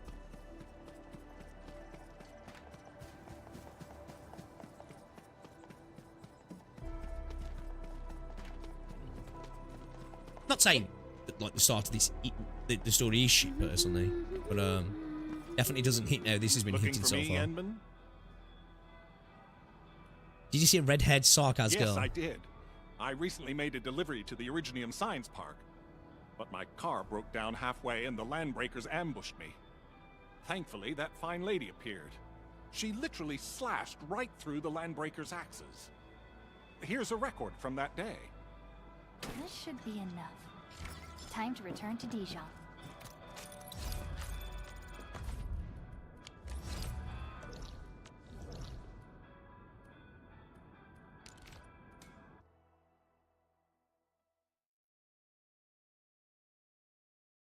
Let me see, yeah, the skip button. Yeah, but true. Makes me wonder how long it'll be until they release the story bit at this level. I hope not too long, because there's one thing they said specifically in their interview, yeah, that a lot of the work running up to launch hopefully was going to be dedicated to, like, post-launch stuff, right? Oh, I agree, Easy. I agree. It's what I was saying earlier. It's a necessary evil, but at the same time, it's not, because it just could have been implemented better. It was necessary for certain systems to need to be explained, because this game's got a lot of systems, right? Especially in comparison to, well, the gacha games. Typically in gacha games, you've got systems of multiple versions of gacha-connected stuff, and I'm not saying that isn't here in this, but there's, like, lots of gameplay systems in this game, isn't there? More akin to a traditional game, if you will. And more so than your average game, I would say.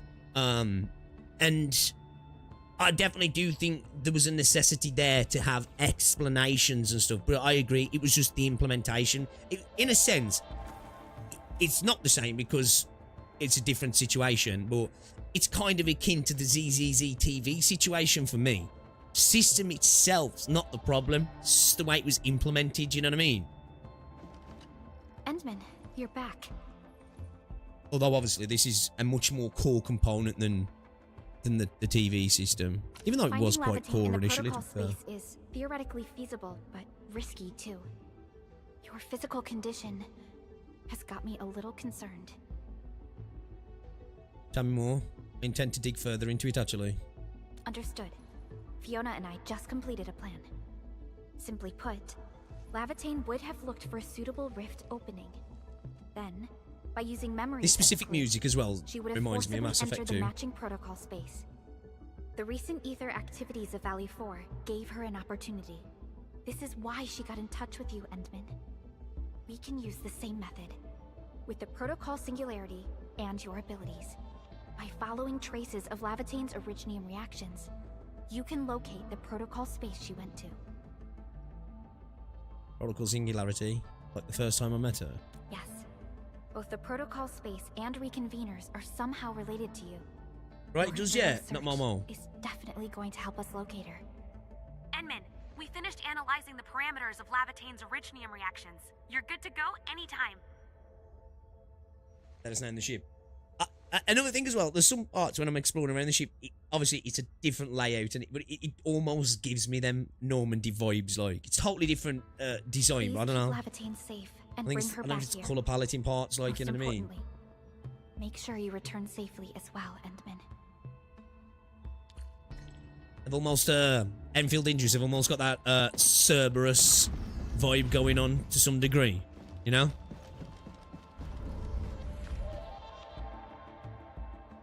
I'm not sure I agree with the necessary evil framing at all. Surely there was a natural way to incorporate the factory into the story without the awful... Well, that's what I'm saying. Like,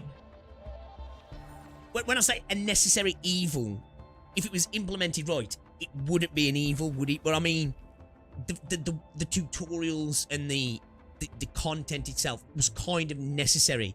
It became the necessary evil because it was badly implemented.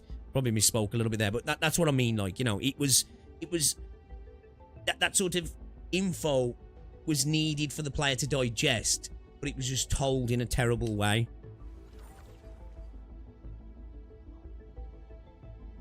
The hate for Enfield feels so... Oh, for sure. Like, look, I think there's genuinely a lot of valid criticism around this game.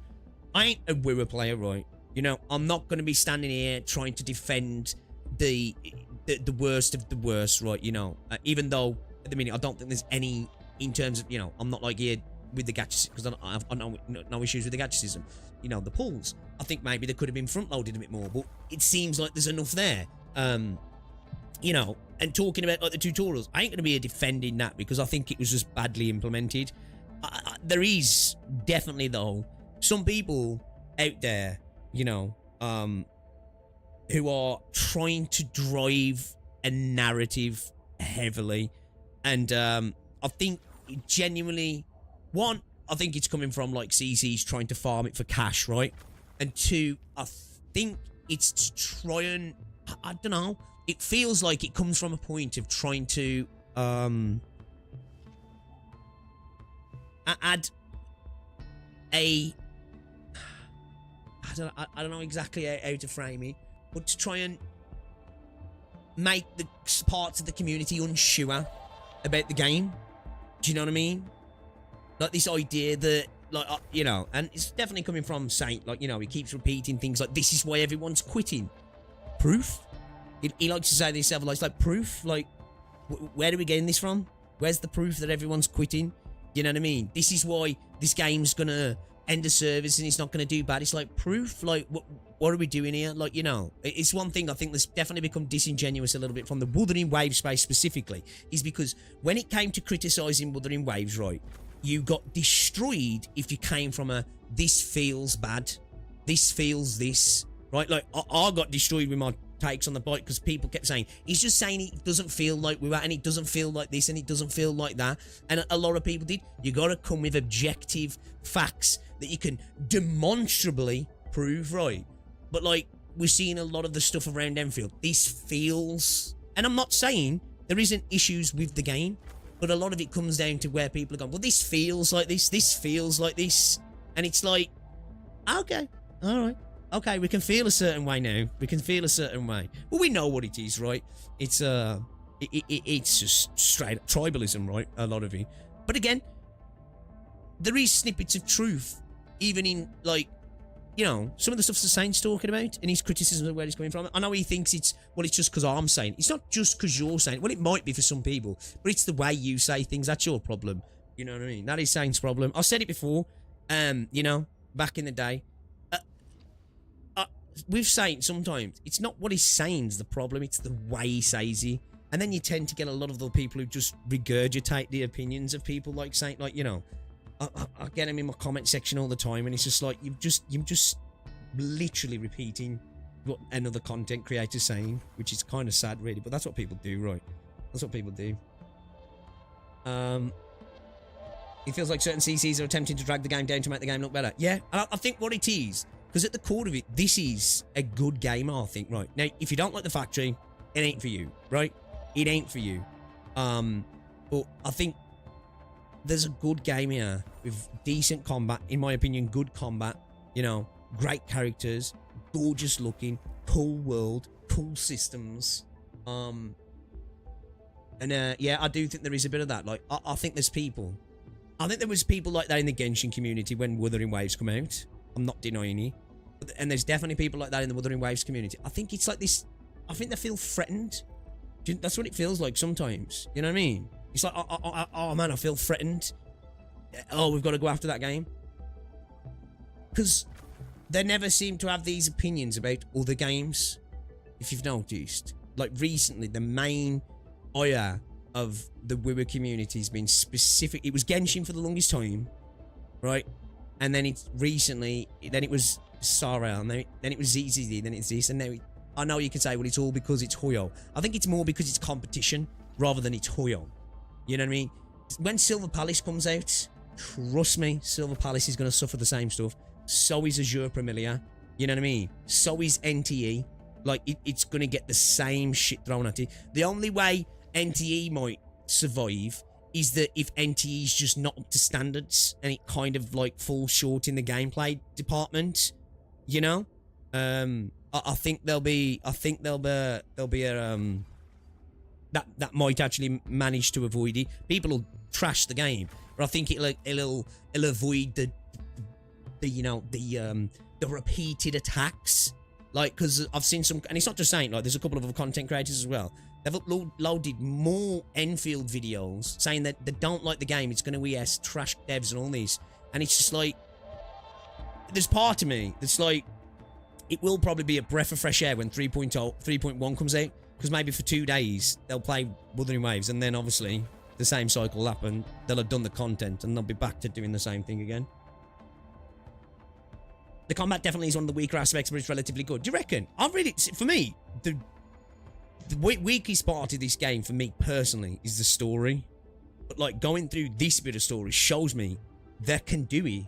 They just, for some reason, haven't managed to pull it off in the story. Now, obviously, the initial part, I can understand why, but post early tutorials, the story hasn't quite lived up to what they seem like they're capable of doing here. NTE's got the hotter debuff in the West. Yeah, I think most people won't give a fuck. You know what I mean? So they will try and argue because they won't see it as competition. Do you know what I mean?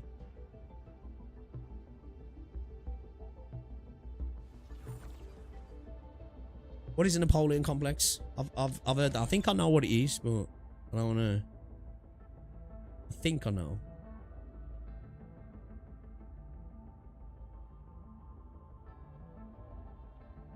Yeah. It's exactly what I thought. Okay. As a story skipper, I see nothing gained and nothing lost. Oh, yeah. Story aspect is one of the... Yeah. Initial tutorials on the story. That's the... Three major problems with this game that I think, beyond all the other things that people are worrying about now. Because I think until we got past 1.0, pool economy, it's kind of... It's relative. It's like, we don't know what's the norm. What is this? Is this honeymoon? Is this not honeymoon? Is this going to be what we see in 1.1? Because if we get this sort of pool currency in 1.1, then it's pretty fucking good. Who knows? We don't know. But what we do know, story's weak. Tutorials at the start sucked, but they've already started to work on that by letting you just skip them. And the fucking weekly. That shit's ass. You know? That shit's ass. But again, it's a gacha game. So, I expect... Not a poor showing, but you know... Plenty of games start off rough, right? Like this little bit we've played here, man, it definitely makes me think I'm a little bit more confident. I want to carry on, guys, but I'm going to have to go, man. It's 10 to 5. I'm going to be late for getting Rosie. We yapped a little bit too long today, but I think it was important to talk about some of the stuff we talked about. So, I may come back later for an hour. What weekly? Well, yeah. It's what it's like, right? It's like, what the fuck is it? I don't know.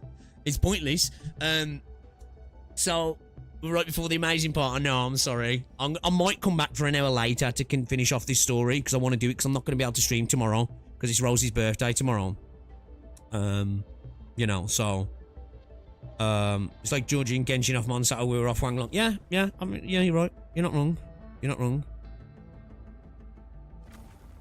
Don't you dare go into that proper announcement. Nah. I'll do this on stream. I'll do this on stream, because this is actually good. Like, I want to do this on stream.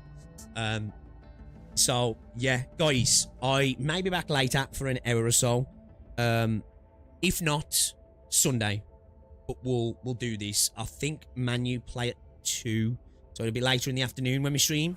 But, yeah. I'll try and come back tonight. I will try and come back. I do need to pop out to get Rosie some bits and pieces for her birthday, though.